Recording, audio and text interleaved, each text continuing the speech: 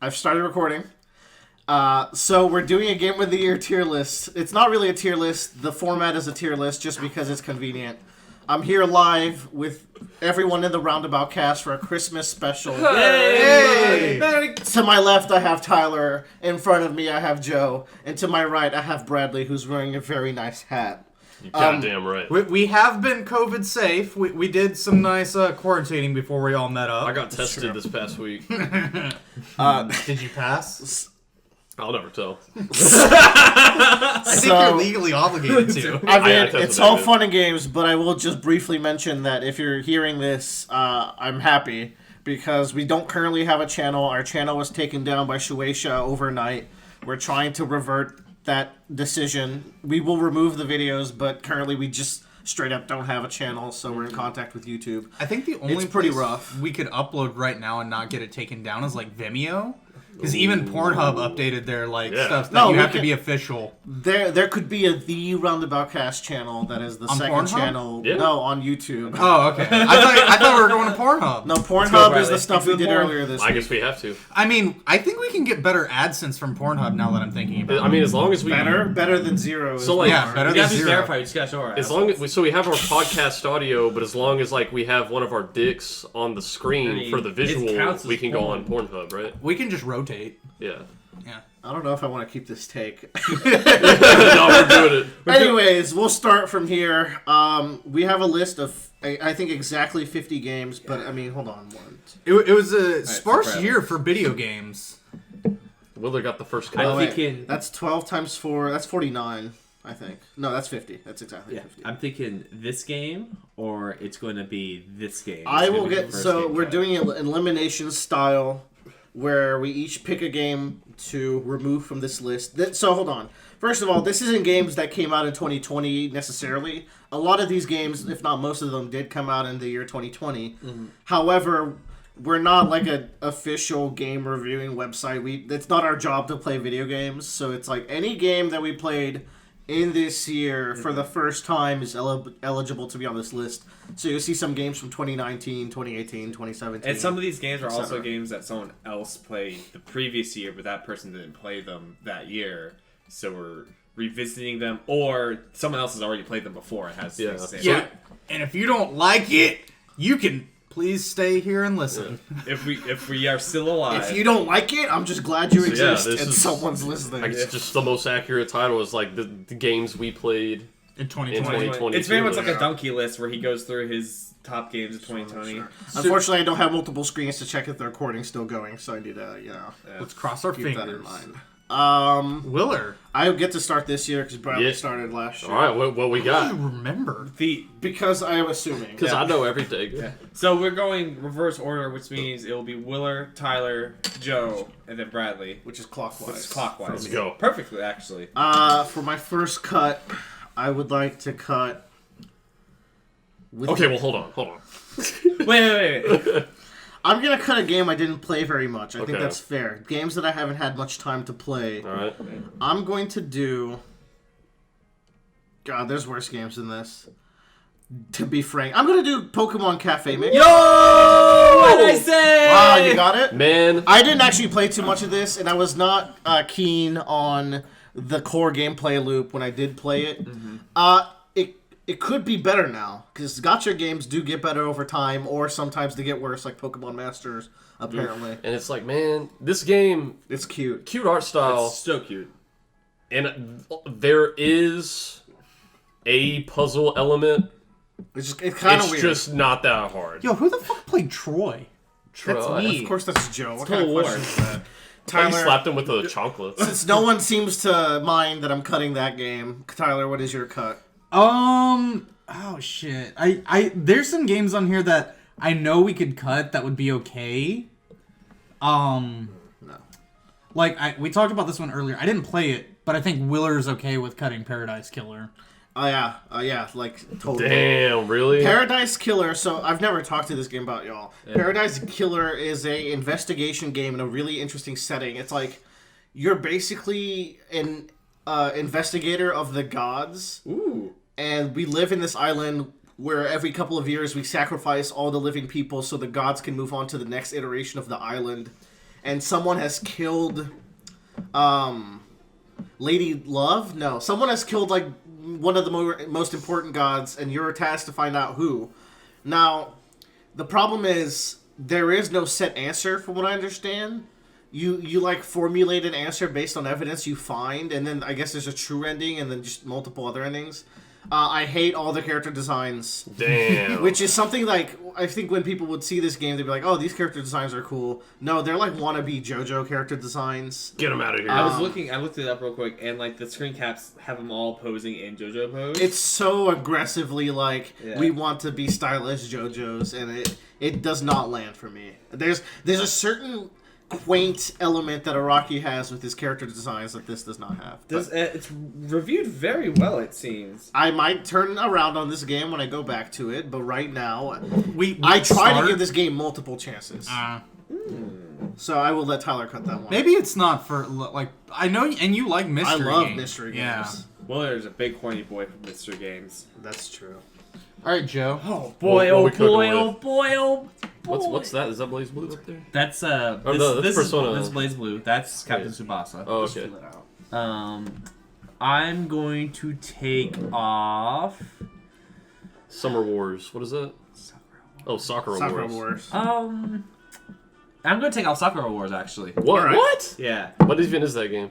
This game is a action game with a dating simulator put into it. Okay. So it's The character design is by Tite Kubo Yes. from Bleach. Bleach. They look Alright, really alright. cool. I think the game is very pretty. It's good to look at. The problem I have with it is that the actual gameplay itself is very minimalistic and dull. Basically, each chapter is like you focus on one girl and you try to like build up your boost stamina, but like you don't really know where you're sitting with those girls necessarily, so you don't even know Like, you're standing, like, how much they like you. or like you don't know how close you are to like leveling that up. And I feel like what makes the dating similar kind of good is when it's like in Honey Pop where it's more freeform and you have like time to move around and do things, or if you do have a set time limit, you know how much time you have. But this is a very linear game. So you just go by chapter by chapter by chapter, and the combat's just kind of it's so simplistic. It's nothing crazy. The writing is very childish, I would say. But it's pretty. I might come back to it. How's the combat? The combat is like a really toned down Musou game. It doesn't have really fun combos. The thing with a Musou game is that it can't be toned. It's any more toned down in a Musou game falls apart. There's no big flashy finishers or anything. I didn't get really far into it, but It's a hack and slash. yeah, it's a hack and slash. And a big part of it too is that like none of the character designs, I love them, but when you talk to the characters, they're like cardboard cutouts, and I'm like, oh, okay. Like there's this girl, she's like a shrine maiden, and she has this cool outfit. I'm like, oh my god, you're so cool. But then talking to her is just so boring. So they're like Tite Kubo characters in writing too. Yeah. But there are cardboard cutouts. All right, Bradley. All right, y'all. Here's for the first big surprise. Whoa. Would you ever guess that my first cut It's Kirby Fighters 2. would be Kirby Fighters 2? I felt it. Because like initially I thought Cafe Mix was gonna be my first cut, but then I realized Cafe Mix is at least like trying to do something new. Yeah. Kirby Fighters 2 is Kirby Fighters 1 Yeah, is this With a sumo wrestler. with the sumo wrestler. so Kirby Fighters? Was this originally like a free to play game that came out on DS? I don't know if Kirby Fighters was free to play. There was Kirby Clash, which was free to play. But I don't know. Kirby Fighters 2 is Kirby Fighters 1. They added what they call a brand new ability never before seen in the Kirby franchise. It's called Sumo ability. It's a wrestler. it's wrestler ability. Stairs. It's literally suplex ability from Superstar. There's nothing new about it. Good And ability. I don't know. A big problem as the Kirby franchise has gone on. Guys, I fucking love the Kirby franchise. I played like all these motherfucking games. This is known. As the franchise goes on, the games get slower and slower. What's up with that? You just move and attack slower, and playing this game feels like trying to run your hands through clay. I bet they think that the associations you move slower, like a simple baby can play the game because it can track what your character. This game is literally for No. babies. There is one cool thing this game did that I haven't seen in other Kirby games. You can have like skins for abilities. That's pretty cool. which is kind of cool. It's like you like pick a class and then like you level it up and you have different. Like, No, you have so a that's weapon Kirby and a Clash. hat. This is like Okay. this is like Smash Bros, but all the selectable characters are Kirby abilities. Okay. Gentlemen, I will be cutting. Oh fuck. I will be cutting Oh fuck. Gundam Extreme Maxi Boost on, but not only because I've barely had time with this game, but also I know the game. I know what this game will entail, so I feel like I can rank it. But I also know I'll like it better once I get better at it. But as it stands, I'm ass. This is a Gundam game. I don't know anything about Gundam, but I like 2v2 arena fighters. So I got this game, and there's like hundreds of characters. I don't know which one's good. I just picked whatever looks cool, and they all play unique. And people are cutthroat online, and like the Gundam Versus series is a very long-lasting arena fighter series, so I had a lot of catch-up to do.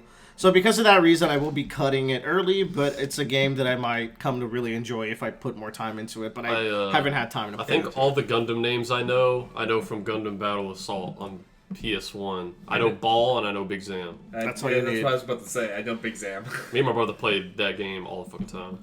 So I'm gonna actually maybe do the first controversial one. Oh, fuck. And I'm trying to stick mostly to games that I've played now because I know a couple of other ones. I'll let y'all throw those under. We might get rid of those in this. Project Winter. No. No, not yet. Do not like Project Winter. I'll throw you some games you can cut before Project Winter from my end. You cut Spellbreak for It's me. like Did you play Spellbreak? I'm the No. only person who played Spellbreak. It looks very interesting. It looks very interesting, and it's another game where it's like, I know exactly what this game is after playing for a little bit, and I will like it if I put time into it. But I haven't had time, and it didn't grab me. It's neat. I wouldn't put Project Winter down here, but I'm not gonna fight tooth and nail for it. I'm not gonna fight tooth and nail for it.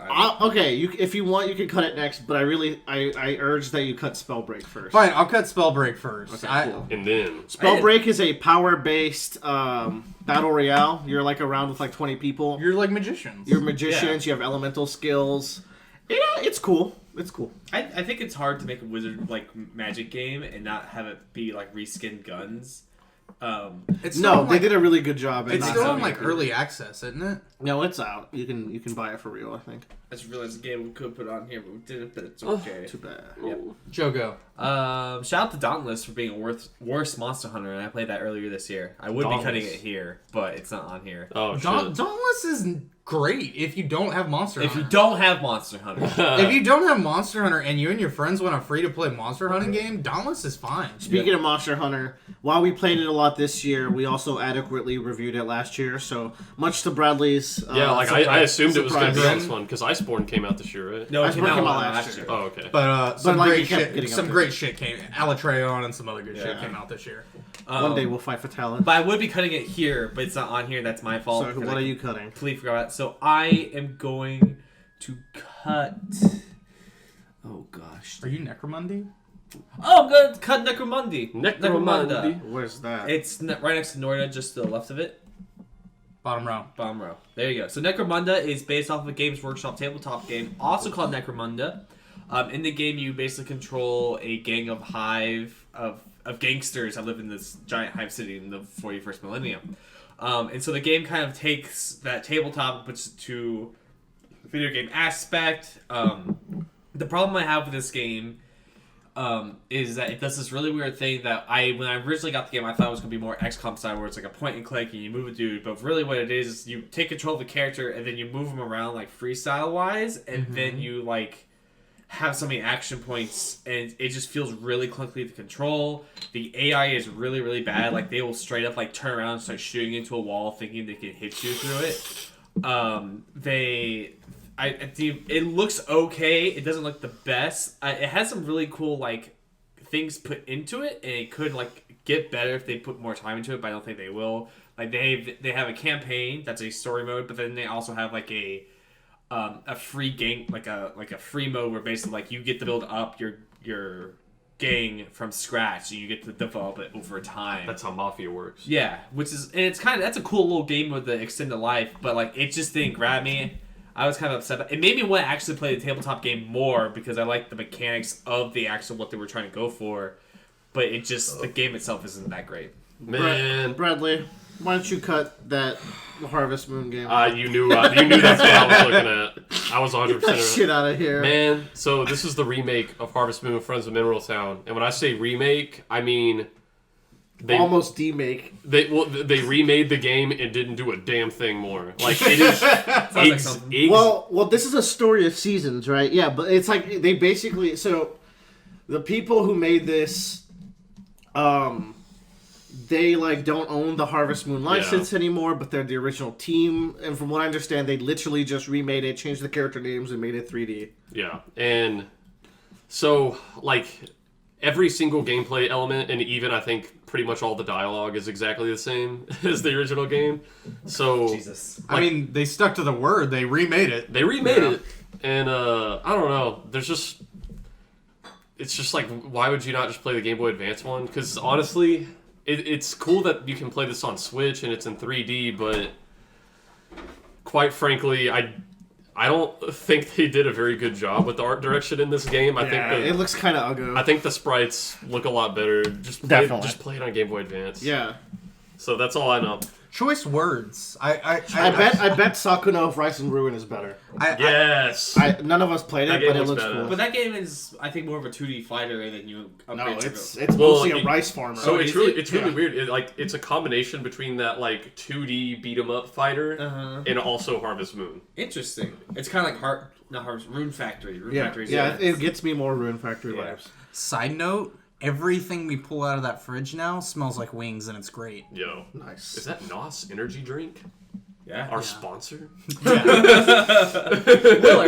Our non-existent channel this week is sponsored by NOS energy drinks on my I think Nike it might be. jacket I think it might be illegal to even joke around about that. that I got from an MLG What the tournament. fuck is this jacket? That's just Tyler? the most grossly branded Is this jacket the I've jacket ever you seen. wore to the League of Legends tournament? You went to that strip mall? No. This is a jacket I got from a Everyone, You're like a race car driver. You're covered in ads. This is a jacket I got from a pre-tournament event when I was Shit. coaching Call of Duty team. hey Joe, can I cut this shit? What is this? Until we fall. No, that's mine. Oh, okay. Oh shit. Can I Don't you cut dare! that? No. Then I will cut. I had something in mind if it wasn't for that. Ooh, It might be too early for the controversial cut I want to cut, so I'm gonna cut Puzzles and Dragon's Gold. Puzzles and Dragon's Gold's kind of fucking sick. It is. The caveat is, it's hard to find people to play with, and it's hard to get good because people who play this game are Puzzle and Dragons aficionados. I am not. I just picked up this game because it has Also, you you have to use build the test you screen. build teams with characters you get in the game for free, which is super fun. You get to use all these skill synergies, but you have to be good, and that is the one gatekeep for me, being able to sink enough time to get this higher. It's a really cool game though. It's only like $15. The character designs are fucking cool. We should play, Bradley. We've only played once or twice. It was very overwhelming. It's good. I just didn't play it a whole lot because I felt very overwhelmed because honestly, you have so many fucking options for building your loadout it's a little overwhelming. It's very overwhelming. What? This just in, I saw a review for the Monster Hunter movie, which came out this weekend. Oh, God. I'm very excited about it. I expected this to be not good at all, and IGN dropped their rating, and they gave it a 3, lower than Cyberpunk on Xbox One and PlayStation 4 God, based man. I mean, consoles. that's apples and potatoes. It's trash for different reasons. But I'm very excited to get one's to see an this unbaked movie. pie, and the God, other is a steaming pile. Okay, my turn? Yes. Yeah. Okay, I get to throw out Project Winter now. Okay. Okay. God damn. So, Really? Project... There's so much unique with Project Winter. Unique does not mean better. Yeah. So, in Project, this is an Among Us spinoff. Which also Not a has been out spin-off, for a little bit. But it's a Spin-off. Yeah, so, Who's next? you're playing as... a group of survivors in a winter. Yeah, and they're, all in a cabin, but there's, obviously, there's, Traders. traders.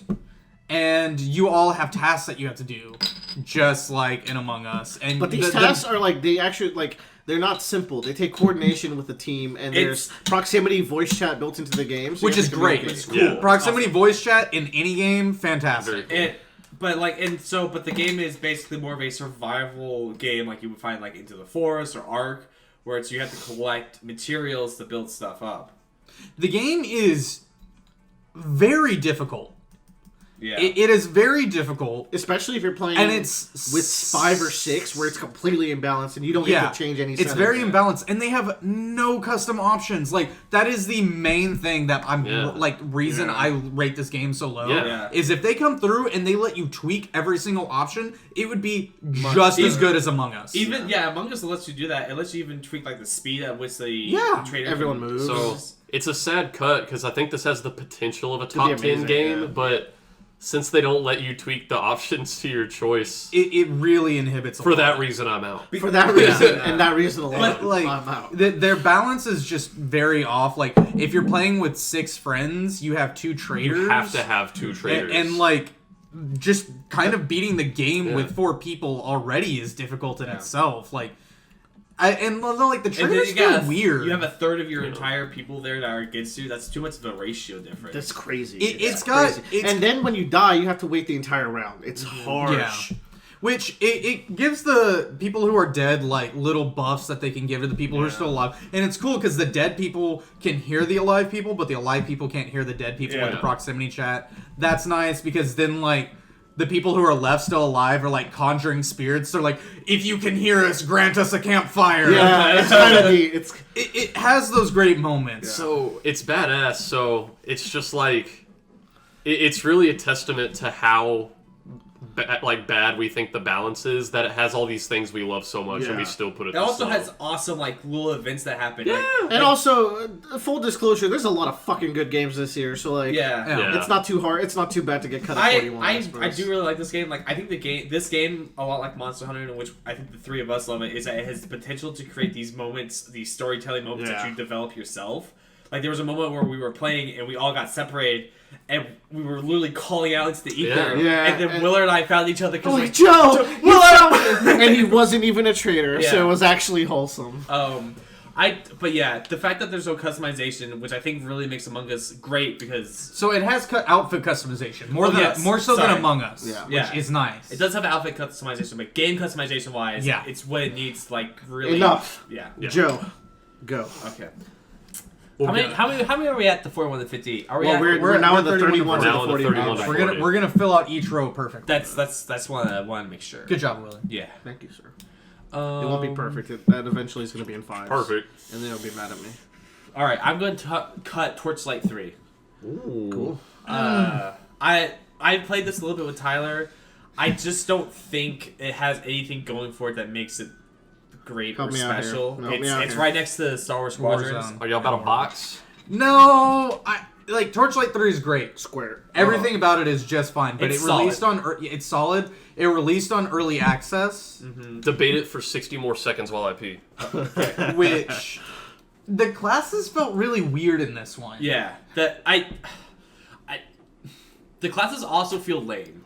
And that's the other thing too, is I don't feel cool playing any of the classes, and I think that's a big hindrance in action. Did you try them all? That's a big. I tried, yeah. That's unfortunate. And it's just like because they're either too generic or they're just so. What the fuck are you supposed to be doing with this? I feel like Godfall would fall into this problem. But okay, so here's the thing. Yeah. There's like a robot that's a paladin, which is kind of cool because in concept, a paladin is someone who has faith in a humanistic god archetype. Yeah. But he's a robot, so it's like but then the blunt weapons with the robot feels really weird because he got spin moves and stuff. I played the light and dark mage, which is really odd to balance. I played the more marksman mage or marksman character. Keep talking. We're missing an important game from this list. What are we missing? Cyberpunk. Oh, you did? Yeah. Didn't we? Joe literally asked before we started. Yeah. Shut up and speak. Okay. Another successful piss. But the thing is, I feel like when you have an action RPG like this, like in Diablo, you still want your character classes to feel so different and so unique, and they play different. It's an isometric action game almost, so you want to feel cool when you're doing stuff, and you don't get that feeling when you're playing this game. I will say they did have a lot of customization when it came to building out your classes. At least you didn't have to stack into certain skill order. Yeah, that was cool, but I don't know, man. The thing about Diablo 3 was that even though it was still kind of watered down, each of them still felt different, and I felt like I was playing somewhat of a class. This one, I really could care less about what I was playing. It was solid, but it didn't have that wow factor. Exactly. That's the big thing. And when you have a game that you have a genre like that, and releases at early access, Yeah. it needs to you need to wow us. And like it. Now that being said, we did fight like 1 or 2 bosses, and I thought those were fun. Oh yeah, And they had some good mechanics to it. I'm gonna go back and finish it because I loved the first 2. Yeah, but I won't. I need more content, which they've been steadily dropping new content. What'd you do, Willer? I'm fucking up. I'm fucked up. Uh, So this would be 51 to 42 since we added a game, and this would be 41 to 31 32. to 30. Well, we'll put 11 in this row so that we can be clean afterwards. Okay, so that's good. Okay. Okay. Bradley cut. yeah. So I'm gonna cut a game, y'all. Mm-hmm. And actually, no, I'm not gonna cut that game yet. I'm gonna cut it on my next one. On this one, I want to propose Rogue Legacy 2. Cause Oh, y'all cutting both my games now? well, Okay, then we don't. No, have, no. You didn't seem to love this. Bradley argue, and I'll probably agree. to be fair, Rogue Legacy 2 isn't fully done. It's not right? ready. I think that's the biggest. I think It's that's an early access. I think that's yeah. just bringing it down because as of right now, I don't see a reason to buy Rogue Legacy. Tell you 2. what, listeners at home, and us, if this game's 1.1 is significant enough, it'll come back next year too. So yeah, I'm in absolute agreement right now because here's the thing: Rogue Legacy is a roguelite, and there is nothing more blue balls in a game than a roguelite where you're supposed to make it to the end and the end doesn't exist. You get to explore the first area, you fight a boss, and then the second area wasn't released when I played the first time. I went back and played it after they released the second that's some area. ultimate cook. Yeah. Also, like, a low-key, holy shit, some of the mandatory platforming in this game that you have to do to progress is, like, some speedrunner-type Mario Odyssey shit. Like, I was selling having me on it. I was having to get some, like, frame-perfect bounces. Dude, some of those rooms I saw you do were fucking crazy. It was stupid. I was like, I can't do this with this character. Like, it's not gonna work out.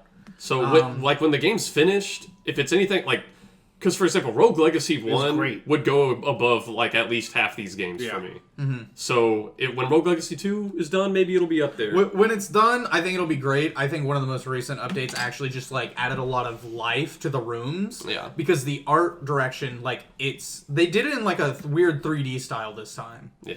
And it looks cool, but like a lot of the rooms looked empty, and so the environment didn't feel like it had a lot of life.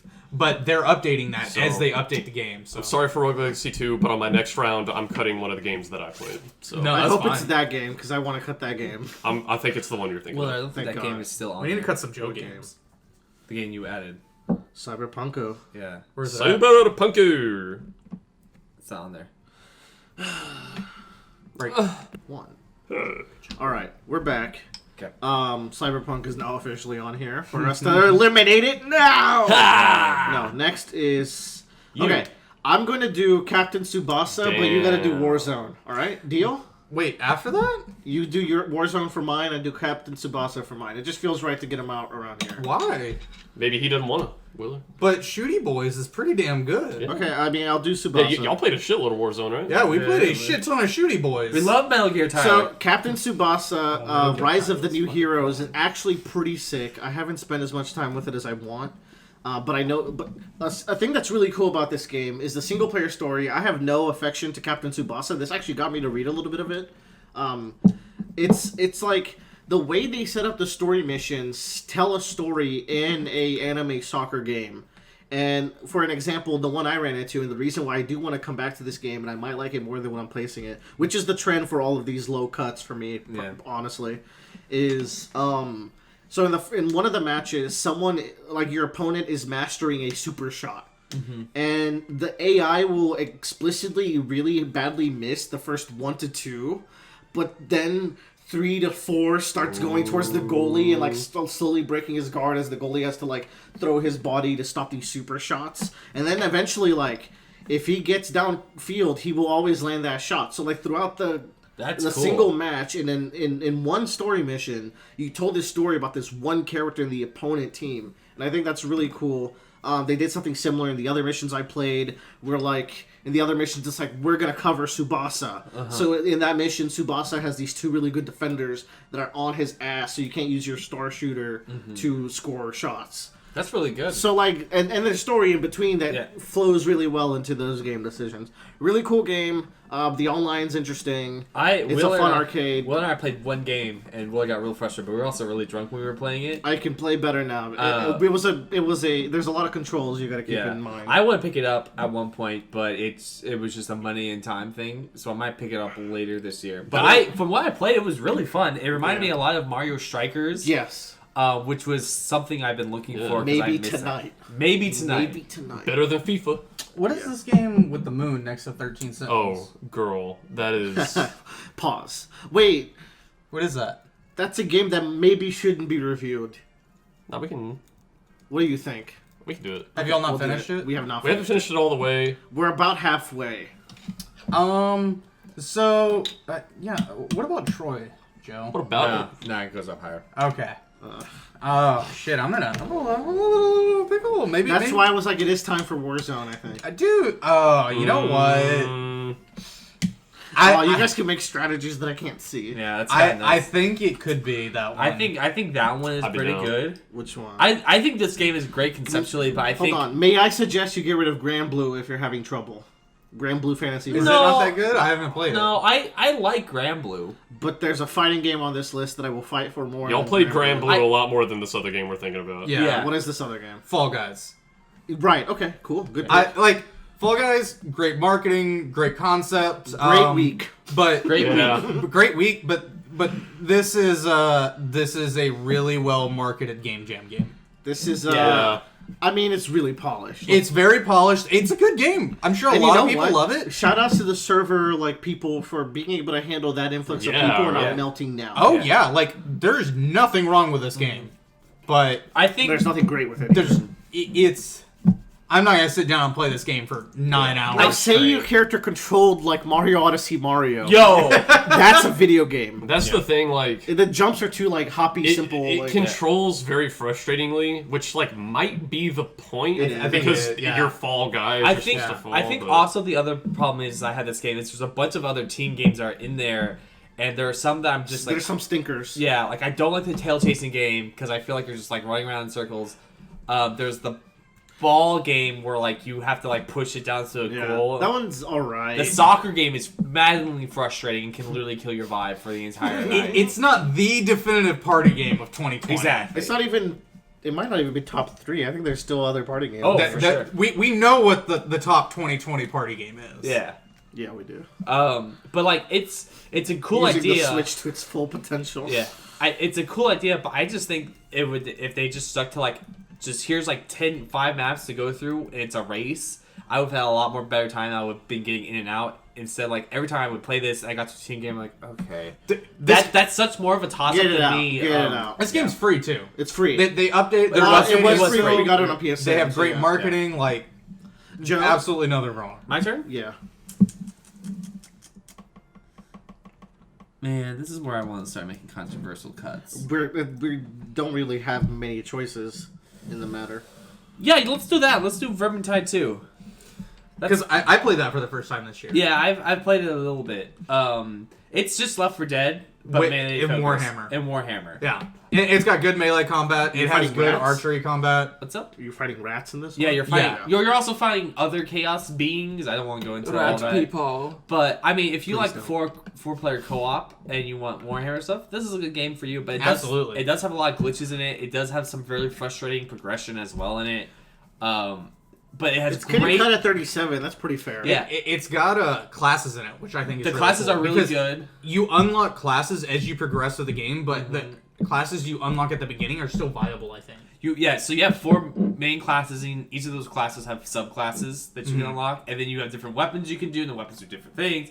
It's an overall really good game. It's a little bit older. It's a little bit older, but it's all right. Get him out. Bradley, can we get rid of Crystal Chronicles, the Chronicles? Oh no, I was talking about a different game. Oh, fuck you, man. I was talking about Paper Mario. Okay.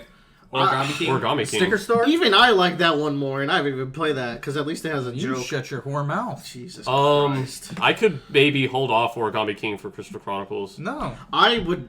Bradley, I like I- Crystal I Chronicles. I'm cool. I'm super cool with that. Crystal Chronicles is the one regret purchase of my year. Same. So the OG Crystal Chronicles would be much higher on the list.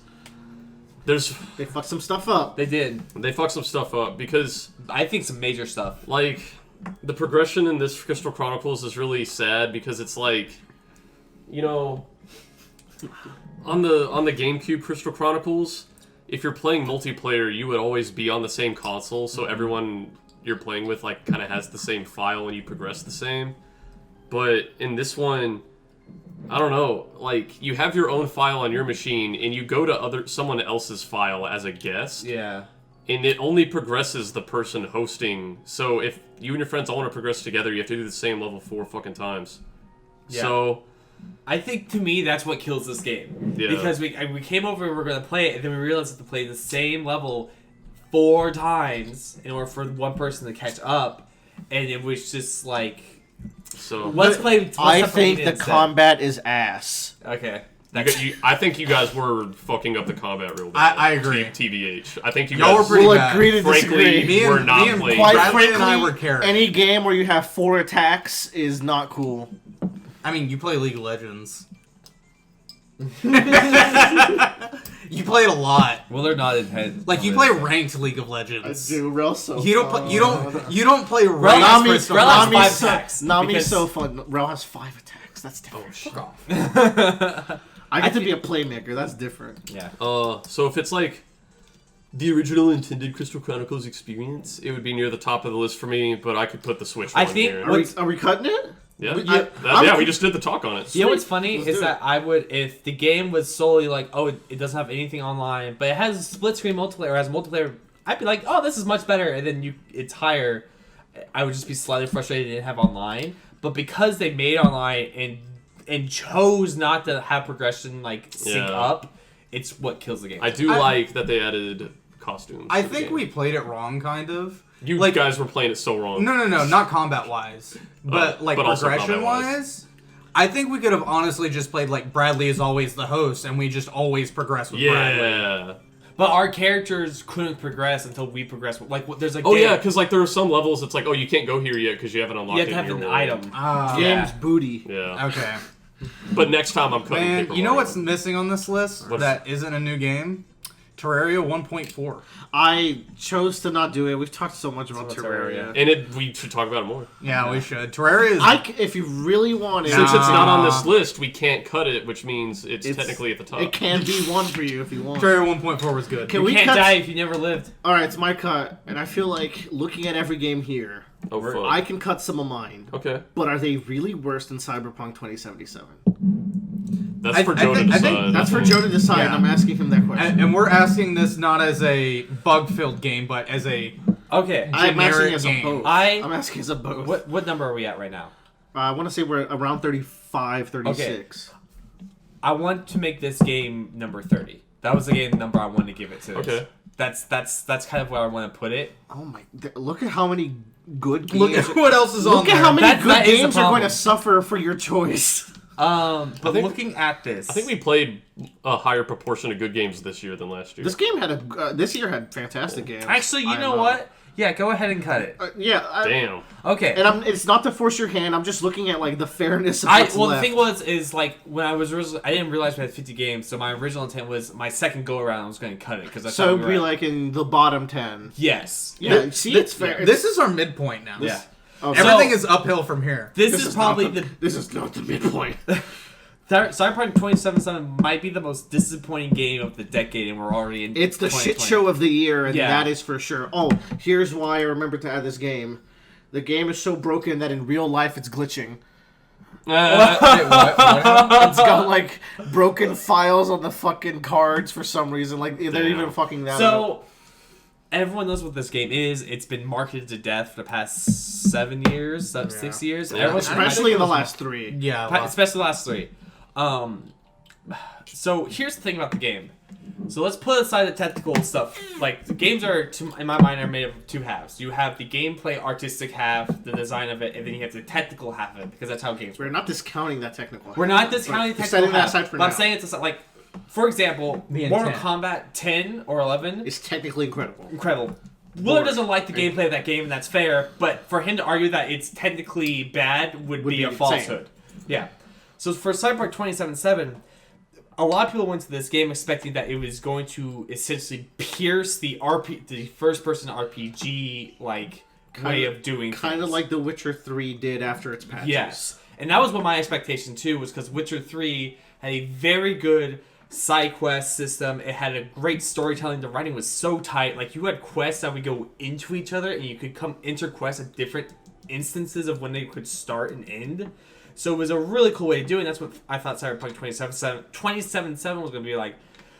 But what it really is Fallout 4. Oh no! Oh no! So, and what happens is that they made a lot of generic missions and kind of stuck them in as submissions. So, like, for example, right off the gate, you get this lady that's like, I'm your fixer, I'm going to give you all your missions, and she just, here are your missions, and they just put them out in the world, and then you walk up to the area, and she gives you an overview, brief view. It's like, here's this guy, he's a mean dude because he kills prostitutes, kill him for me, and then you go sneak into his base, and you kill him, and you leave. And then you're like, cool, awesome. And there are one or two missions that are much more involved, from what I can play. But, like, it doesn't have that feeling of The Witcher where, like, you're wandering around and you run to this guy. It's like, oh, you're a quest on my map. I might as well talk to you. And then you're on this quest for the next 5 hours and you realize you're deciding whether or not for him to keep his aborted baby. Oof. Yeah, so it's such a disappointment on the writing half of it. And, like, I'm about halfway through the main story and I just don't give a shit about any of the characters. Damn. Damning. So, the other thing, too, so in The Witcher, you are playing Geralt of Rivia. He's an established character. Who's well written and well loved. And well endowed. Yeah. Yes. Oh yes. So, when you're playing The Witcher, the options they give you are something, everything They're variation of what Geralt could say. So you always feel like you're playing Geralt, but you're always feeling like you're playing your Geralt. Yeah, yeah. Yeah. Which is how I like. Like in Mass Effect Trilogy. Kind of, yes. But like that. But the difference here is that in this game, they were hammering home like this is your character who is called V for purposes of dialogue. Yeah. But like this is your character V, and in the beginning game you get to pick 3 like distinct choices. Like you can be like a nomad, you can be like a street kid, or you can be someone that worked in the corporate. Street rat. Yeah. Fuck that. First of all 3 of those choices don't matter. They said they were gonna have this huge portion of prelude content that would like help you establish your character. Happens in 30 minutes, and you're in the exact same spot every other part starts. You don't get anything from being those different characters. Like you don't get different perks like you would in Fallout 4. You get like different dialogue choices, but even then they don't help you in any sort of way. Seems like the same issue that Watch Dog Legion has. From what I understand. It's like Anyways, get this shit out of here. yeah, Joe. it's just a big disappointment. Technical side wise, Mess. it's a huge mess. It does not work on last gen shoes. consoles. It still has glitches on new gen consoles. Yeah, I'm running on a 1080 Ti, and I have to run on like really low medium settings to make it get like a good frame rate, and it just doesn't look great with that, and it just makes me so upset. I've got a coworker who's got a brand new 3080 like EVGA like high end, and he's like, "Oh yeah, I'm running it on high." I'm like, "What the fuck do you need to run it on ultra?" Yeah. Right. Like seriously, do you need like 3 3080s? And the thing was, is like I was debating whether to get on the PlayStation 4 or the computer, and I looked at You recommended made the right decision. Yeah, and I looked at recommended specs, and I was like, oh, recommended is a 1060. I have a 1080. It's a bit higher, so I should be fine on running on high at least. I wasn't Hell, expecting the I think I best. have a No. 1080 on this. You get to run on low. Yeah, I get to run on like medium Tyler, barely. cut something. Get this hearing about this game, and then you factor in CD Wasn't Projekt it Bradley's Yes. cut? Miller's cut. But that was my cut. Oh, okay. Oh okay. Wait, was it? With Joe's Yeah. blessing, it was my cut. It was yeah. Bradley, what'd you cut? I cut was next? Crystal It was Chronicles Crystal last Chronicles. time. Okay. Now we're getting to the good shit. Yes, now we've Spicy. gotten over the hump. Everything left is good games, I think. Is that right? Yeah, why not? Did I cut Grand Blue You Fantasy? see any bad? You can if you want. I'm cool with that. I'll cut Grand Blue Okay. Fantasy. I just didn't want it to be below Cyberpunk. Yeah, that's fair. We should. I can't believe Captain Tsubasa went above. But you Cyberpunk. haven't played Below Captain Tsubasa a lot either. Yeah. And Vermintide's old. Yeah, Vermintide's old. Grand Blue Fantasy Versus is a fighting game that did come out this year. It looks gorgeous. It's simplified in a way where it's really accessible. It's kind of Joe's like starter fighting game that he really got into. I want to say. I really got into playing the protagonist character, and I was really the Tims. Tims. What's his name? Grant? Is he Grant? I think he's Graham. I think he's Graham. This is a medieval fantasy kind of s game With waifus. with waifus. Oh. It's we show pictures of them to Bradley. Yeah, they'll send me pictures. I'll be like, I like that. This game is I like this game. It's fun. The main problem I have with this game is that it's really, really, really slow. Like more slow than other fighting games in terms of like moving back and forth. Especially like your run speed is like glacial. It feels Painful, and then like your jump is barely anything. It's slower than a Street Fighter, which is considered a slower fighting. Yeah. It has some really cool mechanics. Willer says it's a lot accessible, which I agree with. Basically, they tone it down to where you can hit R1 and to the side or something. R1 and a face button or something and do a move. You'll do like you'll R1 and a direction and a face button. yeah, do the move. You'll do a move, which is cool because like things like a quarter circle forward kind of action. That's what the moves. They're combo enders. However, If you it puts it on a cooldown if you perform it that way. yes, so what it encourages you to do is learn how to do those quarter circle motions or the Z's, so Yeah. you can really integrate those moves into your movesets. Z's. Yeah, get that shit out of here. Cool. But Joe? it's good. I like it. I also like it, and it's not. I will. It's something that I will open up every few months. Have a good night with it. Yeah. That's how I am with most fighting games that I'm like grinding out. Joe, why don't you? Why don't I pick? Yeah. What do we got here? I can't tell what some of these are. That's what are Judgment. That's Puyo Puyo Tetris 2. I forgot about Judgment. That's Until You Fall. Let's cut Noida. Fuck you. I don't think Tyler gonna let you get away with it. Dude, No. you gotta Okay. get rid of Crusaders King 3. No. Come the fuck That on, game is mate. real good. That game is actually You're really fighting good. a lone... Legends okay. of Runeterra. I'd be cool with cutting Legends. Yeah, of Runeterra. yeah, I'm fine There we with go. that. There we go. It'll No, be cut at around 33, Wait, we have which is cool. 5 roguelites on this list, and they are all sub 20. Like they're all like better. Yeah. Yeah. I'm cool with that session. Yeah. Anyways, Legends of Runeterra is a game by Riot Games, who has earned their S in their name finally. right? Yeah. Yeah. Joe funny. Which is, you know what? I like that it's all part of the same client. Yes. That's badass. Well, that's the same thing Blizzard does with Battle.net. Yeah, so but shut Battle.net up. sucks. But Blizzard, we don't like, I guess. The legendary Right, Riot yes. Games client. Wait. I mean, when they copy no, them, I they mean, at least make good games. This is not indicative of any individual in the Roundabout cast. Yeah. We love Blizzard. Oh. Alright, Joe, you're clear. Okay. But so Legends of Runeterra is Riot Games' card game. It's based off their League of Legends game. It came out earlier this year. I played a little bit of it. I didn't invest any money into this game, thankfully. I have some personal feelings about this. I think the game is solid, but it's not a card game I want to play. That's my personal The opinion. user experience kind of sucks cock. All right. I think so. So, for example, That's true. We had this whole discussion. I don't know about- if this is user experience, but the shining example of this, for example, is a really cool mechanic. Is you have the champion cards, Yeah. and the champion cards can level up. But reading the conditions for how they level up is so fucking confusing. Yeah, we had. Yeah. Because, for example, like Yasuo, I think it's like when you've like stunned 4+ enemies, I level up. Yeah. And he can level up even while he's still in your deck. If you stunned 4 enemies this game, Yasuo in your deck, in your hand, he'll level up. And then there's like a character where it's like, if I've seen you shield 3 allies, Yeah. I'll level up. So I'm like, okay, so that means it can't level up in your deck. But if it's in your hand, where it can see the field, Yeah. it'll level up. That is not the case. This is ridiculous. You have to it has to be in play for it to count as The seeing. problem I have with it is that the language that they use is supposed to be casual, but it's so casual it sometimes becomes a lot more confusing. And like even now, when I've played it a lot more, I misplay often Yeah. because I can't. He's been actually grinding tell it out recently. Yeah. Yeah. Like the correct way of saying that one card Yeah. would be like, when I'm in play, if Yes. you do this, I love But luck. I misplay all the time because I can't tell what a card actually does because they use this nebulous You language. shouldn't have, like in a card game, you Yeah. shouldn't have to trial and error card effects. Yeah.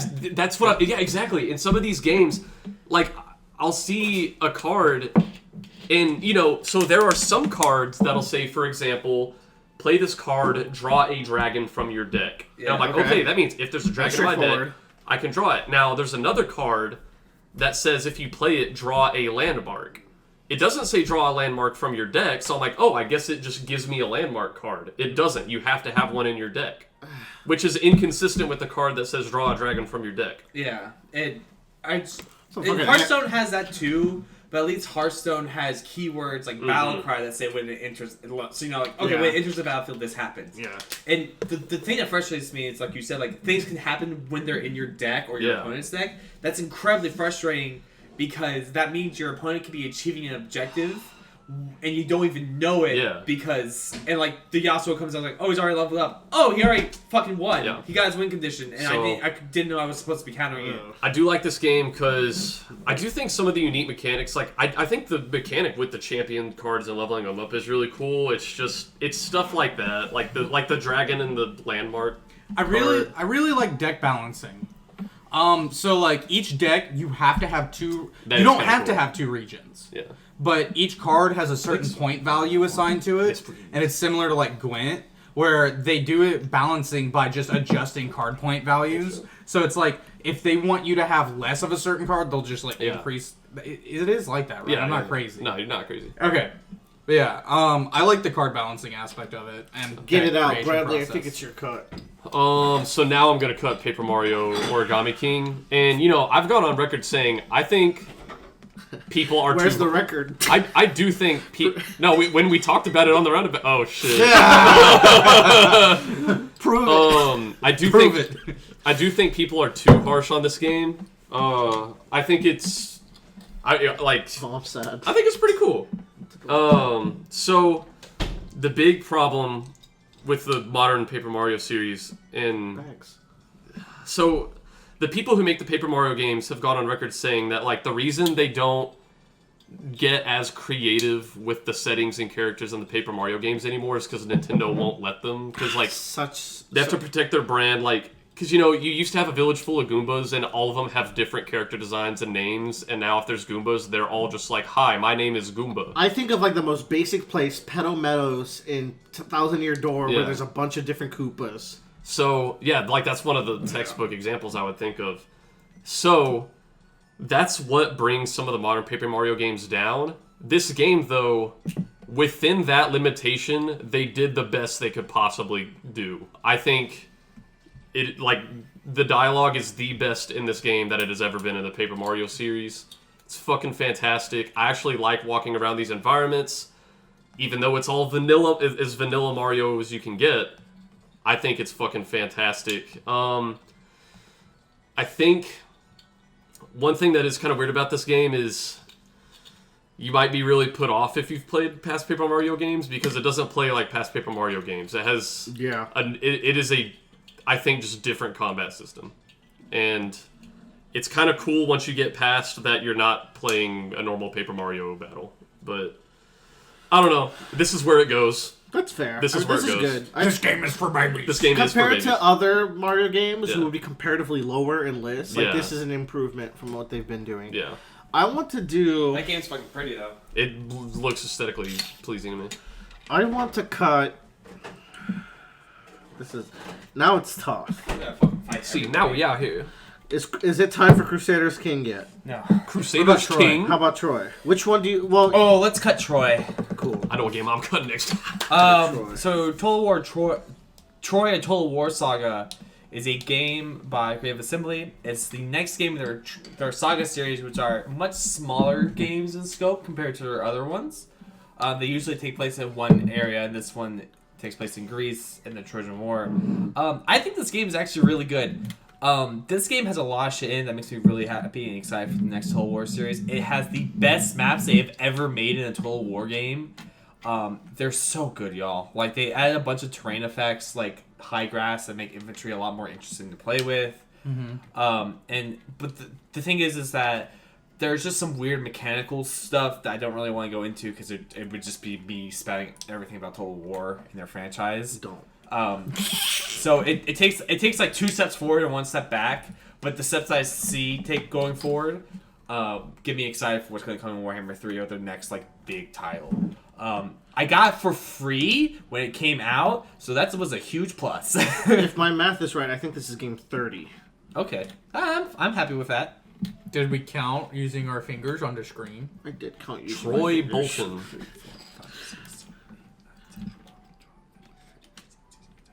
We're counting. Counting with the Roundabout cast. Oh fuck. Which This is 29. What's your favorite What's number? This is 51, 29? 51 minus 29? So wait, if this is 21. 29, then there should be Joe, 2 we were in struggling this. to do math earlier. Holy shit. Pause. Unpaused. Okay. Yeah, it is indeed 30. So, Alright. I'll throw this out now. It's Bradley's cut. So No, it's not. No, it's Tyler's, right? You just cut. I just cut. My bad. It's your cut. I will now do Until You Fall. Ooh. Oh, So, interesting. first of all, this is a VR roguelike game. I remember you playing this. This game, I have kind of like 2 things to say about VR. There's 2 ways that like most people play it. It's like either you do it casually like people did the Wii, or Yeah. you fucking go all out go on the all out. experience. This game, if you get into it, holy shit, it is fun. It is a dual-wielding roguelike game that's like focused on combat, where you go through these arenas and you do hand-to-hand melee combat with sword, and like you get to choose, like you can have a sword in one hand, a battle axe in the other, a mace, like, and then or you can have like this knuckle, and as you go through each arena you get like an upgrade up until you get to the boss, and it's kind of Hades-esque where like you can upgrade your knuckle to like have life steal or like deal like bouncing damage and stuff, or like have a reflector onto it so it has a better counter. And it plays well in VR? Oh yes, this game runs How do flawlessly you in move VR. in this? So one? it is there's 2 methods. There's teleporting and there's slow glide. Interesting. That lets you like just kind of like shuffle across the floor, but you don't. It gives you a wide area to move in. So this game actually suggests it's like, hey, you need a wide area. So stand up when you play it if you can, because it uses full body movement. Like there are enemies that do like overhead swings, and you have to actually like duck down and dodge them. Cool. And then like their vulnerable point is like an uppercut. So like you duck down and then you have to do an uppercut. This game got me just as like worked up as Ring Fit Nice. did. I think it's a lot of fun. The weapon variety is great. The combat can get kind of a little bit stale, in the sense of like, okay, now I know I need to attack. But at the same time, I say that I never beat the first boss because he's fucking ridiculously hard. I'll say of like the VR games where you actually do like combat. This is probably like the most well polished one I've seen. Oh yeah. We also know someone that worked on this game, I Oh believe. shit! Is that right? Yeah. Yeah. Chase Hardy. Yeah. Oh sweet. Shout outs to him. Have you played Super Hot VR? No. Because Super Hot VR is the same way because I hear you're that's constantly moving. Joe. Yes. It is your cut. But I want to say one last thing. It's really cool because like, I haven't got to the second area. And there's 3 bosses, potentially, maybe a 4th one, I don't know. But in the first area, like, you're fighting all these humanoid enemies, and then you get to a guy that looks like Mordekaiser. From And regular show? No, from Lee. Oh From Lee. shit! I was like, what? Mordekaiser from like a regular show? That's Mordecai. Oh, okay. And then Rigby shows up.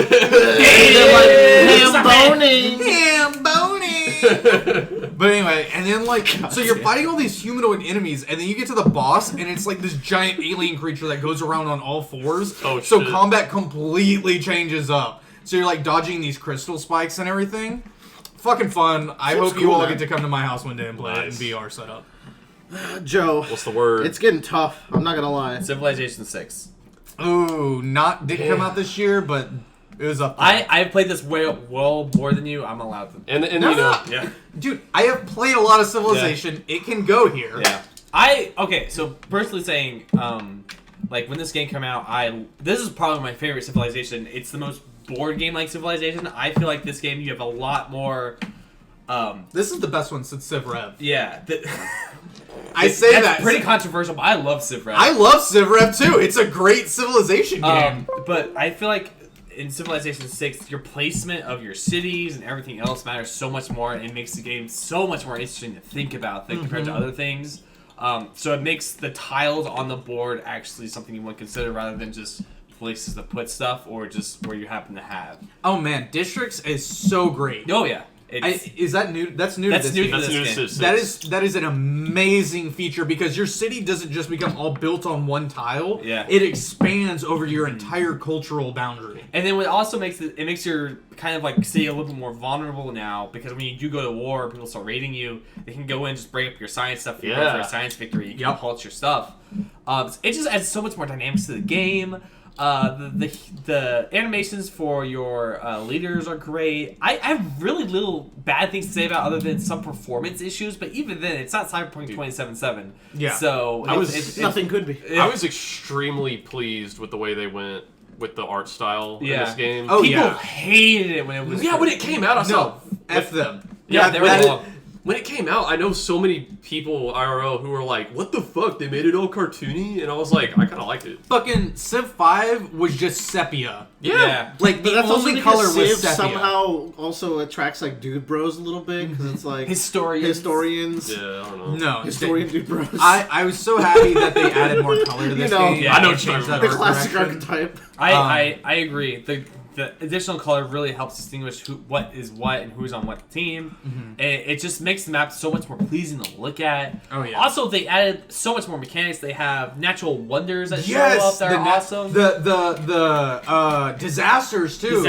Disasters were an expansion, but It's still great. I think that if you get Civ 6, you need to get not the first one, which is I forget what it's called. You can buy the second expansion, and all you're missing out, gameplay wise, are the leaders. Yeah, which I so think is you can buy one expansion and get all the gameplay content from the first expansion, except the leaders. Yeah, so the Gathering Storm is the one you should be getting in terms of like but that game's great. I highly recommend it if you're a 4 expansion. Points were made. Congratulations, Civ 6, for your placement in 2027. Now, 2020.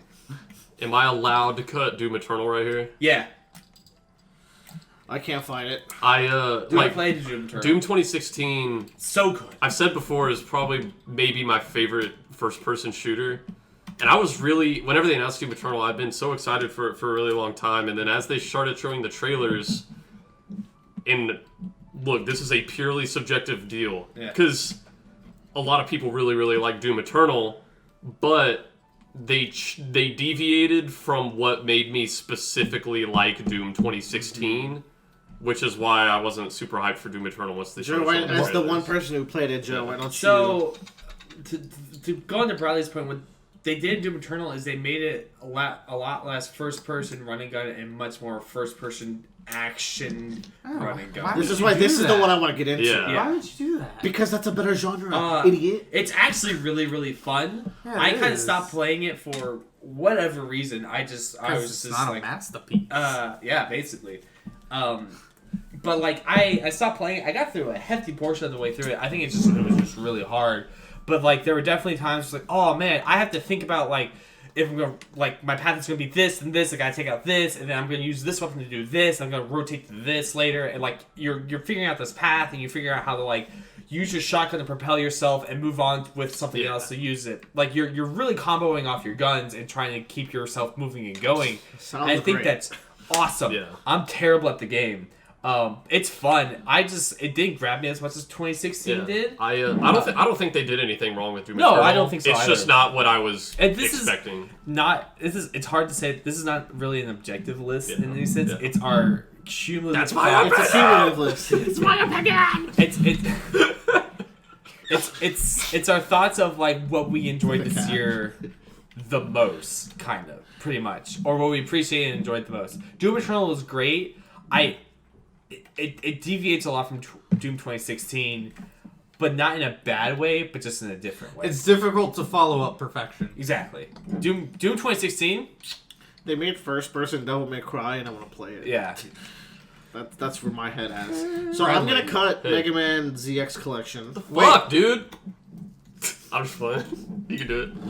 I'm gonna cut it because it's a really good remaster of 6 games for like $40. Damn. That's fucking crazy. The Mega Man Zero games are the best Mega Man games. Damn. They are better than That's no X4 plus. No cap. They're better than X. They're not better than X2 or 3. They're better than X. Not 2 or 3. I mean, they're no Mega Man Battle Network, but that we're dicing hairs. Dicing onions. Dicing onions We here. all right. Next tier list, Mega Man tier list. Wait, whenever we get our Hold channel on, back we're, in 2 we're months. missing God, I a love thing Mega on Man here. We're games. missing one step. No, not. What's that? Oh, we are Holy missing. shit. Yo. We can't do a tier list without one step. Pause. Well, hold on, let me do the ZX Okay. collection. No. No, I want it Shut right now. up. I want it right now. The ZX collection's super good. argument The reason why I haven't finished it yet is because I've played Z1 through Z4 before, so every once in a while I will have a night where it's like, alright, Mega Man Zero night. What's nice is those games are stupid fucking hard. Oh yeah. They're dummy hard. All the games you guys cry about hard, you haven't played Mega Man Zero 1 through 4. Oh, I've played a couple. So I've played. I played the first Mega Man. I Zero. played Mega Man Z2 and 4 like in passing somewhere. Shit's actually impossible without save states. So what they Oh, did yeah. is they put save points in the level and you have infinite lives. Brilliant. The game is difficult enough where infinite lives is no issue. I played also Mega Man ZX and ZX Advent, which are a part I'm of it. super excited to play Which those. are the DS games, which they deviate a little bit from the original Zero They're formula. Metroidvanias, but they still Yes, yeah. dude. And it's like it's so cool because, like in most Mega Man X games, you kill the boss, you gain their powers, but you like get a full armor transformation in ZX and you ZX transform Advent. into characters from the original 4Z games. So like the bosses as well, like Harpuya and Fefner. Yeah, Cool. which that makes sense because like there were some characters that seemed like they had lore in ZX, like Yeah. you recognized. And I was like, who the fuck is this guy? They're the 4 Guardians of Master X. Yeah, like I get that now, but like as like an 11-year-old playing this. I was like, Anyways, what the we need fuck? to go very quickly address the issue of not having one step for me to into this tier list. Good catch, Joe. Yeah, I was like, wait, hold on. the actual roguelike year. Oh god. We're live. Hey, What Hey, did we just do? We ZX? added a game that we missed. No, ZX. We just did ZX and I did it, so it's you. Hades. no, Nope. Yep. nope, Nope. nope, nope, Nope. nope. I will spend Even- all of my points on this game Even right Bradley now. will back us up, yes. I'd be okay with it to go there. With going now? Yeah, Stop. I mean, Stop. We're gonna do Blaze Blue. It's Tyler's Cross Tag turn. Battle. All right. You All right. can. I you- can you- sacrifice- You, I- you I can feel go like this is again. I think this is the third time it's been Tyler's turn, and Wheeler's like, or we do this game. You can go- We've instead. always done it that way. We've always I'm done it that throwing way. one of Alright. my games You, under the you bus. can, you can take another turn and then I'll go and All right. vote Hades. No, that's this not how is that your works. turn. We sacrifice something to the No, pyre. I said Hades. Tyler. Tyler. I don't agree with All you. right, I'm not gonna spin VP. So, okay. I yield. So, okay, we're gonna look at this list on here. Yeah. All right. I'm going Amnesia to. is not as good as Hades. With, I guess maybe. Come on, Bradley, give me. Bradley something. said this one was I- like Eternal Darkness. I could I would, for me, my my enjoyment money? of these two, I would put them at comparable amounts, but everyone else here has played Hades, so I'd be cool with Hades going above Amnesia. Consider that.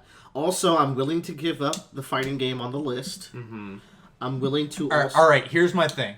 I'll throw Grand Blue, but I'll have this you is know, Blaze Blue. At least give it its due. This is Blaze Blue. Blaze Blue, it is going next. Okay, Hades is going next. that's the price. In the 21 to 25 range. Yeah, absolutely. Is not the definitive I have roguelike we Joe. played this I have year. bigger battles to fight. I have some I do. big. That's the thing. I have some big It's fucking like, battles Hades to is fight. fun, but I think there are more important games on this list. Absolutely. I think, This is the only game of the year that's ever gonna say those words. yeah. Yeah, And we're Cyberpunk 2077 People is not suck one of Hades. them. That's not one of them. we People just lost suck Hades cock. we just lost our just- channel and some subscribers. That So we would have gotten. We're in the negatives now. yeah, we're in the negatives. Everyone that we got back is gone. Okay, then we're gonna do Blaze Blue? Blue cross tag. I watched y'all play this game. This game's fucking sick. This is such a slept-on fighting game. Yeah. I don't think it is, but is it by the Don't fighting game escape from community? crossing fates. This is like no one this, plays this this is the Smash Bros of 2D fighters. This man. is the Smash Yeah. Bros of Arc System Works games Yeah. and Red and Ruby. Are they the ones that do the trumpet game fighting? Like it's got the That's Skullgirls. Oh yeah, that one. Do they do this one? Nah. Lab that's Zero, Lab Zero. Lab Zero's bad. We don't talk. Oh about yeah, that. I forgot. Oh, really? They're canceled. What happened? They are. Mike Z is not a cool guy. Is it like the same thing that happened with that manga y'all read? Kind of. No. Okay. Why would you? Come on, man. Dude, I don't know. Why would you ruin the mood by bringing up Backdash? Same thing as Smash Brothers community? Yeah. No, he's just a No. shitty dude. Okay. He's just crunching everything. Same thing as Randy Pitchford. So not as bad as Smash Brothers community. Look, Blaze Blue Cross Tag Battle is a really fun fighting game that Joe has picked up this year, which is why it's on this list. I played it before that. Yeah, I really like this game. It's a 2-button fighter. Like we were talking about this before. It's a 2-button fighter. It's really fun. It's really fast. My one complaint about the game is that I really wish you could turn on like multiple 2 out of 3 rounds so you can go into like the next set of matches. Yeah. Because like we'll have a match. You probably can in the matchmaking mode, but the community's so small that you can't play the matchmaking mode. You have to go to the lobby and find people. So which is it's kind of it's the jank. That's what you come to fighting games for dying communities. But I it's think fucking rad. the game is really tight. The game's got really cool mechanics. You're basically you're controlling a unit, and your 2 characters together form a full character that is beyond any other full character in another game. Yeah. The tag strategies you're performing are really interesting. The roster's super good. It's got Persona 3 and 4 characters, so I'm into that. It's got Ruby, which some people might like. It has some other weird fucking games. You could be a It's skull got tank. Under Night in. Yeah, you could be Blitz Tank. Something like that. Oh man, good game. Now it's Joe. Now it's Joe. That was yes. Choose wisely. Fuck you. Faku.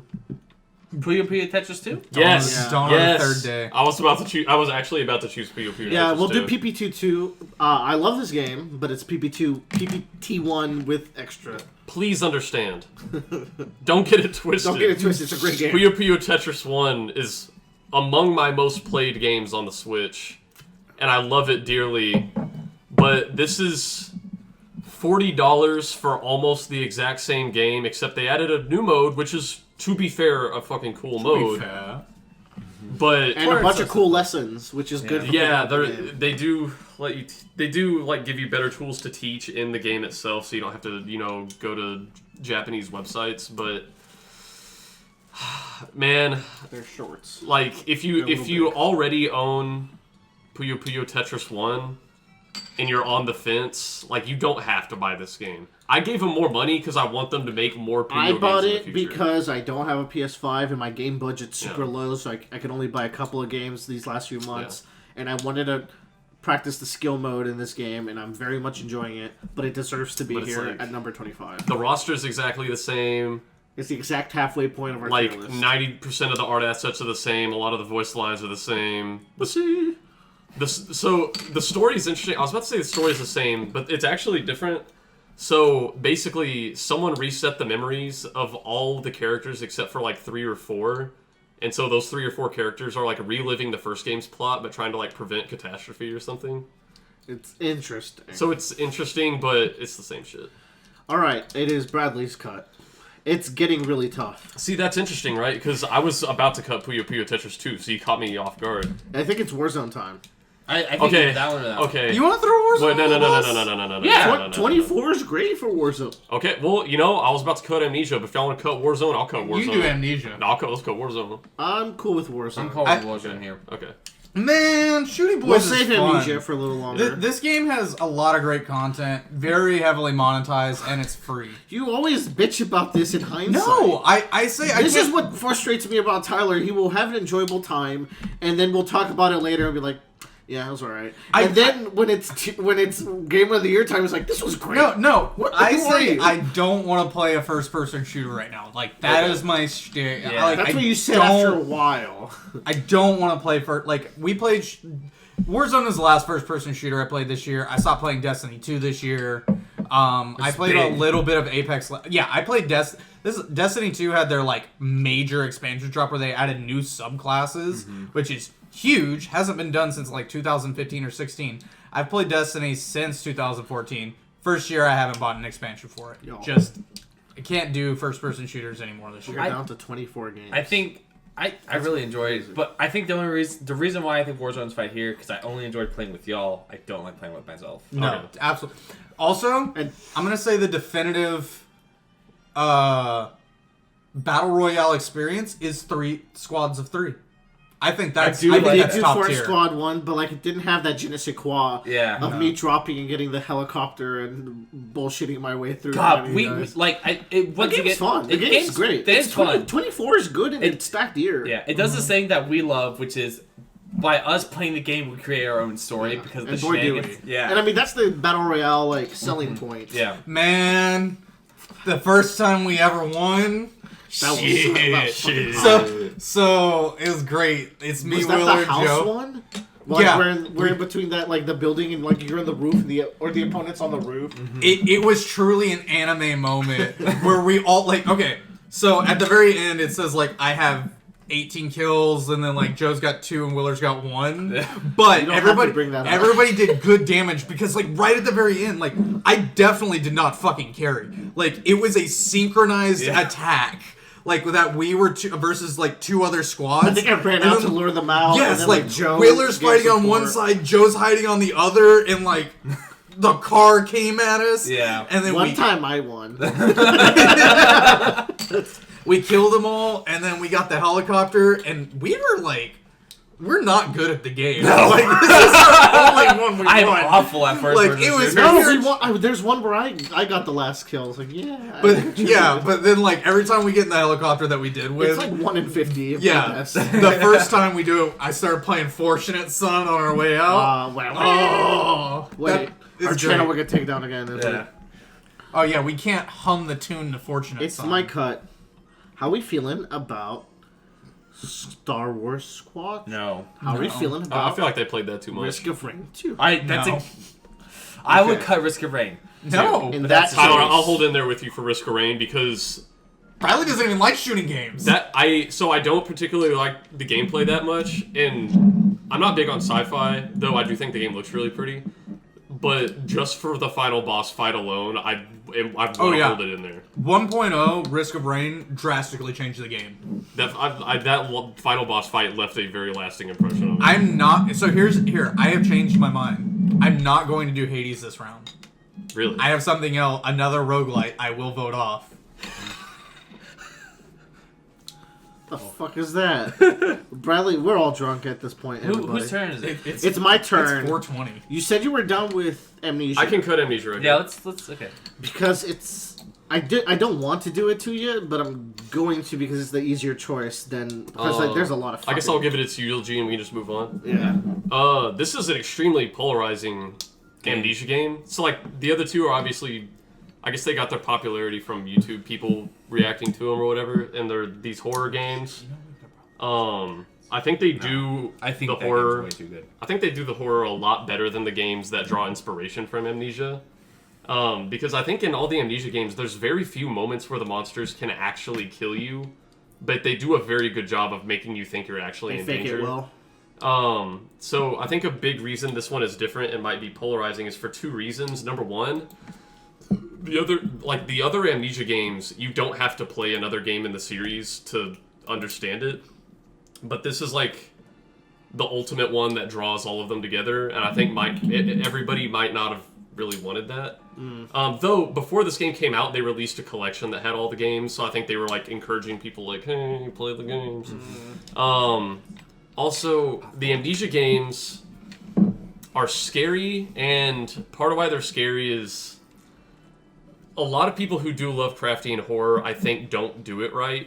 Amnesia does it right, where if you're doing Lovecraftian horror, you put one little eye drop of it in there, to me. And then, like, you want Lovecraftian horror to be mostly mystery, like you don't know what's going on behind the cogs. I think that's just Amnesia... Yeah, like and I feel like Bloodborne, like a thick Yeah. layer of mystery, Yeah. is what gets those games going. And Amnesia Rebirth... You guys are trying to get out Bayonetta 2 again. Is that on this list? No, it's just last time. Alright, There's- Amnesia Rebirth is the game that ties all the Amnesia games together, and it gives like the how and why behind all the like crazy things that happen in the previous games, which I think some people it kind of might demystify the experience or something, or might not be what they expected. So I don't know. I think that's why it's polarizing. I'm really enjoying it, and this is so like the first Amnesia game was kind of scary.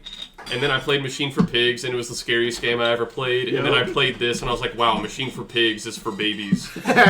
This game is fucking It's a machine for babies. This game is actually fucking horrifying. This is the scaredest I've been at any time in my life, is playing this game. That was Tyler's cut. Yeah. No. Or, No, that was You. your cut. You I cut cut me. Tyler's cut. That was Tyler's cut. So I'm gonna give y'all some options because I'm Okay. stabbing everybody. Okay. I'm going to throw this out first, and if Okay. we agree, then I'll stop. Otherwise, Okay. I'll keep going. Spelunky 2. Okay. Ooh. Okay. Let's hear them out. Okay. We have Spelunky 2. Kingdom Hearts Dance Dance Guitar Hero. I'm hearing you out respectfully. Clubhouse Games 51. Ooh. Those are some options. I would rather cut Spelunky 2 over the other two. I agree with I Joe. would. I guess I'm the one who played Spelunky 2 the most. I love Spelunky 2. I think Spelunky 2 is great fun. It's just I only want to play with y'all because I have Stop. the most fun. Stop. We're cutting That's I the 3 Somnium versus files. 1. Wait, what? We're cutting I the Somnium files. Yes, Bradley? Or Tyler threw 3 games out there. We could pick one of those. We could pick one Yeah, of those. instead of I you think- keep...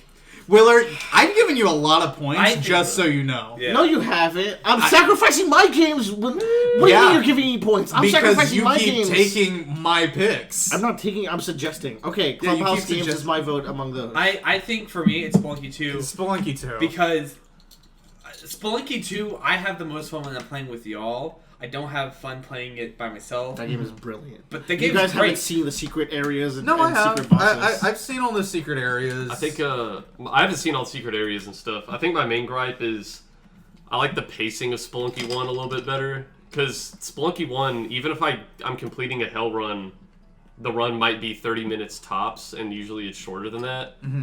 In this one, I feel like when I get to, I don't know, I get to World 3 or 4, and then I feel like I'm already at like 20 minutes. Yeah. Yeah. And Spelunky 2, like, it takes so long to get a shortcut to get to, like, another area.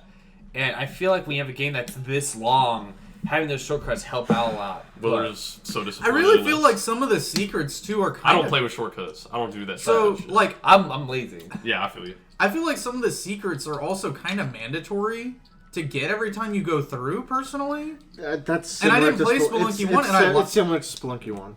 Yeah, but it's like, every time I go through, I'm like, okay, I want to go to this side because being able to fly is really good. Being able to have a double jump or, like, the vampire wings is really good, and they're very easy to get if you, like, check off the boxes in order to get them. I'm so upset. Are you? Yeah. I mean, I like the game. I like the but- game, too. We're in the good games, man. Yeah. We're in This the is a great game. We're in the good games. This is a great game. We're talking yellows and greens. But Buller, look at everything else that's on here. I mean, you brought up a game that I will fight tooth and nail for, so I have to let it happen. And Guitar Hero or Clubhouse? Guitar Hero. The Okay. thing about 51 that game is Clubhouse... special. Yeah. Okay, that's 51, fine. the thing about 51 Clubhouse games is that I like playing it by myself. I think it's just a great kind It's got of... mahjong. That's It's fucking got- good. yeah. It has DS download play. It's got President. Yeah. Okay, it's done. It's Yeah. done. Spelunky 2's gone. I gave y'all options. One day we'll recover that video and repost it, and you can see a longer talk on Spelunky 2. Okay. I think It's my turn. it's Joe. Joe. All right, Bradley. I'm proud of you for holding out this long, Joe. I'm gonna cut Genshin Impact. Okay. Somebody didn't hold. So my philosophy. I'm Next to proud. Final Fantasy. You're VII. letting that happen? Well, I know I want it to go higher, I'll- but when I was going into this video, I was like, I've accepted it's not going to get into the top 10, I but thought it would. I was ready to cut it at 10. as long I was For like, you. it has to be in the top half. But I figured you guys wouldn't let it go in the top 10. So You gotta have a spot. I was willing to fight with you, Well, bro. there's a game here that You care for I'm more? way more invested Okay, in. okay. than I Genshin know. Impact. and the thing is, like, I'm okay with Yeah. you being invested in that game because I've played those games. Bradley, these are your Yeah. last 3 games. I think they're good. Actually, 4 or 5. That's how it goes. Genshin Impact, I think, is a marvel for what it is. It's not the game that I personally like to I feel enjoy. I really don't like being gated on a lot of content because of gacha stuff. So that's why I really don't like the game. And because it's so about exploration, but then it's like, oh, I can't get in here because I have to go grind. God, that exploration is genuinely maybe the best. It's really fun, like running around there. I'm with Bradley. I love this game. I'm behind Bradley with the most playtime. Are you guys not gonna fight for I it? played this motherfucker. I mean, I'll fight for it if. Like- but it's their own personal motivations. Bradley, I think we can throw one of the 2 Chikoshi games to get it a little higher. I guess we haven't finished I'm thinking AI the we, Somnium we Files. haven't finished AI this. I would like Okay. to, like, maybe next round you can take Okay. it. Okay, Genshin can go in orange. And, like, this isn't me fighting. I'm fighting because Bradley's not brave enough to fight. Look, all I personally like AI way more than Genshin, but I know Yeah, I know but, like, Bradley. but that's- I just know Bradley We- loves Genshin. I've played that shit every day But I've had access to a PlayStation. The thing is, like, That's a key point. The thing is, like, It is on both. with Genshin's like League of Legends to me, where it's like I like playing League of Legends, but I would never like. It's hard for me to justify someone getting into League of Legends or getting into Warhammer. I like playing these games, but it's hard for me to justify getting someone else into It's them. free. It's For me, just it is try free. It's such an easy. But like, just there's try so it. much other like gated stuff, like the gacha and the stamina, and For my money- there's trash in there. Don't get me for wrong. my money, I like everything in Genshin. I like the movesets. I like Got some good waifus. most of the characters. I like the world they've The created. girl ones. Like it's really cool because like I don't know, you'll be walking around and you'll see this little like ruin. It'll have a small cave. And you're like, oh, that's weird. And then later on, you're doing a main quest, and you're like, oh, this is actually the most significant area in the game. That's cool. But because of Gold Experience Requiem, it gets cut next. Yeah, time so around. me and Willer killed an enemy that we called Chungo. I think it's actually called a Rocky Lawatruel, technically. But we killed it, and we got an achievement called Gold Experience Requiem. And I was like, huh, I wonder what that achievement is. And basically the achievement is just kill one of those enemies. It was killed before its shield goes off. Yeah, I think so. And I looked online, and apparently all this company's games will have achievements that are named after JoJo references, but have nothing to do with those references. lazy. That's like Paradise Killer, where it's like we're gonna make a bunch of JoJo Because like characters. in Genshin, there's also an achievement called Stardust Crusaders, and there's literally a mechanic called Stardust. There's a mechanic called Stardust, but the Stardust Crusaders mechanic doesn't have anything to do with Stardust. So fucking trash. That would've But- been like But if you anyways, unlock every talk about the game character. that you're actually cutting. We're cutting the Somnium Files on a conditional that we are only halfway through.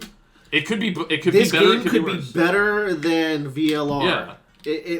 And personally, for the time we've covered, I'm more invested in the characters here than I was in any of the Yeah. characters. So in to VLR. clarify, this is a game that was written by Uchikoshi, who also wrote the Zero Escape series. which is on this list in the Notary And- games. Holy shit! Like I think the way I was talking about it with Willer one time when we were playing is if Zero Escape is a masterclass in scenario writing, AI the Somnium Files is a masterclass in character writing. Yeah, the characters are incredible in the Somnium File. And here's the thing, and we'll use Ota as a base case here. Ota is this shitty little incel nerd Yes. who me and Bradley love dearly because he's just so well characterized as a little shit. Because like you're talking to him and you're like, God, you're such a little snot-nosed man child. last time we played, we got his backstory. It was really sad. Yeah, and it's like It hit actually like deeply close to home in a very uncomfortable way. So this game has the potential for that top of the list penthouse on the tier list, but we just haven't finished it However, yet. even if the story has an incredible twist, me and Bradley have some ideas what the main twists are, but like, it seems so obvious that I feel like we're being baited. Yeah, it's really interesting because we theorized on like what one of the big twists was like only a few hours into the game. And they kind of disproved it, though. Yeah, and then like around the time we locked in our prediction, one of the characters is like, yeah, if you're thinking it's that, it's not that. It's not that. So- But the thing is, one negative that unless someone writes a like video essay that explains this to me, I think the Somniums are worse than the puzzle rooms, and I don't really even love the puzzle rooms in the Zero Yeah. Escape series. The Somniums are very nonsense. There's been one Somnium that I'm like, wow, that was really a cool. really fucking cool There's experience. been like one or two, like there's parts of every Somnium that have logic, and then there's more parts of Yeah. every Somnium that feels like guessing. So this game has a lot of potential. We just gotta ride it out and see how it goes. It might come back next year. Okay. If it ends up being amazing. Otherwise, it gets cut here. Bradley's cut now. Bradley's My cut. cut. Bradley's cut. What is Bradley gonna cut? Man, when the world is your oyster, what do I cut This here? is the I want to say fucking I did not worst. spend BP to get Genshin higher. That was Bradley's BP Sure that did. I talked him into spending. Nah. Yes. That's manipulative. That's not- Bradley doesn't have the spine to argue. Bradley, here, have some boof. You don't like it. Have some boof. All right, now Tyler. Back when we were in the purple zone, I vouched for Noita a little bit. This is where my generosity starts to go away a little bit. I would put Hades above Noita for me. So as a design professional, I'll cut. Here we go. I will cut Hades next. I can say that because I am Okay. legally qualified to have Here's that the thing. title. He's Three of us like Hades more than Noita, so That's we will cut okay. him None together. of y'all are design professionals. All right. We're not. But- We don't know what a good game is, Willard. We don't know. Cut it. Fine. Now, Noita's on a 20. You're complaining about Noita look, at 20. Noita, I am very colossally entertained by watching Tyler and Austin play this game. Yeah. In the Wait, sheer... is there one you would like to? Is there one of yours you'd like to throw in ahead of Noita? No, because I've sacrificed a lot to get here.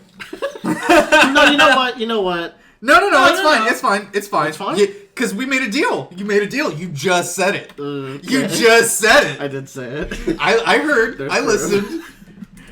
Oh, Jesus Christ. So, in terms of customization, I think the only other game that could top this, from what I've seen, or at least compete with it, is 13 Sentinels.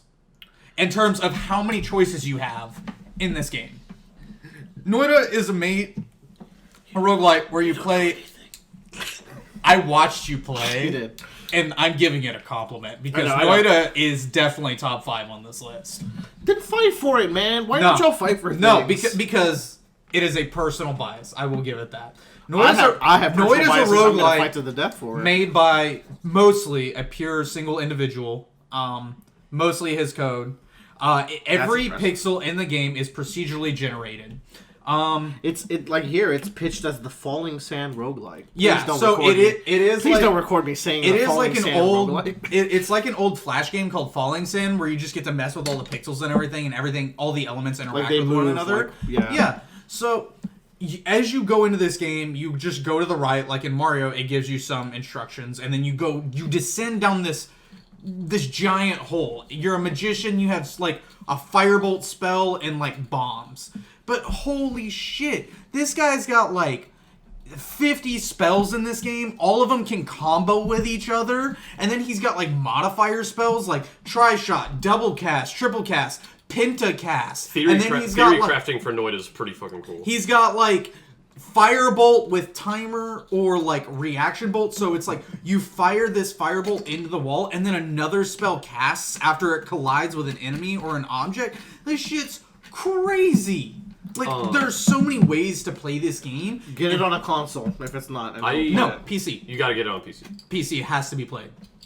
I followed this game's development for a long time before it came out because, like, the full simulation of Yo, it. where's Cube World? I'm sorry. Fuck that shit. Oh, we did play that this year. Shit. 53. It doesn't even belong on the 53 list. Cube World. It's not a game. Me and Bradley spent like a month trying to modify Cube World Cube doesn't. World to Well, be Cube fun. World doesn't go on the list because it's not a game. Yeah. It's someone's failed school project. So Oh, don't do I don't know. that. I followed Noita's development for a long time because I was like, this is something I'm super on board with, like full simulation of every pixel, and it honestly does that even better than it was advertised. I think. I was really. I think the reason I didn't play it more, I watched Tyler and Austin play it quite a bit. The reason I didn't play it more is just because I was overwhelmed at how many options there were, and now. The only thing I might call a downside to this game, because like the overwhelming of options is a personal thing for me. The only thing I might call like an actual downside for me is like Dark Souls has notoriously little onboarding for new players. Like, you know, it tells you the base controls and that's about it. I think Noita has even less onboarding than that. I got into the game and I just did not know what to do. I didn't know the controls. I didn't know what to do. Now, see, I like watching Tyler because he knows what to do, so I can just watch him go ham. There's another game that's going to follow this that has that same problem. Yeah. Well, let's No, take care you're of just it a now. fucking idiot. No, fuck you. No, absolutely. I never I had can a problem. statistically prove how you're wrong in that I sentence. never had a problem. I can with write Joe, an essay. I'm going to remove But Hades. anyway, no, but Noita, I'm not done. This is my This is your top farewell. five. Yeah, do it. Noita, holy shit. In terms of roguelike, this game has unlimited combat options, so much exploration where each area has another additional or 2 areas off of it. And that's not even to talk about that as you descend, there's actually an entire secret other area in this game that you get to explore should you choose to. This game is like the epitome of its genre in the sense that like no 2 runs will ever be the same. It is a sandbox. Like, literally, it's impossible because Yeah. the pixels will just All different. like yeah. So, like, in terms of how powerful you can get in this game, my one thing is that it doesn't have consistent healing, which kind of sucks. But you can mod that in. Like, your spells can become so powerful, you can literally turn your world Don't into, you like, feel like a lot of Minecraft exploration. A lot of roguelikes fall into the Hellsteel trap. So I'm starting to like roguelikes that don't do that. This game has a secret alchemy system in order to create health potions, where you find glass vials and you have to like explore throughout the underground, and it's like you need like swamp water, which is different than regular water. I want to play this on a console. You need like swamp water and lava and like something else or something, and you throw it into like a pit because it's not easy. You have to have glass vials to get this, and so then you like throw it into a pit, and then you have to like combine dust or ash or gold into it or something, and then it all like turns into like this. Into one healing potion. It has this secret alchemy system that's great. Noita at 20, ladies and gentlemen.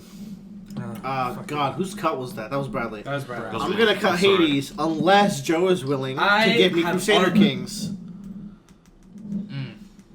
No. Hades has been a hot topic in this tier list. Hades man. has. Hades is a bit of hot. And here's the nice thing, I actually still have the recording of last Roundabout cast where we talked about Hades. We're pretty split on Hades. Yeah. It's really interesting. Yeah. I really like Hades. And here's the thing, this is the only place you'll ever find where people don't like Look, Hades. it's just, It's the only place. I'm the only one that beat Hades, first of all, and I don't like it the most. y'all, I'm just gonna say, I beat Hades. I didn't beat the post game. y'all, No, that's not the Bitch. post game. You got 10 run clears. I'm gonna say it. On Switch, it's too fuzzy. Oh yeah, You I'm- also all played on Switch. I play on the PC. Everything looks fine. Like it does look good on PC. It does. Maybe Supermassive Studio should not have a shitty Switch port. Yeah. Yeah. Tell it Low key. the. What's CD Projekt Red? They didn't even try. I won't tell anything to Can them. you imagine Cyberpunk on They Switch? took their game off PlayStation. Cyberpunk on Switch would look like a PS1 Anyways, game. put Hades up there. We've already had a discussion about it in our. Wow, we just lost all credibility. Yeah. No. Because everyone No. wants. You don't understand. Everybody in the internet wants to fuck every one of these characters. That's like really hard. That's Dude, fine. everyone wanted to fuck a skeleton from Undertale. Like, who gives a shit? Look, this Everyone pause. Yes, Sans and Aphrodite. Papyrus are my friends. Zachary. Okay? Oh, okay. I'm sorry. Not Sans or everybody wanted to The fuck little girl? the fish person. Undyne. Yeah, Undyne. Yeah. Who wanted to fuck Undyne? Oh, everybody wanted to fuck Undyne. Everyone wanted to fuck Undyne. There is a large subsection of the internet that is of a certain. You just said the word Is it bad? subsection. That's not everyone. There is a it's a large portion of the internet that would be. The into difference Undyne. is everybody does want to I think fuck a at least large one character in portion Hades. of these pictures You feature fuck that her Medusa. art. You only Oh, get one this is a part of it. girl. Yeah. Oh, I thought it was Guys, this was a man. okay. I think a large proportion of her porn. Why? features This is armpits. this looks like a man. I don't want to fuck that. Undyne? That's just yeah. Undyne's cool, Joe, though. You're about to be. She believes anime is You're real. about to be Yeah. bad PC, I know. anti-PC. I mean, that's just not my preference. Wasn't it man. like a thing That's it. where she watches like the Lizard's anime DVDs and she thinks that's what human life is like Yeah, on the surface? and then you have to convince her that anime is real to keep her worldview. Oh my god. This just proves my point that Hades is not good enough to be talked about consistently. And Undyne. We've Undertale. already- is the reason. We've already talked about Hades. We Here's didn't the want to talk about okay. it. We Here's already talked about it. okay for Hades fans. It's good. I'm gonna summarize everyone's complaints and loves with Hades. A lot of us love the story and the art. We're very split on the gameplay loops. We're very split on how much how much information it gives to you on how to proceed with certain endings. I'm glad they made. I personally don't really like the combat, but I love the story. Joe likes both. Tyler hates both. I think that, the Bradley played for like 4 runs. The combat's fine. It's just No. so the best way that I've seen a most common complaint is actually like visual clarity that people are even on PC. Visual clarity is a bad There thing. there is a lot of things happening all the time. There on are screen. definitely It's times messy. where I realize I am at very low health and I didn't realize how I got there. We spent half this time talking about Undyne's armpits. We're just gonna drop Hades here. Fuck it, Tyler. It's your pick. Oh, Is it Tyler's pick? Yeah, it is. I did Hades. Bradley didn't know it. That's right, I've that's been right. making bargains under the what table. we got. Oh shit! I have one game left on I here. think this Really? one. No, I have 2. Okay, You fight. got a few. You gotta fight for those. You have this one. You still have this one. This one. How is Yakuza? You mean Judgment? Judgment. I'm gonna cut Judgment here. Yeah, I will let you cut Is Judgment. it Yakuza Judgment? Here. No, it's just called Judgment. It's Judgment. But is it Yakuza? It's it's a basically- Yakuza spin-off using the Yakuza 6 and 2 engine. Yeah. Okay. It's either gonna be that or P5R. No. Okay. No, Is the absolutely new not. content that good? Absolutely. Oh my god. No, we're just talking about new content. Oh, It's that good? Okay, yes. fair. Those 30 extra, those 20 to 30 extra hours of P5R alone carry it into much higher into this list. Oh, why? It's like the definitive way to play that story now. P5 is on PlayStation. So, okay, here's an asterisk. You might notice that no new generation games are on here, and that's None because of we're us have gone to not PS5, we're not in the yeah. 1% to Yeah. get a Yeah. fucking. This and would we're be a not paying different for tier scalping. list if I could play Devil May Cry 5 Special, but I can't. Or Miles. I haven't played Miles Morales' Spider-Man either. It probably wouldn't get very high, but that's why it's not on there because I want to play on PlayStation 5. Spider-Man. There's no Astros You know Playhouse. what would get higher? What? Bugs Monster Hunter Snacks. World on It would. PS5. It would actually. Bug Snacks is apparently hot shit, so we'll talk about it next year. They have good music. I like the music. Caro Caro Bonito. Anyways, Judgment. Judgment is incredible. Every time I'm playing it, I'm like, I can't believe how good this is. The thing with the Yakuza games, you need to treat them like RPGs in a small setting, and you need to pace them out because they're all a little bit too similar because most of them are all in Kamurocho. I am like rich in Fallout right now. Anyways, the reason why Judgment is this slow on the list, despite every time I play it, I literally I say to myself man, this is a fucking incredible game. But However, I'm only 8 chapters in. I didn't have time to finish it. I'm so into the mystery right now. So you play as a ex-lawyer who was disgraced. He himself chose to stop practicing law and is now a private detective. And I feel like a detective story is so good in the world of Yakuza because it just fits so well into the sub-stories. Because, you're using your drone to spy on people, you're chasing people down the streets.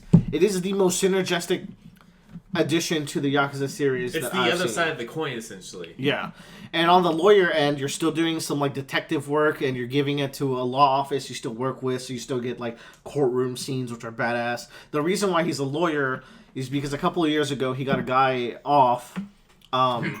He got a guy, in Japan, it's really hard to get a guy off because the, conviction rate is, 99%. Yeah, if you go to court in Japan, You're likely fucked. Yeah, you are Goddamn. screwed. So he got someone off, and that guy went on to 2 weeks later kill his girlfriend, and then he had to represent him again, and that took a toll on him, and he does not want to practice anymore. And I'm currently unveiling what really happened in between those two cases because it's deeper than we think. Also, there's a murderer out there that kills Yakuza members and steals their eyes. Ooh. So that's two. Sounds familiar. That's 2 mystery games here about people stealing people's eyes. Man, It's fucking hot shit, but I'm only 8 chapters in. So I'm not sure if it's your compelling argument or the wine really just hit. is both. But I really want to play this game. I do too. Judgment's fucking badass. I do Like, too. One of the quests. I don't like Okay. mystery games, but I want to play this. But it's also a beat 'em up game. Yeah, it's it's also a game where you just walk around and play Sega games in the arcades, and you play mahjong and poker, Yeah. and you help people, and you date girls. It's everything.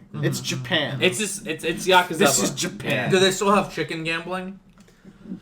You can Well, quick starter a chicken. does it have all those cool finisher moves from the other Yakuza game that change depending on whether you're next to a wall or different people? Yeah, definitely. And You Yakami- showed me one where I posted it on Discord where Yeah. there's a move where you can throw a guy on the street and a car will hit him, Shit. and he's like, "What the fuck?" and he starts hitting the car, and then the people drag him into the car, and it's a bunch of Yakuzas, and they put their arms around him and they drive him away. And I did that to a boss. I one hit kill a boss by getting him stuck into some weird Yakuza business. That's a fucking fatality right there. It really was. That's pretty good. I think The side quests are as funny as ever. There's a pervert trio where one of them steals people's panties with their drones. So you have to get them with your drone. Yeah. One of them grabs people's asses and it's called Ass Catch'em. And I'm trying to get the third one. I will get them eventually. I have a feeling there's a twist with that one. Anywho. Why do y'all plant behind my back? no, he's talking about. He's showing me pictures of Het. Okay, that's Judgment. It's really good. I'm probably gonna end up loving this game by the time I finish it. I want to get in the Yakuza. I purchased Yakuza 0 on my PC, but I realized Which I should was a have mistake. It was a mistake because it's a. Also, I will say, You can play this game regardless of any Yakuza knowledge because it's a spin-off. You can also play Yakuza 7 regardless of any knowledge. Like a Dragon? Yeah. I'm getting that on PS5. Yeah, I'm very excited for that. I am too. I am so. The writing in Yakuza games is You super fucking would good. Love Yakuza games, like just the writing alone, because I feel like to don't me, there's like and- open world games. That's The open world is 3 city blocks. It's perfect. I don't. Okay. yeah. It's dense. Yeah. I find cats for like a But like for it's a crazy but the thing cat is too guy. is you don't have to do open world stuff. You can just do the main story and you still get decent. Yeah, I amount. was trying to rush the main story, but you gotta do the side As long as, quests. so You gotta last help that kid get his Dragon Quest 11. There's No. you have to give a kid a magazine of porn in Yakuza 0, Yo, right? And to get him the magazine of porn, your assistant from your real estate office is there, and another character, like another female character is there. They're just on the street that day, and you have to sneak past them to get to the porn magazine dispensal to give it to this kid so he can grow into a man. Yeah. Okay. So it's well known I don't like stories that much or character development. Yeah. But the last time I tried to play an open world game was Fallout 3. It's been a while. It's It's been like 2012. it's been a long time. Not Breath of Maybe the it's Wild. time. Well, I mean, Breath of the Wild's different. That's not a story. That's the only reason I played that is because it was Legend of Zelda. Yeah. Oh. Like that has so many asterisks in it. I went for too long. We should probably move on Was to that? Tyler. Well, that was No, Tyler, it's- right? That was my cut. That was I Tyler's thought Hades cut. was your That was cut my because I didn't know Sorry, it. that's Today. Joe's But man, the Fallout 3, they were like, "Go find your dad," and I just kind of like, boop, not playing that. Terrible story. None of that. I think we know what this one is. Unfortunately, it's Genshin Impact, and we've already talked about it, so we'll move on. I feel robbed. Even though it is my most played game of the year. Yeah. Anyways, Sorry, Brian. Bradley. I gave you the option to get it a little higher. Now, every single thing that is in this game I like and I think is really fucking good. Especially now that they've released the new story quests. The story is one of my favorite stories on this list, excepting the games that we haven't put on the Genshin leaderboard yet. Impact is proof that China could dominate America if they wanted to. I We're fucking drunk. love this Everybody, I game. want to preface by saying we're all Now, officially drunk. everything about the actual God, I'm so gameplay, excited. everything It's about the the actual, longest round we've had. everything about the actual gameplay, I fucking love. Now, About like 5 minutes. the reason it can't go into the green is because there's a bad thing I can say about it as much as I love it. And like most of the games I want to put in the green, I'm like, no, this is like an unassailable game. Like now the problem with Genshin Impact is that it's a gacha game. That is the genre, and it's really bad at doing gacha. The actual gameplay is good, but the thing is, like for example, if I'm playing Pokemon Masters on my phone, if they had a typo on a menu, they fix the typo and then give you 20 free pulls, and all 20 of those pulls are characters. Wait till you play One Piece Treasure Cruise one day. Yeah, where you walk in, you have 100 free Apologies. gems. in Genshin, it'll be like this character's skill wasn't doing the amount of damage the description said it does. Here's enough gems for maybe one single pull, Yeah. and that pull might not even be a character. We talked about this, but the fact that you can get weapons in the character pulls is such a buzzkill. Yeah, that's the like if God, there, if, biggest there, blue balls. if there was a Fuck, separate pool, if there was a separate pool for characters and weapons, that'd Which be pretty badass. there are only banners for separate characters. Eventually, I and bet there weapons. will be. I think their character pool was too small for them to Now- allow that Yeah. initially. Now there is most of the time there is a separate pool for characters and weapons. Like the current event, there's not. But like the first one they did, there was a separate pool for characters and I think- weapons. and it's like in Animal Crossing where the zipper event kind of got everyone like on the Yeah. game. I Yeah. feel like those first few banners, they might be better now, but they might have broken my spirit. Bradley and I are sinners. We You spent spent I've money. money. spent y'all. I We've spent spent. money. we spent a lot of money. Hey, I spent money on One Piece after like 6 years of use. Now, Bradley, You would not be friends with me if you knew how much money I've spent. I on this still game. have Let's not talk about it. I still have my $100 plus like double times 2 gems. only $100. I still have that, but here Bradley's a working man. Here's and that my money's thing. gonna go somewhere. I played a shit ton of Maple Story. Okay, I gave myself a lot of presents when I got this game. I played a lot of Maple we're Story. having I like Genshin Impact can be grindy, just like any other gacha game. Once you get to the late game, it starts to like My problem exponentially. is my problem is they have made such an innovative Genshin like gacha game that people love to play, that are limited by playing it. Like, that is the Yeah. shittiest part of the gacha formula That's- that they've incorporated into this, is that I can't play this game as much as I want to. See, I would be fine if like I went into an area and I got one shot. I There's would even so many nooks and crannies. So like, if you want to like really scour the field, I would you even grind it as much as I fucking wanted to. But the Luna system, is that what it is? resins. Or- Resin. Yeah. The resin, which that's the gacha mechanic. That's it. It's tied into not only single player experience, but co-op experience. Like, Yeah. if I could go in and play this game as much as I wanted to with Bradley, I fucking would. But I am limited to cooperative experiences by as much resin as I have. Man, I had such the timing for this game was about as golden as the timing for Animal Crossing New Horizons coming out, because like New Horizons came out when quarantine started, so everybody in the fucking world played it. The timing for this game was so golden for me because there was like 2 weeks between my previous job and my current job, and this game came out like right at the start of that 2 weeks. So I did nothing but play this game for 2 weeks. And I experienced everything you can experience in this game. It's good. I was so hooked. The exploration and level design in this game, fantastic. The level design's out of it. Like, it beat Zelda clearly. You said it. I think it was better. I think it is. When there's this area in the Earth Kingdom that I'm sure both of you have What explored. I was gonna say. Have you been in that area in the Earth Kingdom? I've been everywhere. Yeah, so I'm sure everyone's I've explored been it. Where like everywhere. you're in the mountaintops and you're supposed to get like these air spots that Talk like will about- easily Oh, get, like yeah. you unlock these little air guys here so you can easily travel that area every time you come back. And you're really high in the mountains and you could just go all the way down this super deep valley and reach a completely different like sub There's area so much to underneath. do. It's incredible Like, exploration. whenever they first advertised this game, the first time I saw advertisements for this game was like 2 or 3 years ago or something.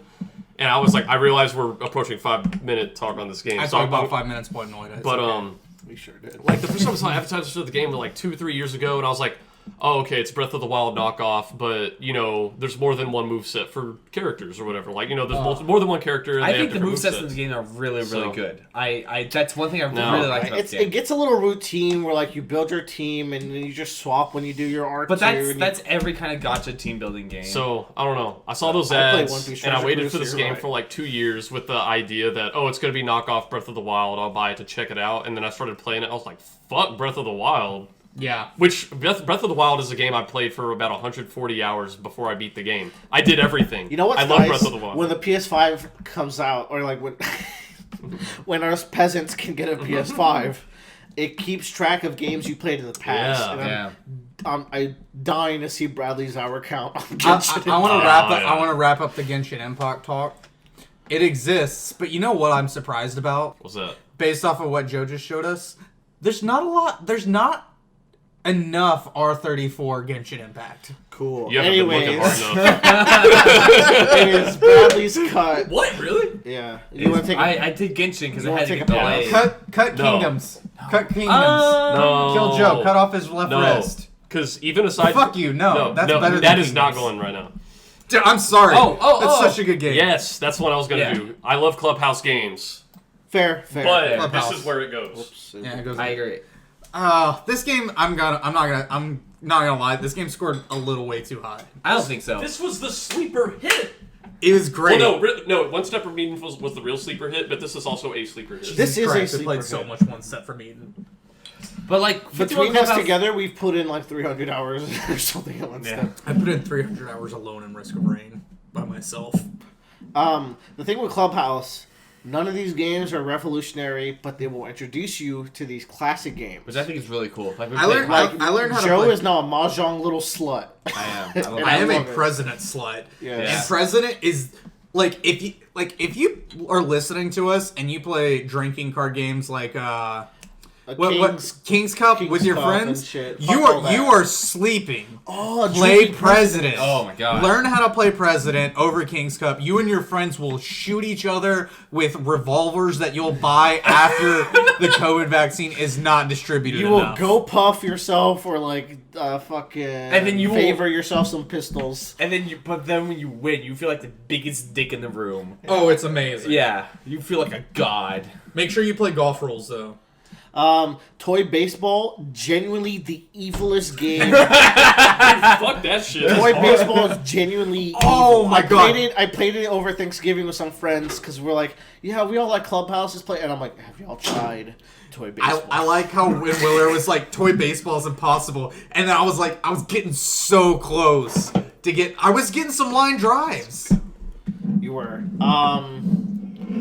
Mahjong's fantastic. I think It's got a good way to teach you all these games. So 7 is a game I don't think any of y'all really played. We played 7. I played some 7 with We all Bradley. played- we all he was played watching 7. me. 7's like really addicting. See, that's the thing. Mancala's cool. When we were playing Sounds really sevens, cool. Yeah. when we were playing sevens, it was funny because you hopped online and we had to like, so by nature, most of these card games have pretty simple rules with some exceptions, but because the rules are so simple, you hop online and you're like, okay, what is the meta here? How do you play to win? And so like we were just like, as we were playing sevens against figured it people out. online, we like figured out these strategies you're supposed to do. Dude, It's so it cool. also's got fucking Hanafuda in it. Hanafuda's so cool. Like, this game That was will badass. teach you how to Now- play Hanafuda. all the Yakuza games have a lot of these games, which is where I learned a lot of these games.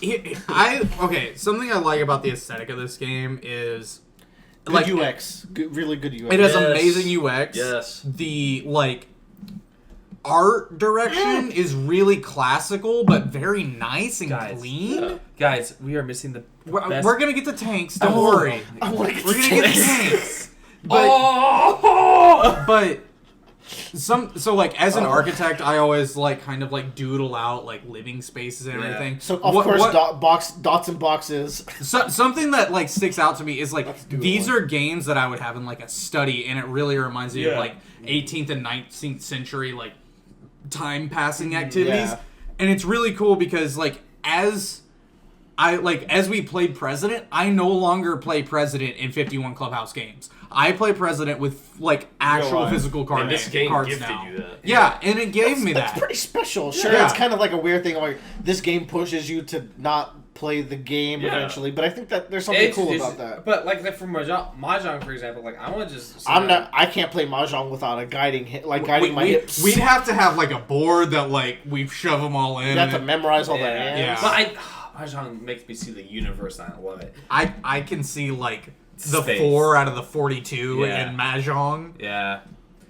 But I think with the value of this game, it's tremendous. I highly Oh, recommend. yeah. Also, Tanks probably uses the Switch to its greatest potential. God damn. Tanks blew our fucking So, mind, y'all. Tank- if so- you have friends that have this game and you have 4 Switches, you need to try out Tanks because you're game designing your own tank course to Yeah. optimally defeat the enemies in that course, and it's very special. When we realized that, it was like the most mind-blowing thing ever. Like the fact Bradley that ran the, around my house. Yeah. I think the only reason we ever stopped playing it is because like we beat every level. I think like if there were more levels, we would have kept going. Like Yeah. I could have never stopped playing it. And if they ever like drop an update and they're like, "Hey, we made more tanks levels," Let's fucking Also, the game has download play, so really you only need one person to get the game, and everyone else with the Switch can play it. All right, that was Bradley's cut. It's your cut. Oh yeah. It's my cut. I'm going to cut either No Nuri Games or Crusader Kings. Is not time yet. No, come on, give me something. I'm thinking. Okay. I'm thinking between No Nuri Games, Crusader Kings, or Pirate Warriors 4.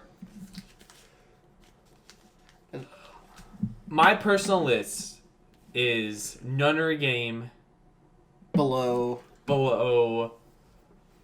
Pirate. Wait, no. Pirate Warriors 4 is pretty fucking sick.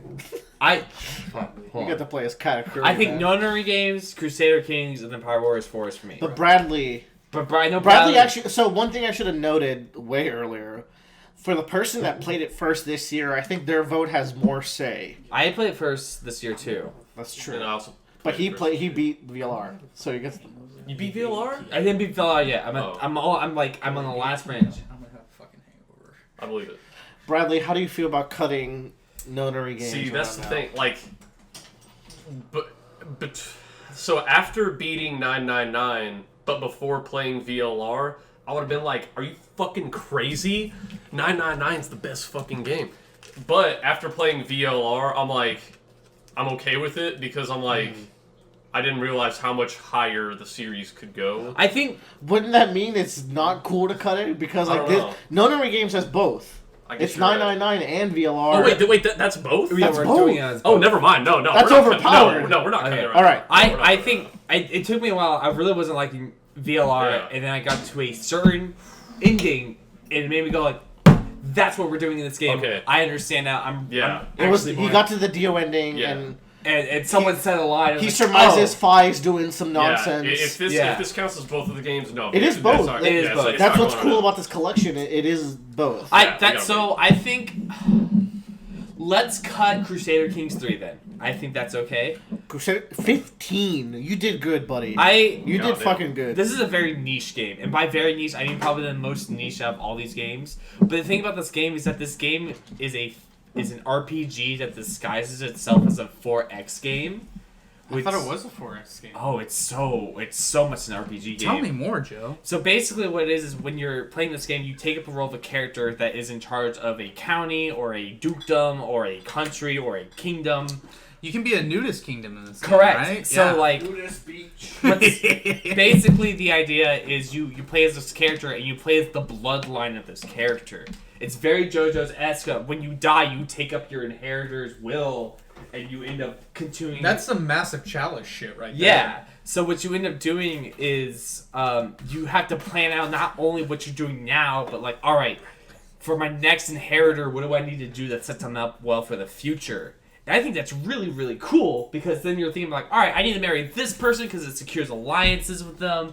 It also makes sure that they can like inherit this throne when I die and stuff like that. But then also, just in the present future, thinking about like, how can I scheme this person to give me money? How do I scheme this person to give me their land? How do I fucking rig the election so I become the Holy Roman Emperor and then I make everyone in my kingdom nudists? It's funny because like everyone I ever knew who like previously owned Crusader Kings 2, like if they owned it at all, Yeah. they probably had 700 plus hours in it. Yeah. So whenever Crusader Kings 3 came out, I'm like, okay, this is about to be So it. the thing about Crusader Kings 3 is that, like all Paradox games, it starts off with the base game, and then it's like Yeah. you get like a bunch more expansions on it. I think they made a really good like base game that sets you up. And the big thing about Crusader Kings 2 is that it was so hard to read what was going on with the screen, and it was so hard to figure out what everything meant. This game, they were really like, here's what this does, and like they give you menus that go into menus, so you can figure out like, okay, here's how this relates to this and this and this, and it has a much better resolution, so you can read everything, so it makes it so much easier to make decisions. And this game boils down to what are your decisions in the game and how do they affect not only you, but then your inheritors down the bloodline. So it's just And overall good. scene. Yeah. Tyler, what is your cut? Oh, I get to cut something? Yeah, Yeah. get focused. What's Sorry, I this was- motherfucker doing here? This guy? Bradley, that guy deserves to be there. Okay. I think so. I really like this game. You know what? It's getting close. It's getting close. Are we talking about this motherfucker? Yeah, we're talking A about little bit. Maybe now. Maybe now. I could do it now. You want to? that. I wouldn't be opposed, but I do It's such really an like this. explosive. I Like mean, yeah, I like it. it's iconic. Like it's gonna be something. It is iconic. It has established itself. It's one of the three games It's of kind of 2020. cool. It's kind of like really, in that way, really but at like the same time, looking at like, let's be very honest. Everything else on this list is really fucking good. Yeah. Yeah. I'm gonna say it's not as iconic as something else on this list that Willer would actually stab me for. This one? The one next to it. Oh, this one. Yeah. Oh, yeah. I would say it's not. Okay. I think you guys are pointing at things that would upset me. Hey, Willer says it's special to him. I get So why. I watched Willer play it. I'll let bias come into this one as a point to actual So we're technicality. doing Among Us. That, you can do what you want to do. I will do Among Us. Okay.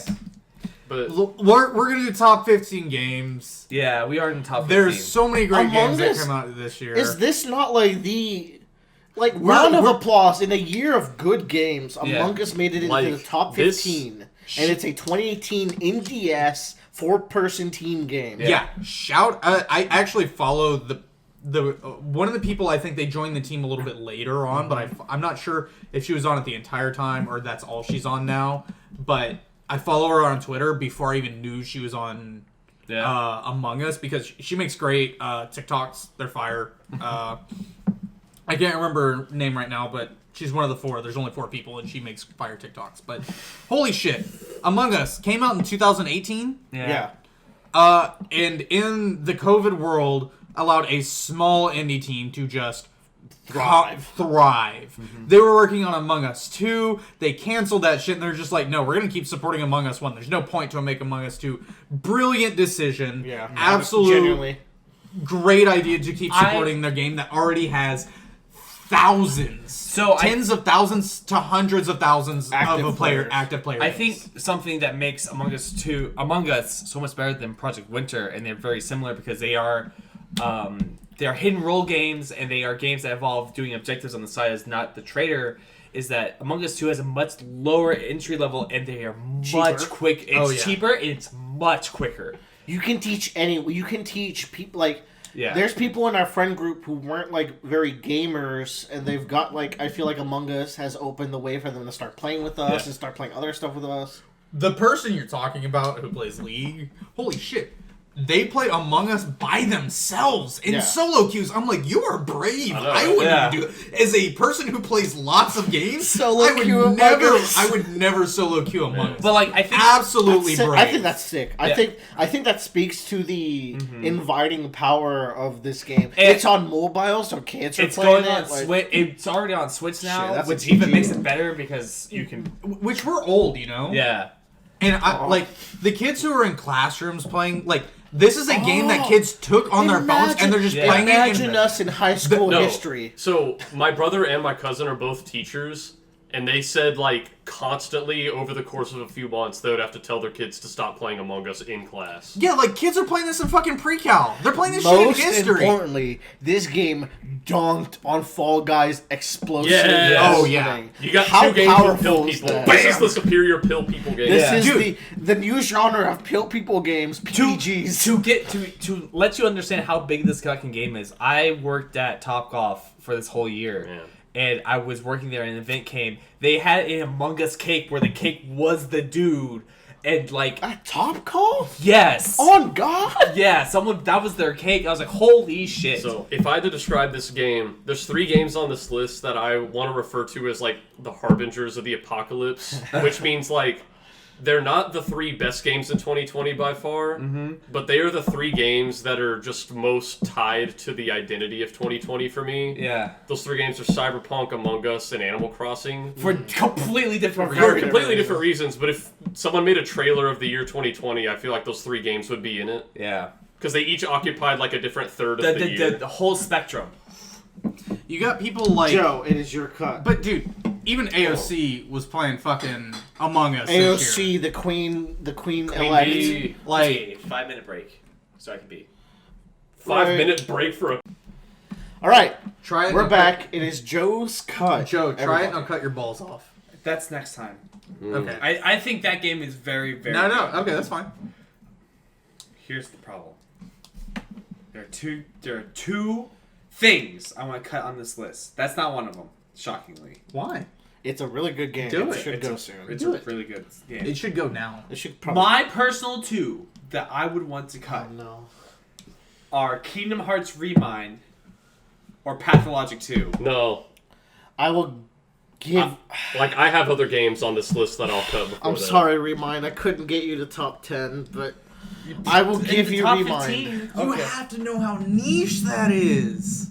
That doesn't matter. Kingdom Heart. No, Remind is the DLC for Kingdom Hearts 3. Yeah. That came out in 2020. The 13 I think bosses? Memory of Melodies is phenomenal.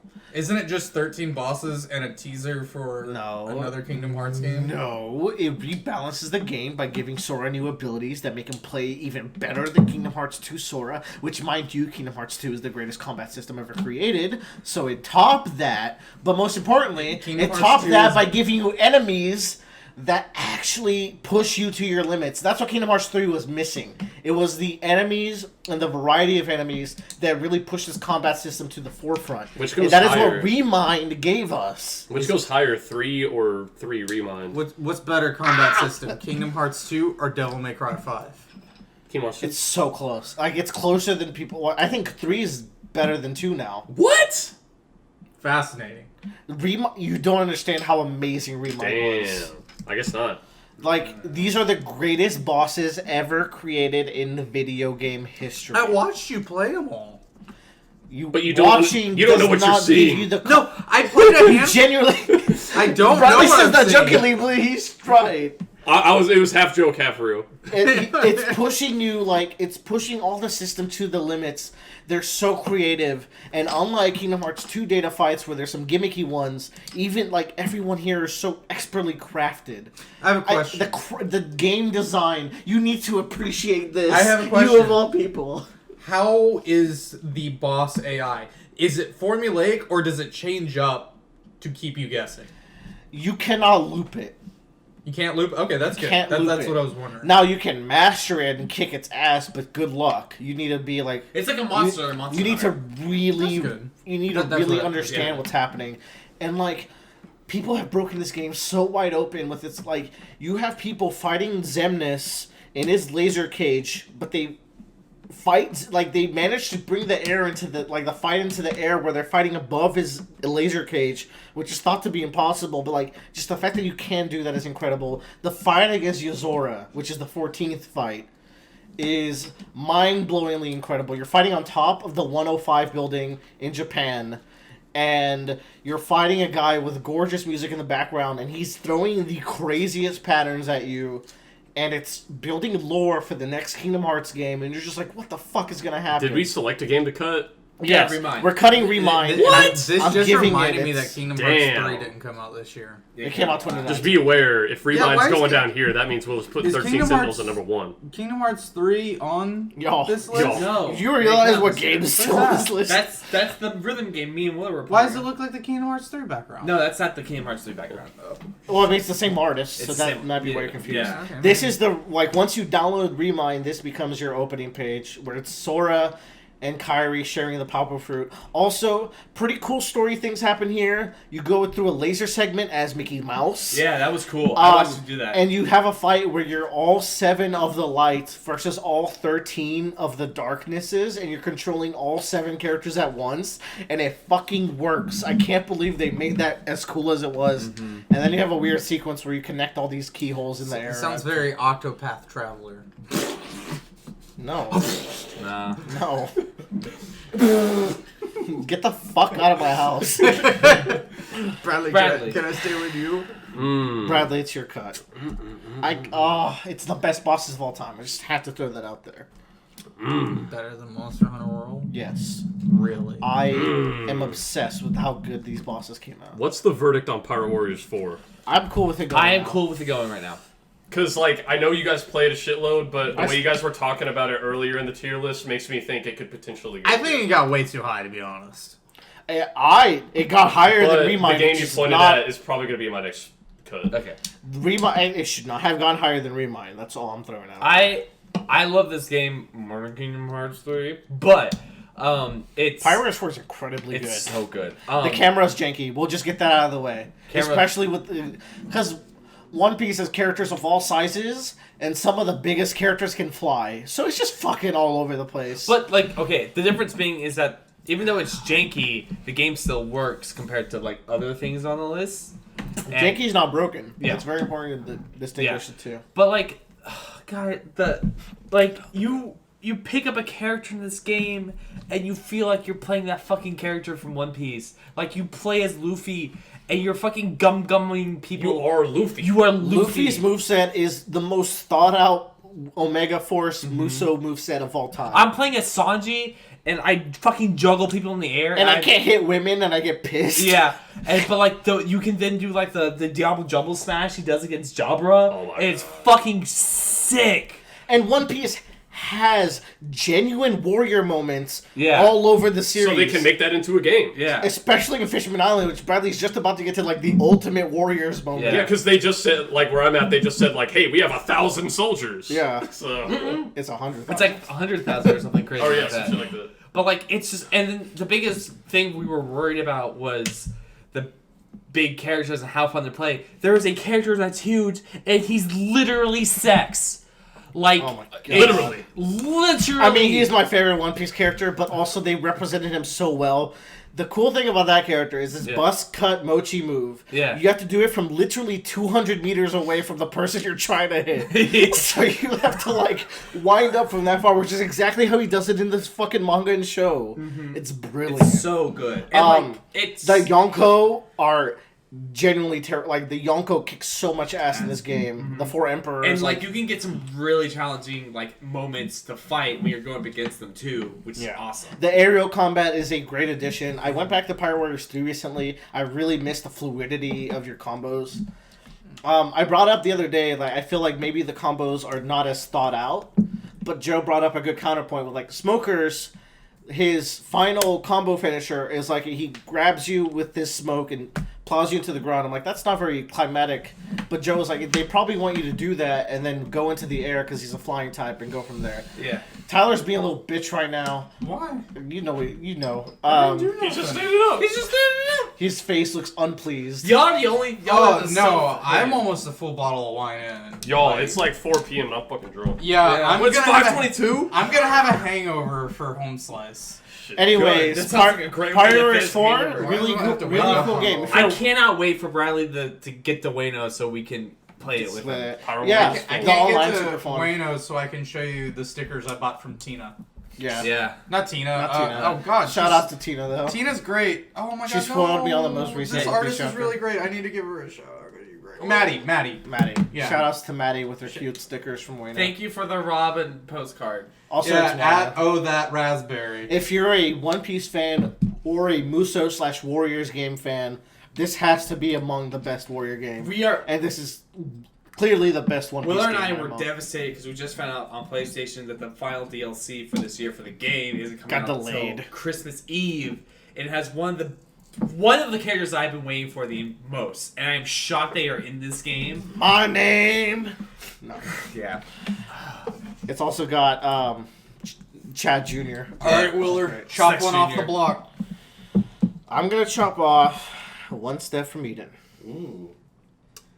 That's fair. That's fair. I Yeah. guess it's time. My It biggest is complaint time. about One Step from Eden is that it You gets... suck at it. I suck at it, and it gets really bullet helly too. What's It gets a little Eden? bit too much bullet helly, and also like sometimes Yeah. like you're just smashing A, hoping that the thing you want comes out because Yeah. you're just overwhelmed. Man, if this game would have came out in middle school, I probably would have prolonged my virginity. This game's fucking great. I have had some really good runs crash on Switch. Yeah. I got on PS4. Get this on PS4 and Yeah. PC. Yeah, get it on PC, PS4. PS4 because you can get so good at this game that you crash it on your Switch. And you're gonna want to play it so much that you'll get the trophy. So that's a plus. Dude, it's That so being fucking said, if you are bound to travel a lot at some point in the future, like throughout 2020, Yeah. pick it up on your fucking Switch and it's the best. And it's airplane really game funny ever. because the last kind of boys' weekend or time we spent together like this, we came in with the intention of playing Crystal Chronicles, fun. Yeah. but we ended up playing One Step from It's Eden funny the entire because time. I came over and I think we might. It was at the end of the first night, and I was like, Bradley, should we try this out? The first time I tried it, I don't know if we had started VLR yet. We might have still been doing 999 at the Maybe. time, but I don't know. You're like, hear me out. Just you want to check out like one run of One Step from Eden. And I tried it out, and you ended up kicking me out past like 3 a.m. Yeah. We stayed for so long. It's addicting. This It's a Mega Man Battle Network inspired game, and Roguelike. Mega Man Battle Network is the greatest, one of the greatest combat systems ever made. And so they just expanded on that. They broke my dreams and hopes of making my own. It's so That's good. besides the point. great character classes, great customization within each character class. Each character has like 2 to 3 different styles. Yeah. And it's really cool. it's Great music. good Pretty cool music, Good music. good fun boss Good battles. bosses that- because the you memorize characters the you're patterns. playing as well. So like Yeah. you're like, man, I like playing you, but I don't like fighting each you. boss has like 6 different versions of themselves too. Now, I wish there was a way to tell what the fuck the story is. I don't know what the plot is. We're and I've trying to beaten it get to several One times. Step from Eden, and Terra's the bad guy? No, I think you're trying No, to no. get to Eden. One Step from Eden means The- like the- one. Well, This story is Undertale. Dude, I even tried Googling it and going to their official website. I can't figure out what the fuck You the have to plot save is. everybody. I guess. Yeah. Oh yeah, there's a spare kill mechanic in this. Yeah. Yeah. All the characters are great. Great character. Recently, there was an update with like 40 new spells. We all need to check that out. So To be honest. that update is not on consoles yet. It's only on PC. It's coming to waiting. consoles soon. It's easier to update on. And Yeah, it is. so they're like adding 40 spells, and they're also tweaking the balance of a lot of existing ones. Tyler, It's your Man, pick one step after from this. Eden. I would say, as we have it as the top of the roguelites this year, I think it is the best roguelite that has come out this year in terms of combat, in great. terms of pacing, customization, options. you just get in, get out. There's a co-op mode if Yeah. you're into that. There's a versus It's mode. fun. It's very I interesting. wish the versus mode was more fleshed out and more. I would love One the day I versus- think it'll get there. I would love the believe in versus them. mode was like literally it showed you like 30 or 40 cards and y'all like basically like baseball drafted them. Draft it would be If cool. you like roguelites, and I would say this is like more on the like Binding of Isaac spectrum of insanity of what starts to happen on the screen. Yeah. One step for me is fantastic. But it's also a card game, so you have that construction element. Also- too. Oh, if card you like game. Slay Deck the building Spire, game. Yeah. if you like Oh Slay my the God.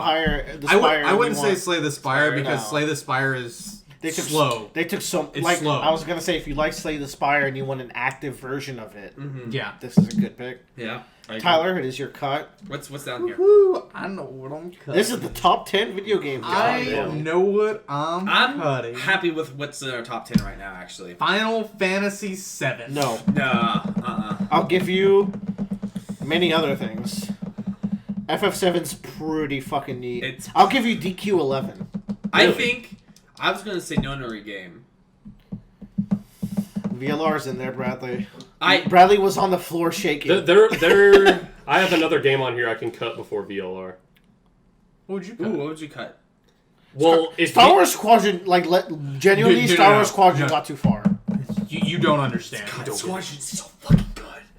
Oh my god. Honestly, Oh my I will God. put it right here just so I can fucking talk about it. And so, like, they won't understand ever. No, they won't. Actually, you know what? This is probably the best because my goal was This to is get top 10. I think my goal was to get this game in the top 10 at least. We can put it right Let's here. do it right now. I'll do it. God, okay. oh my god, guys. Oh my fucking god. This is the Let me greatest just- Star Wars game that's ever been fucking made. I don't give a shit. Joe's played it's every so Star Wars fucking game. good. It's so good. And that's- Like, it's literally everything I've ever fucking and that's saying wanted. something because there's some good. Joe is fucking Star Wars scaring me. I'm scared. Like, Joe's about to cry. Like, I literally got into the fucking game on VR and started crying. Like, you don't understand. games. You actually get to be in the Star Wars universe. Yeah. Oh, it's not even that. It's So, I actually spent $600 to play this game. You did. Oh yeah. and then spent like another 60 hours trying to get it to work. Yeah, so every time I want to play this game, it takes me an hour to boot it up. Because the Oculus Rift S is not compatible with certain CPUs, and my CPU is from like 2012. That's one story. This is probably the best VR game ever made. 100%. I could believe that. You truly play as a fucking pilot in a flight sim that is not realistic like flight sim, Microsoft But- Flight Sim, but it's accessible. And it makes you feel like you're in there. It makes yes. you feel like you're actually flying an X-wing, and it's I fucking bought a HOTAS, which I never thought in my life I would ever have a HOTAS, which is the flight stick and the throttle. I fucking love, like, this, like, I am playing it in VR. It's a little stuttery. It doesn't perform the they've best 'cause I don't gotten have they the they highest put end out a bunch console. of patches that made it a lot better.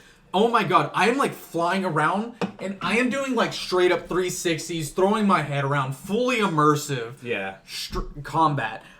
I will say in the versus mode sometimes it can be a little lame because when you're playing against other players, there are definite strategies that are the best. There's the most meta. I suck at the game, so it's not fun. It truly feels a little bit like League of Legends, like if I was truly getting in the first time. But man, when we get a squad of 5 and we play against the AI, which the AI is really good. The AI is really fucking good. It sounds that way. Like everything I've heard, you guys, I feel like play against the AI more than players, and it sounds like you're playing against players when you're playing against the AI. I would rather play against the AI, and I've had much more fun because I lose those. I'm bad at them. I'm not good with the HOTAS. I haven't played like a lot of War Thunder or anything. The VR is so good because I think you actually are at a disadvantage playing it not in VR. Because you can see more out of your, because if you're playing it with just a controller outside of VR, you get to look straight forward. Like that's it, and then you can have like hotkeys to look around. You can yeah. But if you're in VR, you can just straight up have like accessibility to look around everywhere. It seems like the most immersive possible VR experience I've seen. Oh yeah. Yeah. So it's like, and the thing is too, it's like that's just coming from like an immersion experience. The game is so fucking good in itself. Like if you don't have a VR headset and you want a good competitive like Starfighter game, this game is so good. It has a fun story. It has a decent story.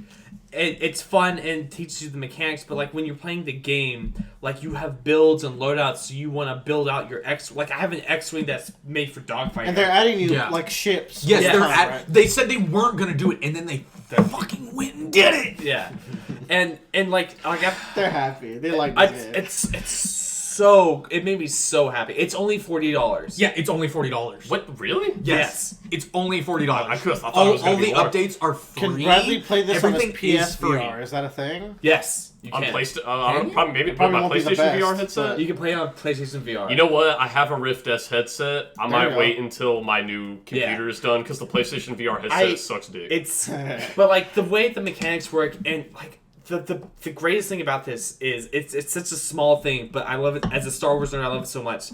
There's a point in Episode 4 when they're going down the Death Star and they're doing the trench run, and they're going and they say set deflectors to forward, and it's and that's a whole mechanic in the game, and it's not a throwaway mechanic. It's actually something you real. need to manage and like make sure you use. It's so good. This is a first-person ship fighting fucking MOBA. Yeah. It is so unique. Nobody else has ever done anything like this. Maybe Crimson Skies on the original Xbox.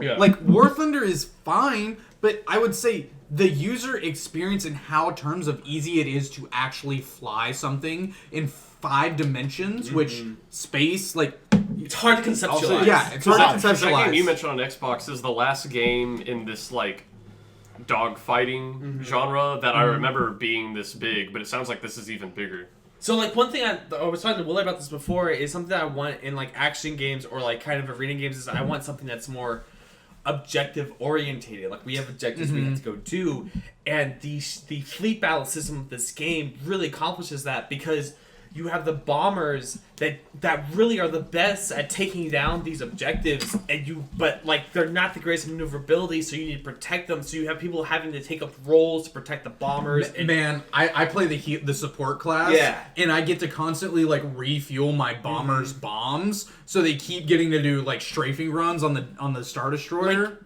It's so good. You feel like an actual team when you're playing the game. This genuinely seems really sick. Oh, it's so good. So Was this EA? This was Yes, EA. this is EA. Alex, See, when you were describing that, I feel like that's a microcosm of what I feel like when I play this is Battlefield. EA motive. yeah. It's this was one of our friends was Worked on this as a balance specialist. Yeah. And oh god, it knocked it out of the park. It exceeded all my expectations for it. They added custom games into the game, so the one complaint I had for the game is now fucking gone. I don't give a shit anymore. The only other thing I have about it is that it takes a while for me to set up my VR headset as well. So it's just like I want to play the game. It's just I'm too lazy to set it up. It might be a little ahead of technology and accessibility. This is a true staple in the future of VR gaming. Yeah, the future of gaming, IMO. Like, this is cool. It's so good. And there's also customization options. Like, you can customize your character, and, like, not even, like, your character, but, like, your cockpit. So you can have, like, ornaments, like it's your, like, car where you have things dangling and moving around as you fly your ship. Had it not been COVID time, this could have been one of those things that you see at, like, an arcade setup, like we had Killer Queen, where you do go in and you play, like, 5v5 with a team. Like, it is that innovative. It's just ridiculous. Yeah. I remember at my previous job I was at, where I was working on a VR game, my boss was saying that a lot of people who work in VR were saying 2020 is the year where we're going to find out if VR is going to just die right here or if it's going to keep going for a few more years. And I think this is one of the games that is like it's going to keep living for at least a few more years. Absolute proof. Yeah. That was Star Wars Squadrons. whose cut?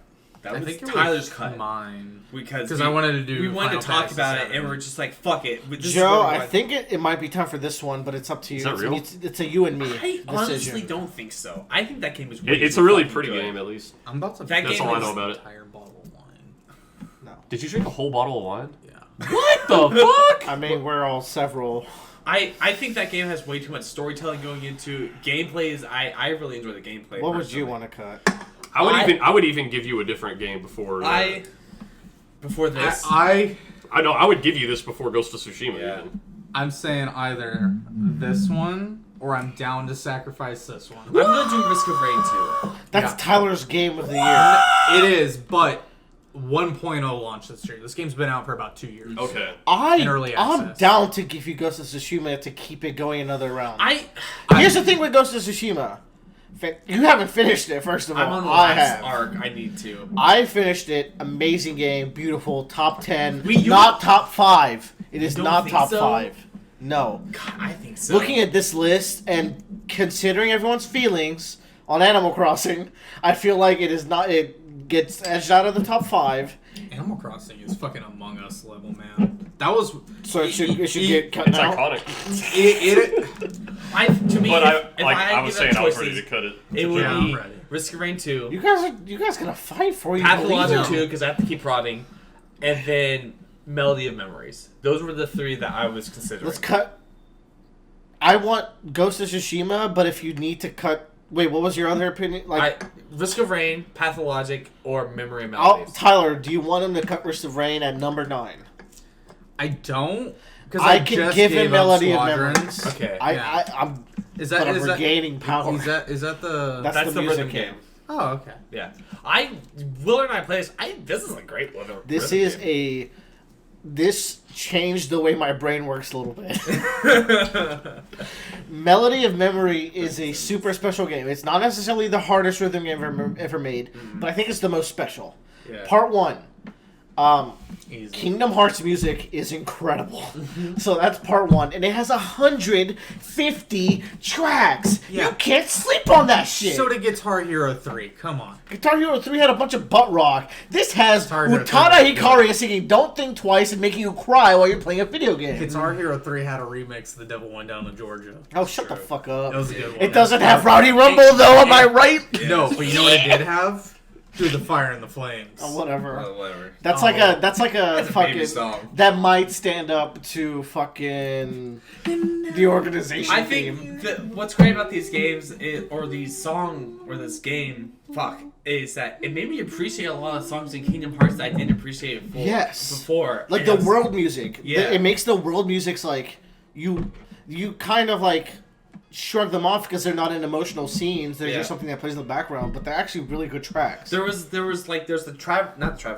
Twilight Town music that's it's something about working. I forget what it's called. Working together. Working together, and I'm just like, fuck, man, this is a bop. You know what's a fucking bop? Monstro's theme from Kingdom Hearts 1. You know what's a fucking bop? And I didn't know this even existed. The fucking themes from Kingdom Hearts Recoded. This made me appreciate Kingdom Hearts Recoded. Tyler, that's a Is that bad a mobile game. game? That's a bad game. Is that a mobile game? No, it's a DS game, but it's a Is it? remake. No, I thought it was it's a a mobile game. remake You know of what's a mobile weird game is that that was it's put on the canon. DS. Yeah, It all is- of them are canon. It's canon. Technically, which is beautiful. Smash Bros is now canon for Final Fantasy VII. What are you talking about, man? Even fucking like Super Nintendo games got better music than fucking Kingdom Hearts. Nah. So he hasn't really heard it. Roxas's theme. Okay, but here's what I really want to bring up. This game, and what makes it special, is the way it treats a note. It treats notes in a way that no other rhythm game that I've played or seen has ever treated. Notes are heartless, and heartless have different looks Or and whatever attack enemy it animations. is. That attack animation matters because each heartless attack animation correlates to what a rainbow excellent looks like. Yeah. So because of that, certain heartlesses are easier to hit than others. Someone's got to listen to me. I'm listening to you. I'm listening to you, but I'm also waiting on my drink to get over here.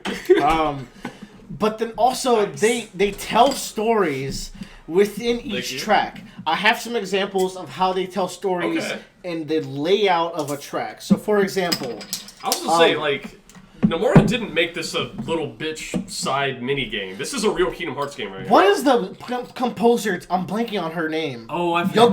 Yoko Shimamura. Yeah. Yoko Shimomura makes great music, and this is a game she's always wanted, and she created it. Here's an example. The theme that plays, like, all the, like, Shion, Axel, Roxas themes, like Shion's theme, it has a propensity to have more triple notes to represent that trio. Yeah. I might be reaching on some of these, but for another example, the theme of the secret boss of Kingdom Hearts 2 has a lot of double notes because that's Kingdom Hearts 2. Alright, still reaching.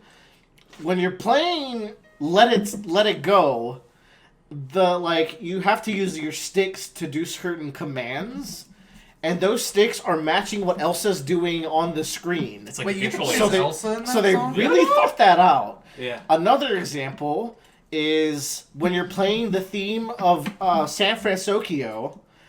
Usually tracks end with 3 notes. San Francisco ends with 2 notes. I was like, that's kind of weird. But when that ends, it shows Baymax's face, and you realize they chose 2 notes because that's Baymax's eyes. So like They they don't put just so much thought they're not into just these tracks. They're not arbitrarily choosing notes to match the song. And we played the co-op mode, and they were doing these things that were tricking us up. Like, we had enemies that were flying across the screen, like, that would start on my fuck. line and would jump over to Willer's That's lane. what I mean about the note mattering. Yeah. Because they're heartless, they get to play with our expectations. the notes are enemies. Yes. They're not notes. They're enemies. My one major complaint about this game, and I don't know how much Willer hates this, but my major complaint about this game is the boss No, battles. they're fucking sick. When you do them, I'm proud. But the problem I have with them is that they are just tracks and they aren't something else. I want them to be No, bosses something- have a special mechanic in this game. They do have a special mechanic, but I want It's them, not super special, but... right. But I want it to be more like, oh, I need to hit so many perfect notes or excellent notes to whittle down the health to beat them. I want something more mechanically challenging than just another track. Another cool example of the notes is when you're doing Don't Think Twice. There's a lyric that goes, don't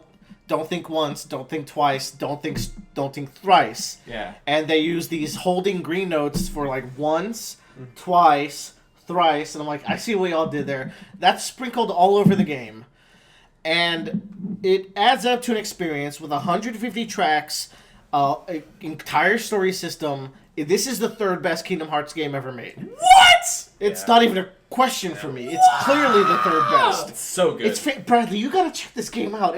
You put on some headphones, you drink a little or do a little something else, and you just have like a great night. It's like One Piece Pirate Warriors 4, where this is my detox game of the year. Yeah. I mean, I'm gonna have to play it at some point because Child Bradley would Also, be mad it at me is if there was a canon. Kingdom Hearts game I didn't It play. is canon, and the versus mode is fucking badass. There was a moment. Also frustrating. But There was a moment where my opponent counterpicked Circle of Life, and I was like, I've never played Circle of Life. And I started laughing to myself at the idea that someone could pick the song Circle of Life as like like I beat him the first round, and he kicked my ass with that song, and I was like, that's brilliant. Not many games can have that experience. I think this game is brilliantly done. I wish there was more from the boss fights. That's my personal thing. You haven't even done every track. I haven't, but like You haven't even done every track. I've gone through most. I'm of them, super but, fucking like, deep. This game is great. I think the co-op mode is Is- severely underrated. I had a great And time. so is the versus mode. Yeah. Like, people don't check it out. The tricks they throw you are really fun. They throw, like, Heartless at your screen and they make them invisible and I shit. do wish there were some limitations on what could be dual. No, I want the bullshit. Mm. There's also Performer mode, which has you pressing more buttons. Yeah. Y'all, we're crashing here. Nah, With that being we're said, good. it's Tyler's pick. Oh, is it my pick? This is good. Check this game out, y'all. It's a little expensive if you don't like It rhythm is games. incredibly expensive. But 60? if you like rhythm games, 60? I got into rhythm games from Persona 5 Fun dancing fact, game. you can buy all the Guitar Heroes, including guitars, for like $20. He just looked that up. He's just... No. Fun fact. Oh, so where's your source? Fun fact. Yoko Shimomura has made better songs than all those butt rock guys. I who don't probably, think better that's than true. Revo? probably sexually assaulted all their Is groupies, she alright? better than Revo? Yeah. Pick a fucking game. She made Darkness of the Unknown, dude. Revo made Snake eating the earth. Anyways, please pick your cut. Animal Crossing. Yes. All right. On God? On On God. This is where it goes. Bradley, you are the Animal Crossing professional. Yeah. Connoisseur. So- And you are the second one. I've played like an unhealthy amount of every Animal Crossing game. The previous Animal Crossing game on 3DS, New Leaf, When it came out, I was convinced New Leaf was the ultimate Animal Crossing. I was like, you're the fucking mayor, and you can choose where to build bridges and lights? How could Animal Crossing get more than that? You're the mayor. You control the town. You even choose when the shop's open. How do you get more than that? And then they announced New Horizons, and I was like, how about you just build the fucking town from scratch? And you can terraform it? And holy shit, y'all. Like, so I have a shitload of hours on this game. 70 of those hours alone were spent on terraforming my island into the Legend of Zelda Link to the Past map. Holy fuck. I love this game. So I was like, this has to actually be the ultimate Animal Crossing game. And then I get thinking about it. Interesting. It's actually not the ultimate Animal Crossing game. Because you can't put the lights down. There are some, like, mind-boggling UX stuff that I'm like, why would you do that? Like not letting you can only craft one thing at a time. I thought, Jesus Christ, I they thought still the haven't- crafting. I thought adding crafting was super badass. However, if I need to make 90 bait because I want to go fish for this fish that's not going to be here tomorrow, because it's a seasonal fish, I want to make 90 bait. I can't bulk craft. I have to spend 30 minutes pressing A button repeatedly while I watch an episode of Seinfeld. So, like, there's a bunch of UX stuff like that, and hear me out. I crafted my map into the Link to the Past map from Legend of Zelda Link to the Past, the game on Super Nintendo. Bradley's Island's very nice, y'all. Yeah. It looks fucking badass, okay? Is everyone in agreement? Yes. Okay, now, the problem is, in the Lost Woods, the Master Sword's supposed to be there. Every single fucking Animal Crossing game has the Master Sword as Except a this furniture one. item, except for this one. Now, You're gonna have to wait till the event in like July of next year. Or most some of them shit. had it at launch. New Leaf didn't have it at launch, but they quickly had an event where you could get the Master Sword item. This one just doesn't have it. Like, usually there's Nintendo sets where you can get, like, Star Fox items, Mario items, fucking, even F-Zero items, guys. Even F-Zero. F-Zero, a trash series by Bradley's own admission. This one doesn't have it. And now, I will say, I like the villagers. I think they're cute. This game, for some reason, there's less variation in personality than normal. There's explicitly like 4 archetypes that will have almost the exact same voice lines if they're in the same archetype. And like, I feel like in some of the previous games, like each villager had more specific lines to them. They're so generic this time. Yeah. And I watched videos about older villagers, and I was kind of impressed what they did Oh, yeah. back then. I watched a Tamashi Hiroka video. Your first like 2 villagers are always like, Let's go to the gym. You got the Good. sporty And ones. then So some fuckboy. this game is very close to that ultimate Animal Crossing I thought New Leaf was, but they dialed it back on the villagers Yeah. for village customization. They raised and that's everything fair. else. we are close to the ultimate Animal Crossing. But Next this one. is not it. On Switch 2. The next one could be So it. we all own this game. We've all played it. This is I played 40 hours of an Animal Crossing. That's Yeah. insane. Yeah. That's Yeah, insane. that really is. That to me, like I invested at least 20 hours into this game is a phenomenal achievement. Yeah. Because I am not all about that. March 2020, life was simple. Life was COVID. The virus was going to be over by April at the latest, and everyone in the world just played Animal Crossing and watched Tiger King. And Yeah. that was it. That was Dude, it. there was this moment in time when all the Reddit ads were like through Animal Crossing. Yeah. Like they were pictures of Animal Crossing and like marketing teams were dressing up and creating like sets in Animal Crossing to There was a show talk show. advertising. There was like a podcast or a talk show that used there was Animal Crossing as a yeah, set. T-Pain was on it. T-Pain was Shit. like big into Animal Crossing. And I think this game is still phenomenal. It is the most perfect ever released game in the history of video games. Timing wise. Timing Timing-wise. wise, there will never be a game that Oh, yeah. releases and be as perfect as its release as Animal Crossing Goddamn. New Horizon. half of my mind, Yeah. no, like 1/8 of my mind low-key thinks that Nintendo created COVID. Just because they delayed Animal Crossing before COVID That's came true. out, and they're like, all right, we need to sell mad Animal Crossing units. And shout outs for Nintendo for the delays and healthy work practices and making a badass game. I was waiting for years for them to announce fucking Animal Crossing for this. Like, they're going to announce Animal Crossing for the Switch. I know it. And they announced it. I was like, yes, December 2019. And they delayed it by 4 months. And I was like, okay, what the fuck? And then it's like, okay, we don't want our employees to crunch. And you know what? They never made their employees crunch. And then they released it in March. And I was cool with it. That's my fucking shit, man, because, like, it's always scary saying you're going to do a delay on a game. Yeah. Especially when people you who delay a work- game 2 weeks before it's released and push it back only a month. And then it gets taken out of a store. Yeah, they're like, hey, we're doing a delay. Yeah. It's not ready, and we don't want to crunch. Yeah. That's fine. And you know what? Honestly, I think all of us can agree, except for Joe, because he's not back in yet. Wink, wink, nudge, nudge.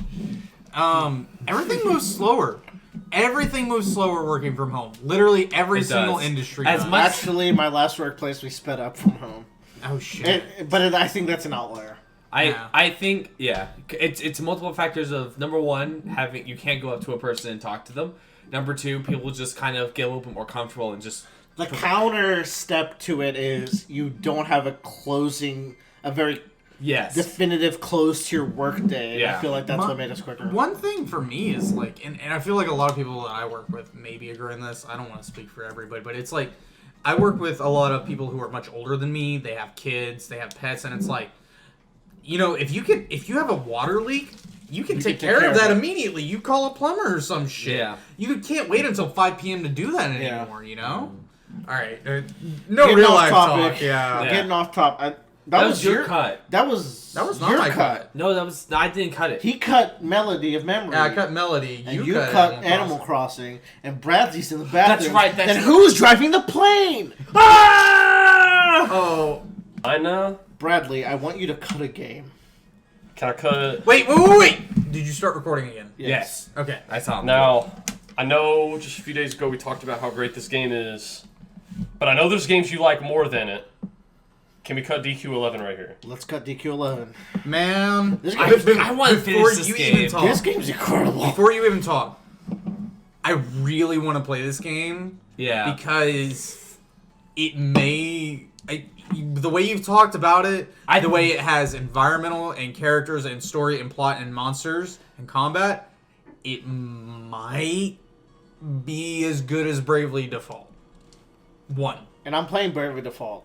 I think you would really like the game. I think they're both really good games, actually. Bravely Default is good, but long. Is there any other way to play Mother 3 than on PC emulator?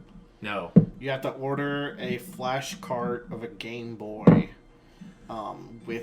Anyways, Mother 3 is the best game ever made. But this is the 6th best game of 2020 that I played, despite it coming out Number in 2019. 6. Number 6. Dragon Quest 11, and I talked about it in the most recent podcast, which is not footage we've lost because I have that, so God willing, this would be up somewhere. It's just a really good game. I talked about how innovative, it's simple, but the combat is so well balanced, the numbers are so good, the characters are so lovable. Is this one of the first Dragon Quest games that lets you see the characters in combat? I want to say they've been doing that since the DS ones. Have they? Okay. I want to say so, which would be 7 and 8. We didn't mention it before, but this game also has a mode where you can go switch over to classic Dragon Quest, which I don't Don't like recommend. that I hate it. Always the biggest beef I've had with Dragon Quest. Yeah. I like to see my It's characters. an optional mode. Yeah, I know. That's great. That mode is cool because it looks really nice. It looks- I like it's pixel classic. art. It's Yeah. the classic. However, it brings back random encounters, and they're super frequent. They're super. yeah. There's a side quest called the Tockles, Oh where my you get to God. you get to pretty much play through the climaxes of all 10 other Dragon Quests. That's cool. It's cool, But but you're gonna have to do random battles. Literally, But hey, while we're talking about random battles, shout out to Bravely Default for being able to adjust the percentages of random encounter rate. Negative shout out to Bravely Default for being a grind fest. It's a grind fest. If you're bad. talk about a side quest I will never do just because it took me 20 minutes to walk 5 feet because I kept running into. The Tockles? Yeah. Yeah, holy shit, I did one and then never again. Yeah, same. So again, I only beat the Dragon Quest 2. I didn't beat Dragon Quest 3. 11 2. Yeah, Dragon Quest 11 3. I beat Dragon Quest 11 1. Yes. I said, Yeah. you'll guess 9 of the plot twist, but the 10th one's gonna Gross. kick you in the dick. It's super But even- good. I even- love these characters. I almost cried over a character's death. even the first part of this game, it's just so good and solid. It's like a One Piece adventure. It's You're so going good. to new Yeah. towns, You you're get a meeting new boat. people. You get a boat. I'm on a boat, bitch. And this game is Another reason why I think you should go down this high in the list is because it is technically a 2019 game that I played this year, and that does factor for me personally. yeah. I feel that. I think that was a Bradley cut, so I get to cut next. Ghost of Tsushima. I want to Ghost say of Tsushima. where are we at now? My butthole clenched. This would be 5. Ghost of Tsushima. Ghost of Ghost of Tsushima was a game that Willard and I played. Wait, what the fuck? This can't be 5 because there's 6 left. No, that's number 5. No, it's number 6. No, because remember we added 1 or 2. Oh no, we fucked up. We'll just have. It's fine. Oh, fine. We'll figure it out. We'll make this like 3.5 through 6. Yeah. No, wait, just no. need to add- You only have 2 and 4 through 6. There's Yeah, 3 there's there. only 2. There's 3 there. 3, 2, 1. There's This gonna is be number 6. 6, 5, 4. There's 3, 2, this 1. is 5 technically. Okay, Okay, scroll there's- down. But we have 6 you left. have Willard. You have 6, 5, 4. That's 3 games, think and there's only Willard's 2 right. games there. I'm right. I think Willard's No, right. there's not. Why are you No, booing no. me? I'm right. Because scroll down.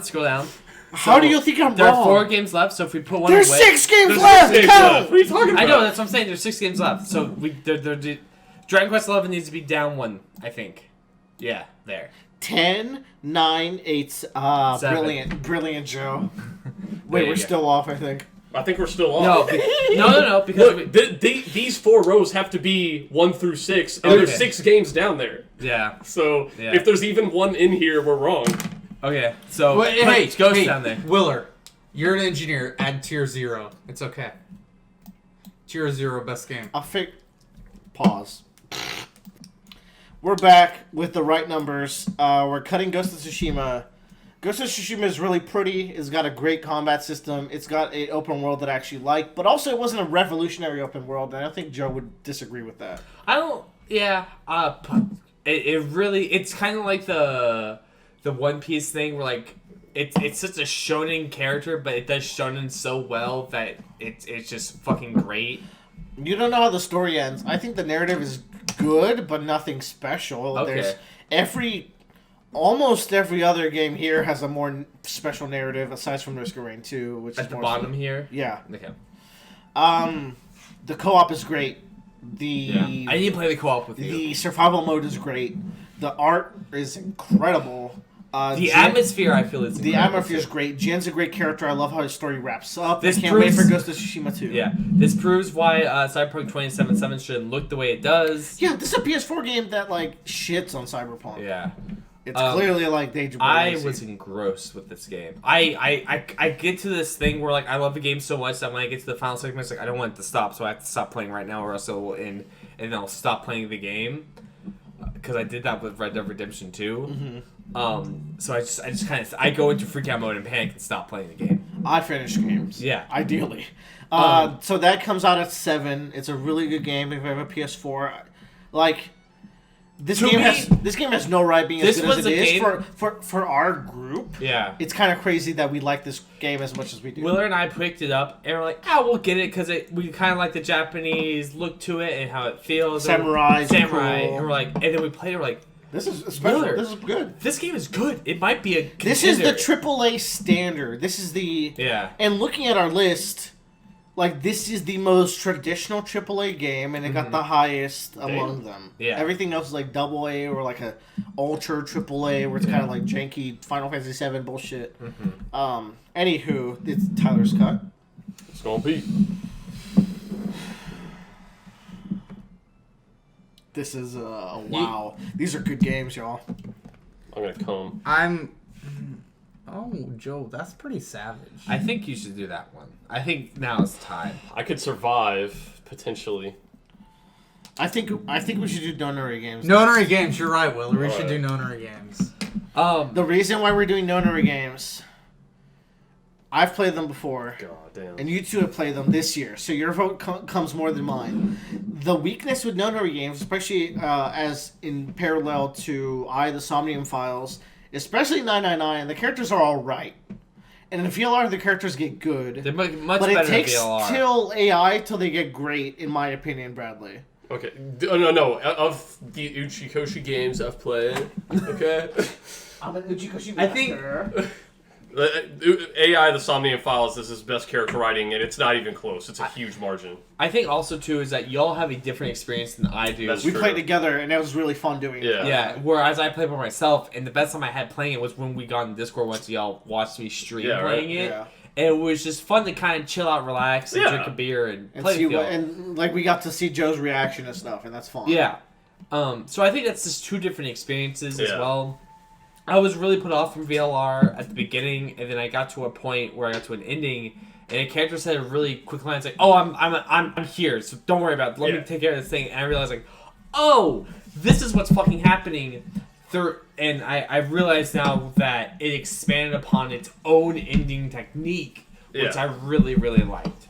Man, so like, since this is a game bundle, 999 left me with such a good feeling in my heart just because it was such like a heartwarming ending. And we should also say that Bradley doesn't particularly like visual novel games. That's the thing. I probably wouldn't have played this game. I had to trick Bradley into playing this. Well, because Will was like, "Hey, Bradley, I'm not going to tell you what game we're playing, but come over, we're going to play a game." And I did, and I really liked it. Yeah. I wouldn't have played this game on my own time. Like. Yeah. So, I don't know, like 999, the two reasons it left such a huge impression on me is one, like, it was just like one of the most heartwarming fucking endings, and also I think the tone of 999 is so good, and so is VLR. Like the tone in these games, like you feel like this pressure building up as you're going through it. It's like, man, these people are in such shitty situations right now. I think the thing, like going off, I haven't beaten VLR yet, and I will beat it. And like I finally got to a point now where I am actually like invested in the story. I am invested to beat it, and I really wanted to beat it.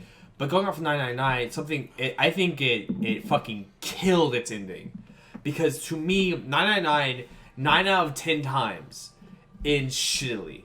In terms of like emotionally, and you feel like fuck. You feel beaten down, you feel like you... Submarine ending, axe ending, all like very sad endings. You're like, you feel like you're trapped and there's no escape. And then you get to the final ending, and you feel so relieved. Yeah. That everything turns out fine. And I don't have as much... That's why it's called the Zero Escape series. Yeah. You can't escape. There's no escape, motherfucker. And like, I'm not as invested as y'all were with the characters, but I felt so good that the ending wasn't some bullshit tragedy. It was a... It makes you think if what we did, like, if the character who set this all in motion was right in their choice. Yeah. And it just... But at the same time, like, you get to the end, and you're like, everything's fine, and you feel good about it, and you're just like, you walk away happy. Enjoy that feeling. Yeah. And man, VLR ends with a fucking shoryuken to the dick. The other thing I fucking loved was, and we've talked about it actually in more than one talk. I think most recently our Pact talk, but if you want me to fucking love your story, it doesn't matter what medium it's in, if you use your medium like as leverage in your storytelling, I'm gonna come real hard. No. 999 does that because I guess I can't say anymore. Yeah. We don't want to spoil it. But let's talk about VLR had Bradley on the floor multiple times with choices and reveals. That's the other thing too, is that VLR is so much better. VLR has introduced the AB game, which creates a much better dynamic and choice decision. Oh yeah. And really makes you think about who the person you're playing against. And I really like that. And at the end of the day, I know I have to end up choosing both choices, but it's always interesting. The first time, like, me and Bradley really role-played the first time. It's like, Bradley, what is your heart really, like, in this situation? What does your heart really say? We would have to sit there discussing for, like, 10 minutes sometimes to know what choice I wanted to do. Joe, you should live near us so we can do this. I wish. But what was y'all's, like, curiosity-wise, what was y'all's first path that y'all went down? We went down the rightmost. The rightmost path. So y'all are on the path that I am now just getting to with Alice. A lot of Alice stuff is on the right path. So I went down the Luna path at first. So but you probably didn't get the Luna ending. I didn't get the Luna ending because I have to do some other stuff. But it's interesting because I think the game does a really good job of whichever path you choose. As you explore the other paths, it kind of opens things up and makes you connect, which I think is a really hard thing to do, but it does it really well. All I know is Luna, best character. The last few hours of VLR, we would hit a plot twist, and I'd be like, oh my god, that's the greatest plot twist in fiction. And then 2 sentences later, they would top it, and I'd be like, oh my god, that's the actual greatest plot twist in fiction. The last 3 endings you get in that game, I think they make it so, like, those are the best endings in the game. Also, like, I think VLR has just such an improved character cast in general. There's a lot of clashing personalities. Like, for example, not one of my favorite characters, but I think the characters of, like, Tenmyuji, they clash with you in such fun ways where Bradley said so much shit about Tenmyuji. I would talk so throughout much the game. shit about him. Also, he has a secret that was mind-blowing, which Joe is not at yet. Anyways... Those last few hours of VLR, I think simultaneously made me want to write a mystery, but were also so discouraging because I was like, how could I ever even get to Close 10% to this of level. this? I will say that there are times, and this is more of like a mechanical thing, where it's just like, I don't want, like, where it's just like, use the information you see off this poster, and using that, you need to figure out this combination. I have no just qualm. Just cheat in VLR if you're stuck. We are adults. We don't have much time. I will get to the point. Oh yeah, we where, cheat. But also, when me and Bradley solve a puzzle, we feel like gods. Right. Yeah. So I think there's a point where there's a difference between solving how to do a puzzle and actually doing it. Yeah. If I figure out how to do a puzzle and I can do it, I'll do it. But if figuring out how to do a puzzle is like, oh, I have to take the information here and the information here, and like combine them together, like it's a math problem. Like I'm not gonna fucking do that. I'm just gonna look it up what it is because I just don't want to think about it. But I know how I should do it. Like, And that's VLR, folks. Yeah. And 999. But mostly VLR. Getting 5 for a game that Came for a out. bundle that came out in 2017, but a game that came out in the DS era. yeah. I I mentioned before that I really didn't like the 3D. Character grown models, to it. and then I eventually grew to it VLR. Yeah. Like I was like, okay, these are fine. And then we don't talk about Zero Time Dilemma in this house. Anyways, that was my cut, Tyler. Oh, Tyler, it's your cut. Oh fuck! Oh, I get the last cut again somehow. How? It's just numbers. Like our list was big enough to. But he went first last. Oh, I guess. The numbers are different this time. Oh, okay. Who's it? Legit question. So, I have two options. No. This game's great, and I haven't even fucking played it. I watched Willard play it for 30 minutes. This game's fucking great. Awesome. I'm thinking this one. This one? Yeah. Yeah. Ooh, is it time? Where are we at right now, It's Willard? time, but either Pathologic 2 or Risk of Rain need to go next. Okay. I'm thinking, so I was either between Final Fantasy VII or Risk of Rain 2. I'll give you 7. I take... 7 is a remake, and I know it's good with It's a new sequel. stuff, It's a sequel. which is, in my personal opinion, bad marketing. It is. Yes. Like, but it's actually good marketing because it made I people watched- buy I it. watched a video recently that made me appreciate the changes they took It's even good. more. It's Same. good. No, I think it's good, but like, here's my thing. Like, it's really good marketing because people wouldn't have bought it if it was like Final Fantasy VII 2ZX Advent of the Advent Oh, yeah, Children no, of On the one hand, Afterlife. it's what they had to do. On the other hand, they fucking lied. Yeah. But at Yeah. the same time, though, We're gonna do it. We're gonna cut we're gonna FF7. cut. I think Alright. wrong one. Sorry, brother. Willard and I played this completion. This was in part of my COVID RPG month. Yeah. I would just say, by I the crushed way, this game. I went really fast. I on want to this one. say, like, this year has been a great year for RPGs. I Yeah. feel. Final Fantasy VII remake. remake, the combat. It's rivaling Yeah, DMC 5 and Kingdom Hearts 3 and 2 for me. yeah. Like, but it's on a different end of the All, spectrum. it's like a little bit. all honestly, it's like It's actually perfect. Yeah. Every Final Fantasy from 4, like, they need to do this game for like another 4 games. yeah. This combat is so good. Do this for 8. Do this for 9.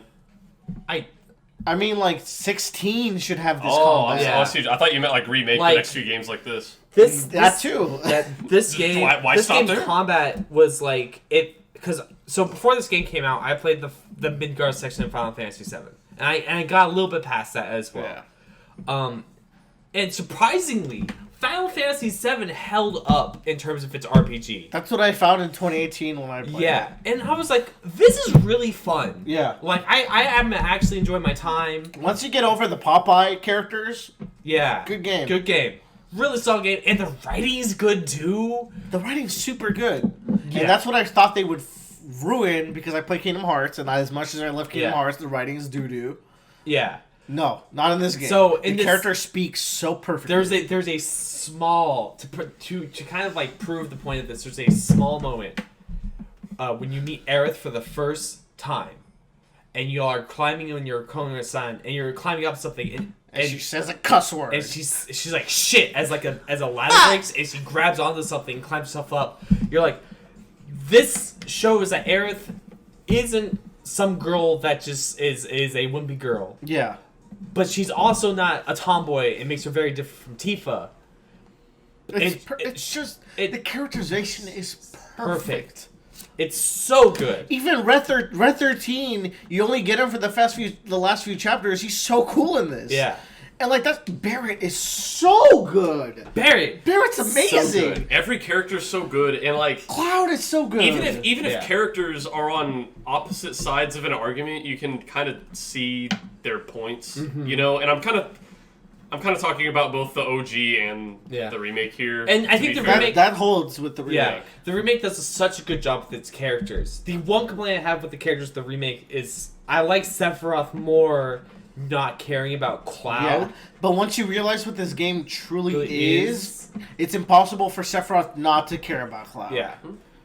But that's its whole other thing. That's a whole nother But like thing. I think it's worth playing Final Fantasy VII. You still. need it. I think you need to play 7 before Yeah. you play this game, to be fair. I don't care. Anyways, the combat yeah, is incredible. incredible. The characters are incredible. The only zone I really disliked was the sewer in chapter 16. Well, you have to fight the. You have sewer to like boss chase again. you have Yeah. to like chase a rat. That was pretty I bad. think it's that I didn't like that it wasn't Aerith's idea to get you into a gap anymore, but we get Aerith orgasming in a chair. Aerith orgasms because you're so hot as a woman. She's like, Aerith it's so is good. so cute. I'm always a Tifa girl. Yeah, I'm same. a Tifa man. Yeah, What a man! I'm a man. I'm all about the Tifa lifestyle, but But Aerith is a pretty good choice And too. every character looks very attractive in this. yeah. The hard mode in this game is super engaging because They also do a brilliant It takes thing away with- items, so your materia custom loadouts are so important in the hard mode. I think it's a really well thought out hard mode. It's a new game plus. I think the other downside for this game is that it's not worth it to do the side missions. I did every I side didn't do a mission. single one, and I had a good time because of it. Yeah, I didn't do a single. Don't I did do side I did missions. every single side mission, and I was like, "Oh my fucking god, let me beat the game!" And that was my personal choice. But I wanted to get the side missions. I wanted to do them and see what they were like, and kind of see how painful they It was a were. mistake. Yeah, it was a mistake. Playing just the straight story mode in this game is the way to go, which is kind of sad because it's a role They playing added game. it so they could make it a 40-hour experience if you do the side missions. Yeah. And with the recently revelations of the PS5 coming out and your save data transfers over as well, it solves any problems they would have with the second portion of this game, I feel. So I'm all about that. And speaking of, I've come around on Nomura and the teams. It's not just Nomura. Like, people like to blame him. I've come around to their choice because when you're remaking the most influential game of all time, you're stuck in a rut because you have to follow the railroad, and they made a story that addresses that issue in actually a pretty cool way. Pretty decently. Looking back on it, like, that's a really because interesting thing we're you're still doing. gonna get the moments that we love. And they Like- promised that. Like that fucking moment when Cloud comes down the fucking motorcycle in the tower is so fucking cool. I didn't grow up with this game, but like Me neither. I played this in 2018 Yeah. and I got nostalgic. the seeing him on that motorcycle was so fucking cool. I was so happy. Yeah. Like, it was crazy. The Sephiroth fight, in the end, I don't like the fight before Sephiroth, but Yeah. I love the Sephiroth fight. Yeah. And I feel like they kind of had to do that because they're like, if you have Final Fantasy VII and you're going to do one part, you had to have at least one Sephiroth fight in it. Yeah. Because it's Sephiroth is one. I bet last game ends with like a weapon fight, but you wouldn't know what that means. Anyways, we spent too much time on this. This is the top 4 that I genuinely did not expect. Yeah. I think we're on Joe's cut too. Yes. And I want to cut. It's time. I want to cut Risk of Rain 2. Damn. I've played this game for time a little bit. I think this is a really, really good game. To be honest, I played it as well, and I was pretty surprised. I was played also this? surprised. There was a free trial period. played I it. played with you. Yeah. He played it once when I was playing with you. So we talked earlier, and I said, Eden is the best. Risk of Rain 2 1.0 launched this year. And for a game that's usually been in early access, you don't expect so much to change with a 1.0. Holy fucking shit, did the devs take their balls and slap me in the fucking face. 1.0, not only did they introduce like a final boss to their roguelike game Which that Bradley has really been likes. wildly successful for 2 years, as long as Monster Hunter World has. Like, people every year come out and say, holy shit, this is the most addictive game I've ever fucking played. That's great. They redid some of the like core systems in the game. Like Bleed was a really core system. The way items work. They introduced a scrapper, which is great. It lets you get rid of items that you don't like that are part of your build. And there's always been this mechanic called printers, where you take a random item and trade it for like a same item of that rarity. Well, now if you scrap an item of a certain rarity and you take it to a printer of that same rarity, it will take that scrap and automatically print you that item. So if you have a bunch of useless green level items, you can go to a green printer, get all of and use all your scrap on those fucking items. It takes random parts of the game and streamlines it in a random way that still makes the game so much fun. Okay. That alone, but holy shit, this fucking boss. Oh my god. Bradley loves this guy. You He's guys talked don't about understand. Oh my god. Oh, I mean, like, you've played games with amazing boss fights. Yeah. it. I did And so, play, I'm I did sure- play I- Kingdom Hearts 3 Remind. I'm yes. sure. I know there are bosses in that game that will parallel this or maybe surpass it. I'm just saying, this is one of the coolest things I've seen in a video game. I think it is so cool. I'm actually not going to spoil it for anybody who hasn't played. I have half forgotten what Bradley said, so I think we should keep it that But way. I mean, the environment is nothing to write home about for the final boss area. But this is a game for years that has been chaotic, infinite scaling, bullet hell, like moving as fast as you can, zooming around a map, trying to like one-shot enemies and explode like particle effects everywhere, and then you get to this environment for this final boss fight. It's And nothing special, according to you. But It's like this big white void, almost. I feel like in contrast, that's special. It is, especially if you've been playing the game for years, and that's what makes it like intense. The music in the game, Very fan good. Love the fucking love the tastic. Really? The soundtrack for the boss fight is a Soundtrack's really good. bopper. And it truly throws you for a loop. There's still a secret boss in the game that exists if you want to pursue that. It's definitely like if you haven't experienced the secret boss before the final boss, definitely stands out as a secret boss. But this is one of the most fun multiplayer games, and I feel like with the scrapper mechanic, it fixed a lot of like the gaps that you didn't know were there. It fixed a lot of gaps that also help multiplayer become more fun. Because now that you know you can get rid of certain things, you can help your teammates out more. Like, say you get rid of an item and then you have to pick up scrap. You can give scrap to your guy who died last round and help him find a printer and come back more.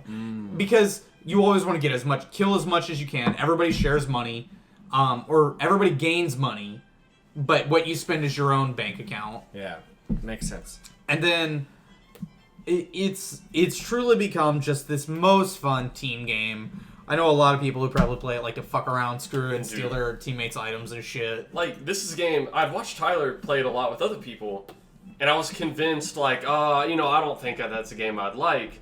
But that's because I was watching the characters they were playing, and so something I say about League a lot is like, there's 150 fucking characters. I guarantee you one of them is someone you could have fun playing.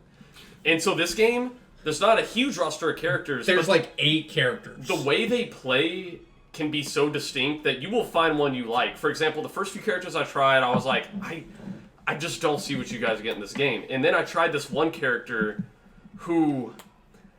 It's like playing Spider-Man 2 on GameCube, but it controls better, if you can possibly believe that. Yeah. And I did play Spider-Man PS4.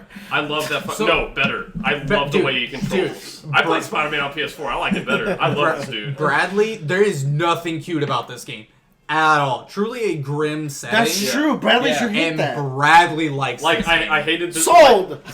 Like, holy shit, I thought it was cool. Game! Risk of Rain 2, it's been out for a really long time. I think in the early game's- access. Game's really good. Just don't have time to play.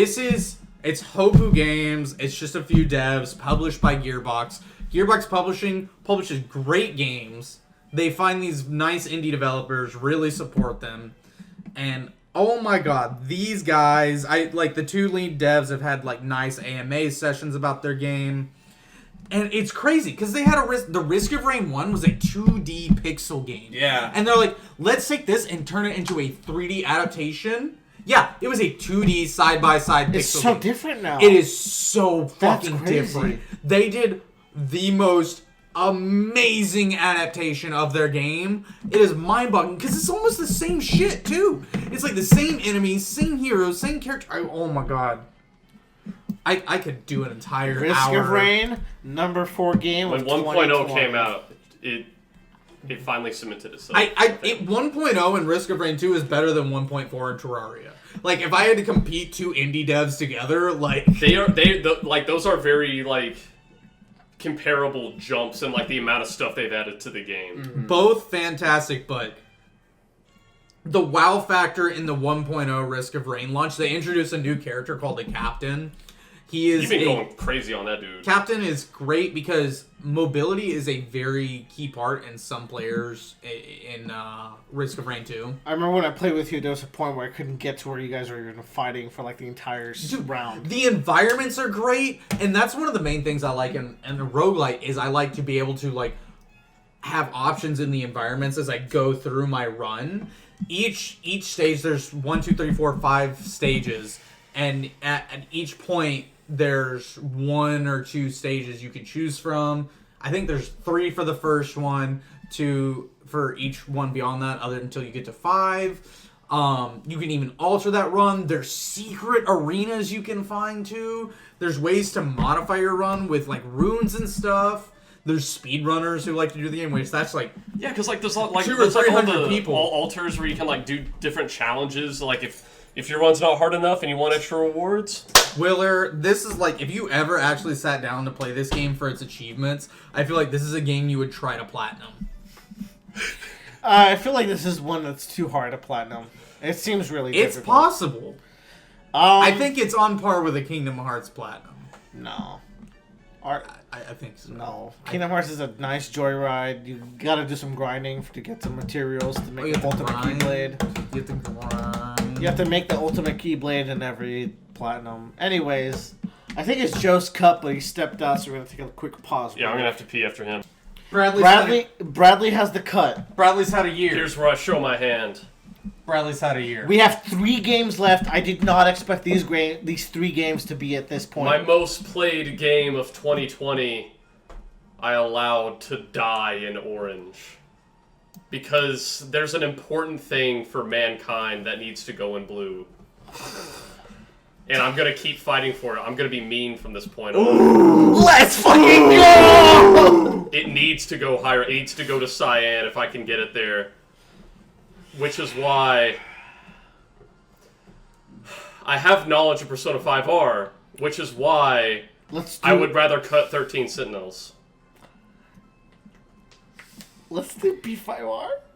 No. Oh, remember what you said right before he went to the bathroom? Yeah. Fuck you. I was right. Reason being, it's because Persona 5R does something that Bradley loves. It leverages the medium for its intent. You're speaking nonsense to me. I'm 100% correct. You've never played 13 Sentinels. It is the medium of video games. No, like, Persona 5R is a story, it leverages it. I didn't think we would get to this level. It's so good. Bradley, I okay. agree Persona 5R. I'm being the main villain right now. No, he's saying 13 Sentinels. I agree Persona 5R. I agree Persona 5R.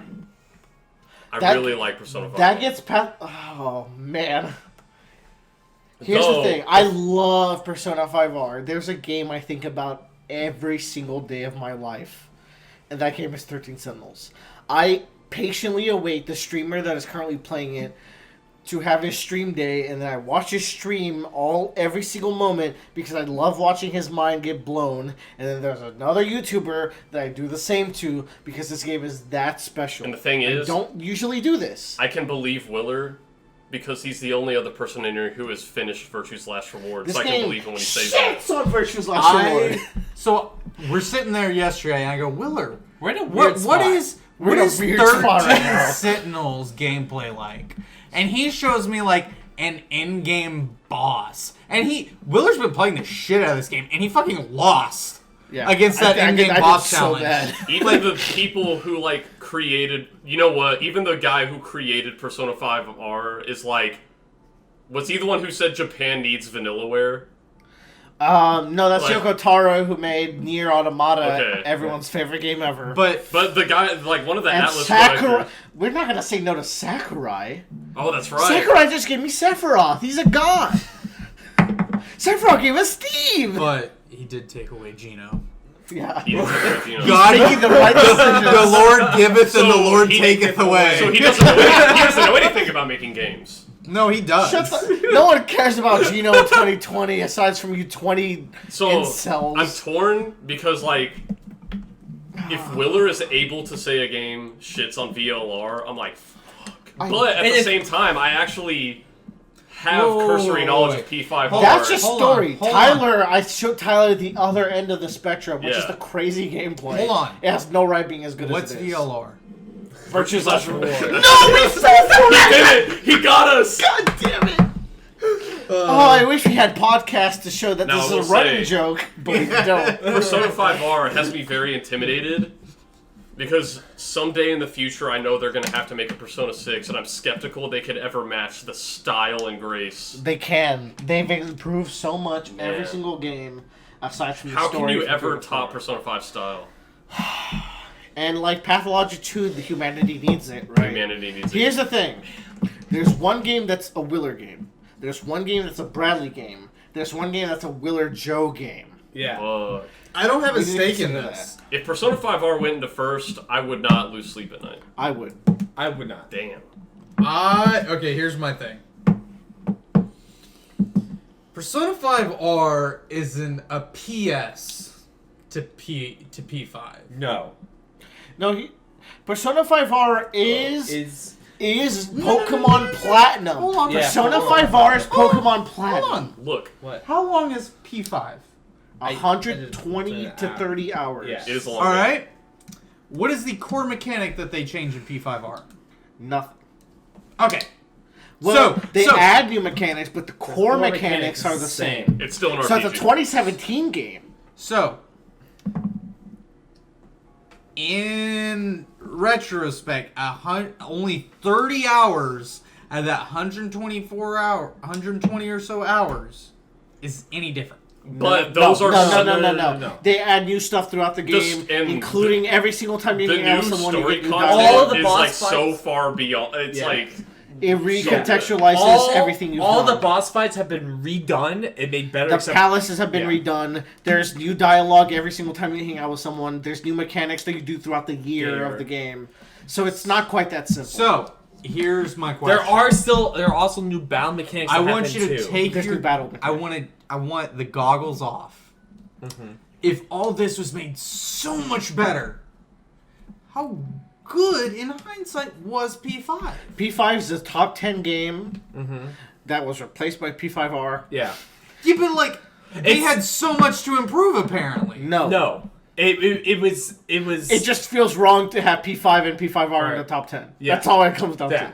It's like it's like Pokemon Platinum or Pokemon you Emerald. play Platinum. It's you don't, Emerald. You do not play Diamond Diamond and Pearl. You're talking to the one person who never bought an emerald, a platinum, a I know. Ultramoon. Nope. and that's where you failed at life.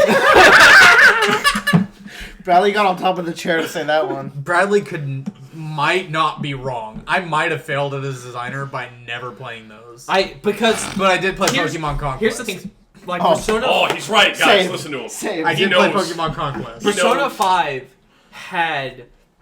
I played Persona 5 was the game that made me trust JRPGs again. I tried That's playing big. That's Final big. Fantasy 13. It was the last JRPG I ever Well, played. you chose the most hated Final Fantasy.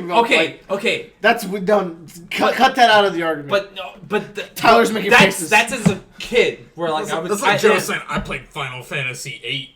No, hold on. I'm playing Final Because Fantasy. I played Kingdom Hearts 2. Pretty good, I played actually. Kingdom Hearts 3. I'm not Kingdom Hearts 3. Final Fantasy 3 on a DS, and I literally was like going through the Final Fantasy games as a kid. And I got Final Fantasy 13, and it killed any excitement I had for JRPGs. I picked up Persona 5 on a whim. It made me immediately go, "This is the game I want to fucking play." This is Joe great. hasn't played Bravely Default. I have. You know what? I'm a Chad now. Willer has a big penis. But like the confirmed. point being is that I You don't know what a Dia has gone through. I thought Persona 5 was the You don't know what Ringabell's up to. Regardless of that, that'll be next year's game of the But year. Persona 5 was like up. It made me realize how good JRPG systems were. It made me like re-love them again. Wait, Akechi and Mayuki. Oh my And god. Persona 5R took everything I loved, made it better, and showed me how much better things can be, and gave me hope that things can continue to be better. By and my not peaked. money, and this is selfish. Yeah. By my money, I will show my cards right now. Pathologic at 3, P5R at 2, 13 Sentinels at 1. That's my money. It's my cut. I'm giving you 2. Those 2 are 13 Sentinels and Persona 5R. You gotta pick your child. Okay. I'm picking 13 Sentinels. Like, Pick your child. Over. How about we kill Pathologic 2? Fuck this guy. It is top 3. I didn't think I'd get it this far. I played Pathologic 2 for a little bit. I can shit on it a little bit. It plays so bad on PS4. It's awful on PS4. However, the writing is quite good. Okay, but it's a game. It's a game. Because But, even it's also a torture device. right, because even with no near game, I still had these moments when I was playing that I felt like, oh, this is a really cool like way of doing an escape room puzzle. Can you say the same in terms of Pathologic and what it does with its gameplay? Yeah, no, I'm Pathologic. gonna talk about this game when it does get cut. But Which is what I'm now. saying right now is it's my cut. That's It true. is his it's cut. You guys need to realize right Riley's now never been mean. He's never been mean. I'm the villain right now, where you're like, how could you do this to us? But in my mind, I'm doing this for the good of humanity. All he wants is a quiet life. actually pretty cohesive with what you do in Pathologic too. Bradley, who are you cutting? I think we've made an argument that like we've evened out every game at this point. I think at this, we should point out that the top 3 of our games, I think, are at the point now where, depending on whoever takes the personality cortex over of our 4 mind, would differ. Yeah, Does that make okay, sense? I do get what you're. Okay, it took me a while. I get Yes. what you're saying. Like, if I took over, I would say Persona 5R. If Willard or Tyler took over, it would be 13 Sentinels potentially. If Bradley took over, it's kind of weird that 2 of us picked the same game. It makes you consider if we should maybe just go with that. No. Willer, I believe He hasn't you. beaten them. I don't think you're crazy. I believe you, but I'm going to be selfish and I have to do this. Y'all. Persona 5R. I want to throw up 13 Sentinels. And it's not because I don't believe you. I do, but I have to be selfish. Here's the thing, though. Hey. You've gotten me to the point. Willer, you gave him a spine, Yeah. Gave him a spine. and now he has. It's bitten you in the ass. Just so y'all know, I just bought Persona 5 Royal. Right now. Yeah. Let's fucking go. Let's fucking go! Like, Wait, you should bought the wrong game out of these 3, but it's all good. I don't believe that this is redefined JRPGs, but I need to experience it. It has not redefined JRPGs, but it's so addictive. But it shows you what makes a JRPG so Austin, fucking Austin loves it. Joe is saying it gave him refaith. I love JRPGs. I and felt a roguelites. void in my heart. No, after same. I had to say goodbye to my friends. Yeah. They're my Like, friends, Tyler. Just like you. It was. You're Yusuke. Yeah. You're I will Ryuji. be the decider whether this has an impact on me more than Bravely Default. Now, Willer, Bradley's that was my cut. and Bradley's you're- fucking Futaba. That was my cut. Now in your dying breaths, you get to stab me back. Wait, so hold on. Who did you cut? 13 13 Sentinels? Sentinels. 13 Sentinels. But talk about 13 Sentinels. 13 Sentinels is the greatest game every year. and I've been very fortunate. Every year, didn't it come out no, this year? You I've can't been- win 2 years in a row. No, I've been very Did fortunate. it come out this year? Shut up. I've been really fortunate that every year there's a game that enters my top 10 in the last 4 years. I had Monster Hunter World, I had Death Stranding, Monster Hunter World. I had Devil May Cry 5, and this year the game is 13 Sentinels. Since I finished that game, not a day goes by where I don't think about that game. It's like Bradley when he finished Worm. It has ingrained itself. It's part of your personality. simultaneously inspiring in order to do something of your own, and crushing that you will never reach anywhere close to how well this landed. It is the most ambitious story maybe ever told. Not in games. Just the premise, I was like, God damn, how do you even do that? You're these teenagers who are fighting these giant kaiju robots, and that is such a lie that I just said to you. The game is so much more than that. All 13 characters are fucking fire, even the trash one. The combat the has trash no... one? The trash one would probably be Fuyusaka, probably, but that means What nothing generation to were you. they? They're Generation 2. Oh, okay. So it's The one of thing girls? is, too many characters are motivated by love, but also it's taking a lot of inspiration from shoujo manga, which I thought was pretty refreshing because I'm a very shonen boy. Yeah. But also you beat the shit out of giant robots with your robots, and also your mind is splayed all over the floor every 30 minutes. And I don't say that lightly. Every 30 minutes you will rethink your entire understanding of the game. And when you're bringing that much plot into a game, you have to question, did you go too far? Did the game become nonsense like Kingdom Hearts? No. The game is super understandable. I understand almost everything about the plot. The plot is just so complex that there's a couple of things or two that I have to remember. The game has tools to help you understand the plot. The game's combat has no right to be as good as it is. It is so addicting. There's 1,000 extra missions after you beat the game, and I'm still going through them. Please buy 13 Sentinels. This game sold super poorly because... I really want to purchase it. Some of the... Willer sent us a thing. Some of the biggest dick game developers in the world were like, holy fuck, you have to play this. I wish I could do this. I watched Willer. I'm He not. watched me do one battle in the first cutscene in the game, and he's suddenly on my side. I think for Tyler, of all people, that says a lot. This game. It's special. Genuinely. I'm not on that level of the like Sakurai or the other developer that said this is the game that everyone should play. Mm-hmm. But holy shit, is this... It's just special. This game... So there was a game that we played last year or the year prior called Into the Breach. And this is a... Which I really like. It's a great game. This is almost a 4X roguelike game. Or Not roguelike, XCOM-ish. 4X though? 4X, maybe. 4X. Because you are kind of controlling a bunch of units at once. But man, that just... I feel... I watched Joe has a Willer. boner, I watched everyone. Willer play like 30 or 40 minutes of this game. I don't think you'll know what 4X means, but yeah. You don't know anything. You don't know. It's RTS, Right. but turn-based Turn-based. and real-time. Yeah. But I watched Willer play 30 to 40 minutes of this, and I immediately understood the gravity of. I just want to show choice. y'all the first few cutscenes. It was the gravity. After this. It was the gravity of choice and your characters that not only do you have, and this is something that allures me to Bravely Default. You have a passive and active.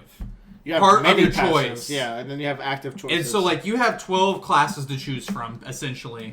But you also have 12 passive classes to choose from. As in, you have 6 active characters and 6 passive characters. The combat is real-time, like Final Fantasy IV, until that little meter bar fills up, and then it's like, alright, make a choice, we'll pause it for you. It's like active time battle. Man, why doesn't every fucking... It's just right there, man. Final Fantasy It's VII so does that. active. Yeah, and it gives you that little brief moment. It's the best way. It's so good to experience a game that can be fast paced like this, but still gives the player the time to think. The combat is so addicting. It's kind of weird because the art style of the story segments are so beautiful and the combat's like abstract. But you realize that this is a small team, and that is they created this amazing thing out of their constraints, which I always appreciate. Yeah, Wheeler told me it's a small fucking team, and like for every skill that all 12 of the players have, they have like I don't know how many skills they have. We're gonna say like over 40 skills are animated. Yeah, they have an animation for every like all these 40 skills that each one of these classes can do, and I'm like, I'll what say the Vanillaware traditionally is praised for their art, right? Yes. And guys, the story here is so ambitious. It made me when I finished this game, I just laid at night thinking about the future of humanity. So it's What are we like gonna do? some games really make you think. We've talked about some of those games this year. Oh yes. I'm gonna cut it here. Please buy 13 Sentinels if you have a PlayStation. Unfortunately, it's only on the Like- PlayStation systems. They need their money. This did not sell well. This was not advertised well. This would be a great game. I'll say, on like, Switch. after Willer did his talk on the Roundabout cast, I think at least me and Joe locked in. We're gonna play this at some point. No blood pact required. Just you talking about it, like I'm gonna play it. I don't believe. What if I blood packed this over Mother? I mean, it You looks already like started Mother. It looks like you actually finished this one. So Dude, my real beef with Mother is that I have to play it on my computer. That's the only actual I'm cutting issue. Pathologic 2. Okay, Go. understandable. Y'all, Which leaves So- Give it to us. Persona 5R as the game of the year. this game, Kobe. before I played it, I'd heard He's it dead. described so many different ways where people would say they wouldn't describe it as the best game ever made, even though I think it is. But the way I heard of many different independent resources describe it is the most important game ever made. How so? Because this game, I talk a lot about games and books and movies that try to use their medium as part of the storytelling. This is not the same thing. What's gonna break my mind playing this game? This is not the same thing. This is not using the medium as This is storytelling. not a 13 Sentinels experience. This is a video game makes you feel This in game, the like tortured kind of game. this game isn't. I actually played some of this game. It was very interesting. This game is not saying, "Hey, I'm going to use the video game medium as part of the storytelling." This game is saying, every other video game, they are good. It can be a good game, but their idea of what the video game medium is a tiny little square, and they are not breaching the outside of that square. That doesn't mean it's not a good game, but there's so much more we could be doing. And so the inspiration for this game comes from a French dramatist in the early 1900s. All right. This French dramatist would write stage plays, and he got thinking a lot about media. It could be stage plays, it could be books, it could be anything. And he's like, inherently, the person experiencing a story is just removed from the story. He's like, if something happy happens, that happiness emotion you feel is real, but if you're one of those, like, just, I don't know, skeptic teenagers or whatever, you're like, well, you know, the story isn't real. I mean, that didn't really happen. So it's like, whatever. It made me feel happy for a minute when I was watching it, but it's like, I don't know. It's all a made-up story. Whatever. Who cares? Or if something bad happens, it's like, whatever. It's just a story. And so he's like, you know, how do I really get someone into the story? And so he started doing these stage plays where he's like, what if I bring someone... What if I make, like, if someone's on this stage play, it's just for them, it's tailored for them. I bring them onto the stage with the actors, and I tailor the play just for this person, and they would really like it. But at the end of the day, he's like, they're still removed from the experience because they liked it, but when they go home and lay down in bed at night, they're like, that experience was tailored for me. My triumph wasn't real. He's like, the happiness I experienced was real, but the triumph of the story isn't a real thing. And he's like, how do I make a real thing for the player? And he got thinking about, like, okay, what if I try different emotions? Like, you know, what if I tried, this is still that 1900s dramatist. He's like, what if I tried, like, anxiety or pain or stress or something like that? Because he's like, the thing is, if I bring them in and I have them be the hero of the story, they can triumph over the bad guy, but that's still a fake experience. But he's like, and so, you know, if you realize it's a fake experience, like, you know, you were happy when it was going on, but now you're like, okay, I'm not really a cool hero guy. But then, whenever he tried the same experiment in his stage plays with stress and anxiety and pain, you can tell yourself it was a fake experience, but you still fucking were not happy. You were still crying. You were still in pain. It still fucking sucked. And so the people of Pathologic were like, that's what he did for stage plays. He's like, they were like, how do we do that for other mediums? And so this game is like, how do we expand the medium? It's like, how do we breach the gap between real life and the game? And not in the same way Undertale does, where it's like, oh, you're the player, oh, this is your level, blah, blah, blah, blah, blah. This is like, what their goal is. They don't want Pathologic to be a game. They want Pathologic to be a thing that happens to you in real life. And that's what it is. An experience. It's not a game. It is a thing that happens to you. And in the first game, and it's a weird relationship between two in the first game. It's kind of like Legend of Zelda, where it's like the same motifs, same setting, but you don't have to play one to play the other. Right. It wasn't called Pathologic 2 in the original language.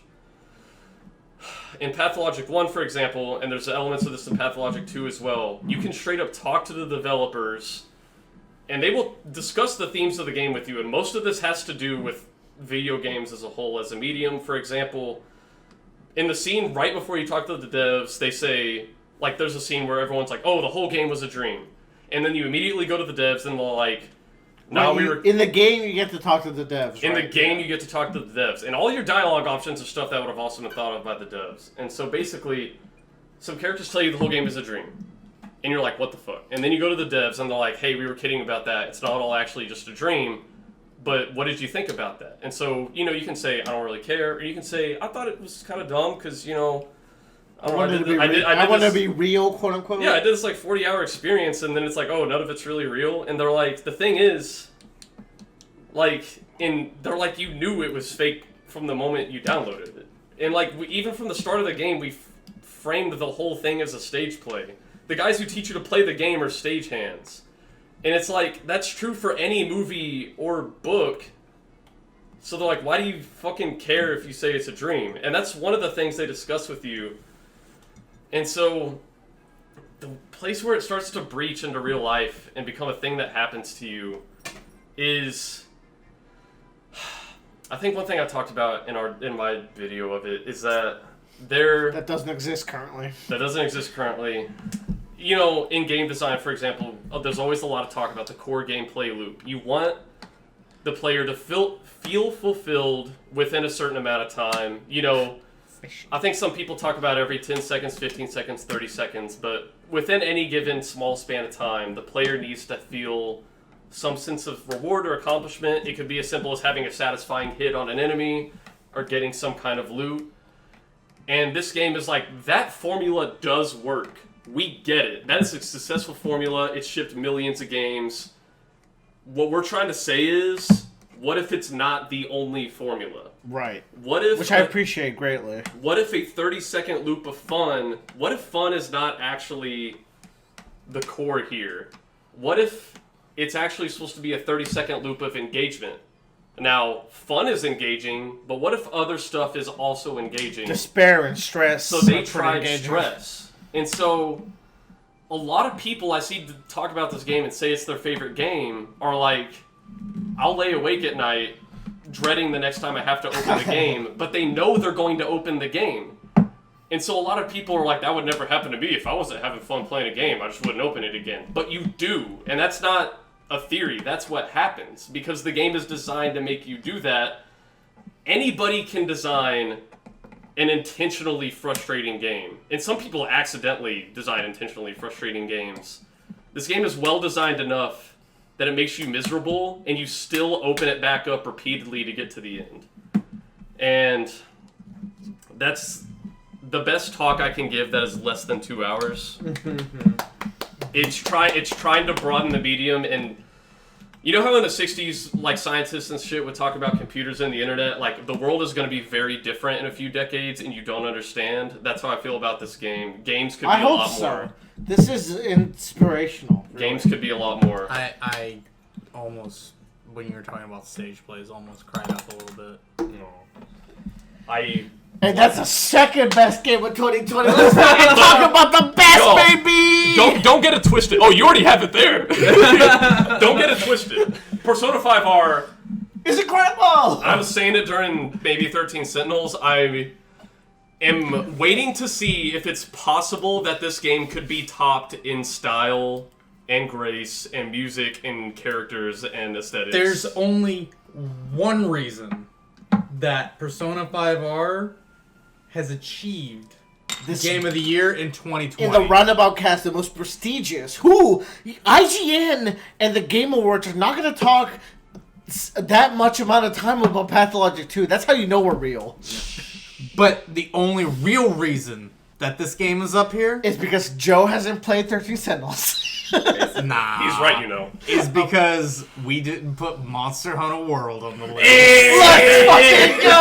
Honestly, because this year, I thought Monster Hunter World was going to be on the list because of new content that came out, and I just kind of assumed it was going to be number one. And so you guys told me it wasn't going to be on the list. I was like, oh, now it's anybody's game. No, it's Oh yeah, we had to give it a fair chance. Yeah. To be fair, Monster Hunter World closed out its life cycle extremely fantastically. well. Yo, I haven't been this drunk in a very long time. And yeah, that's all I'm gonna say about Monster Hunter World. Persona 5R though, So first of all, Persona 5, top 10 game of all time. yeah, However, Persona 5R better than that game.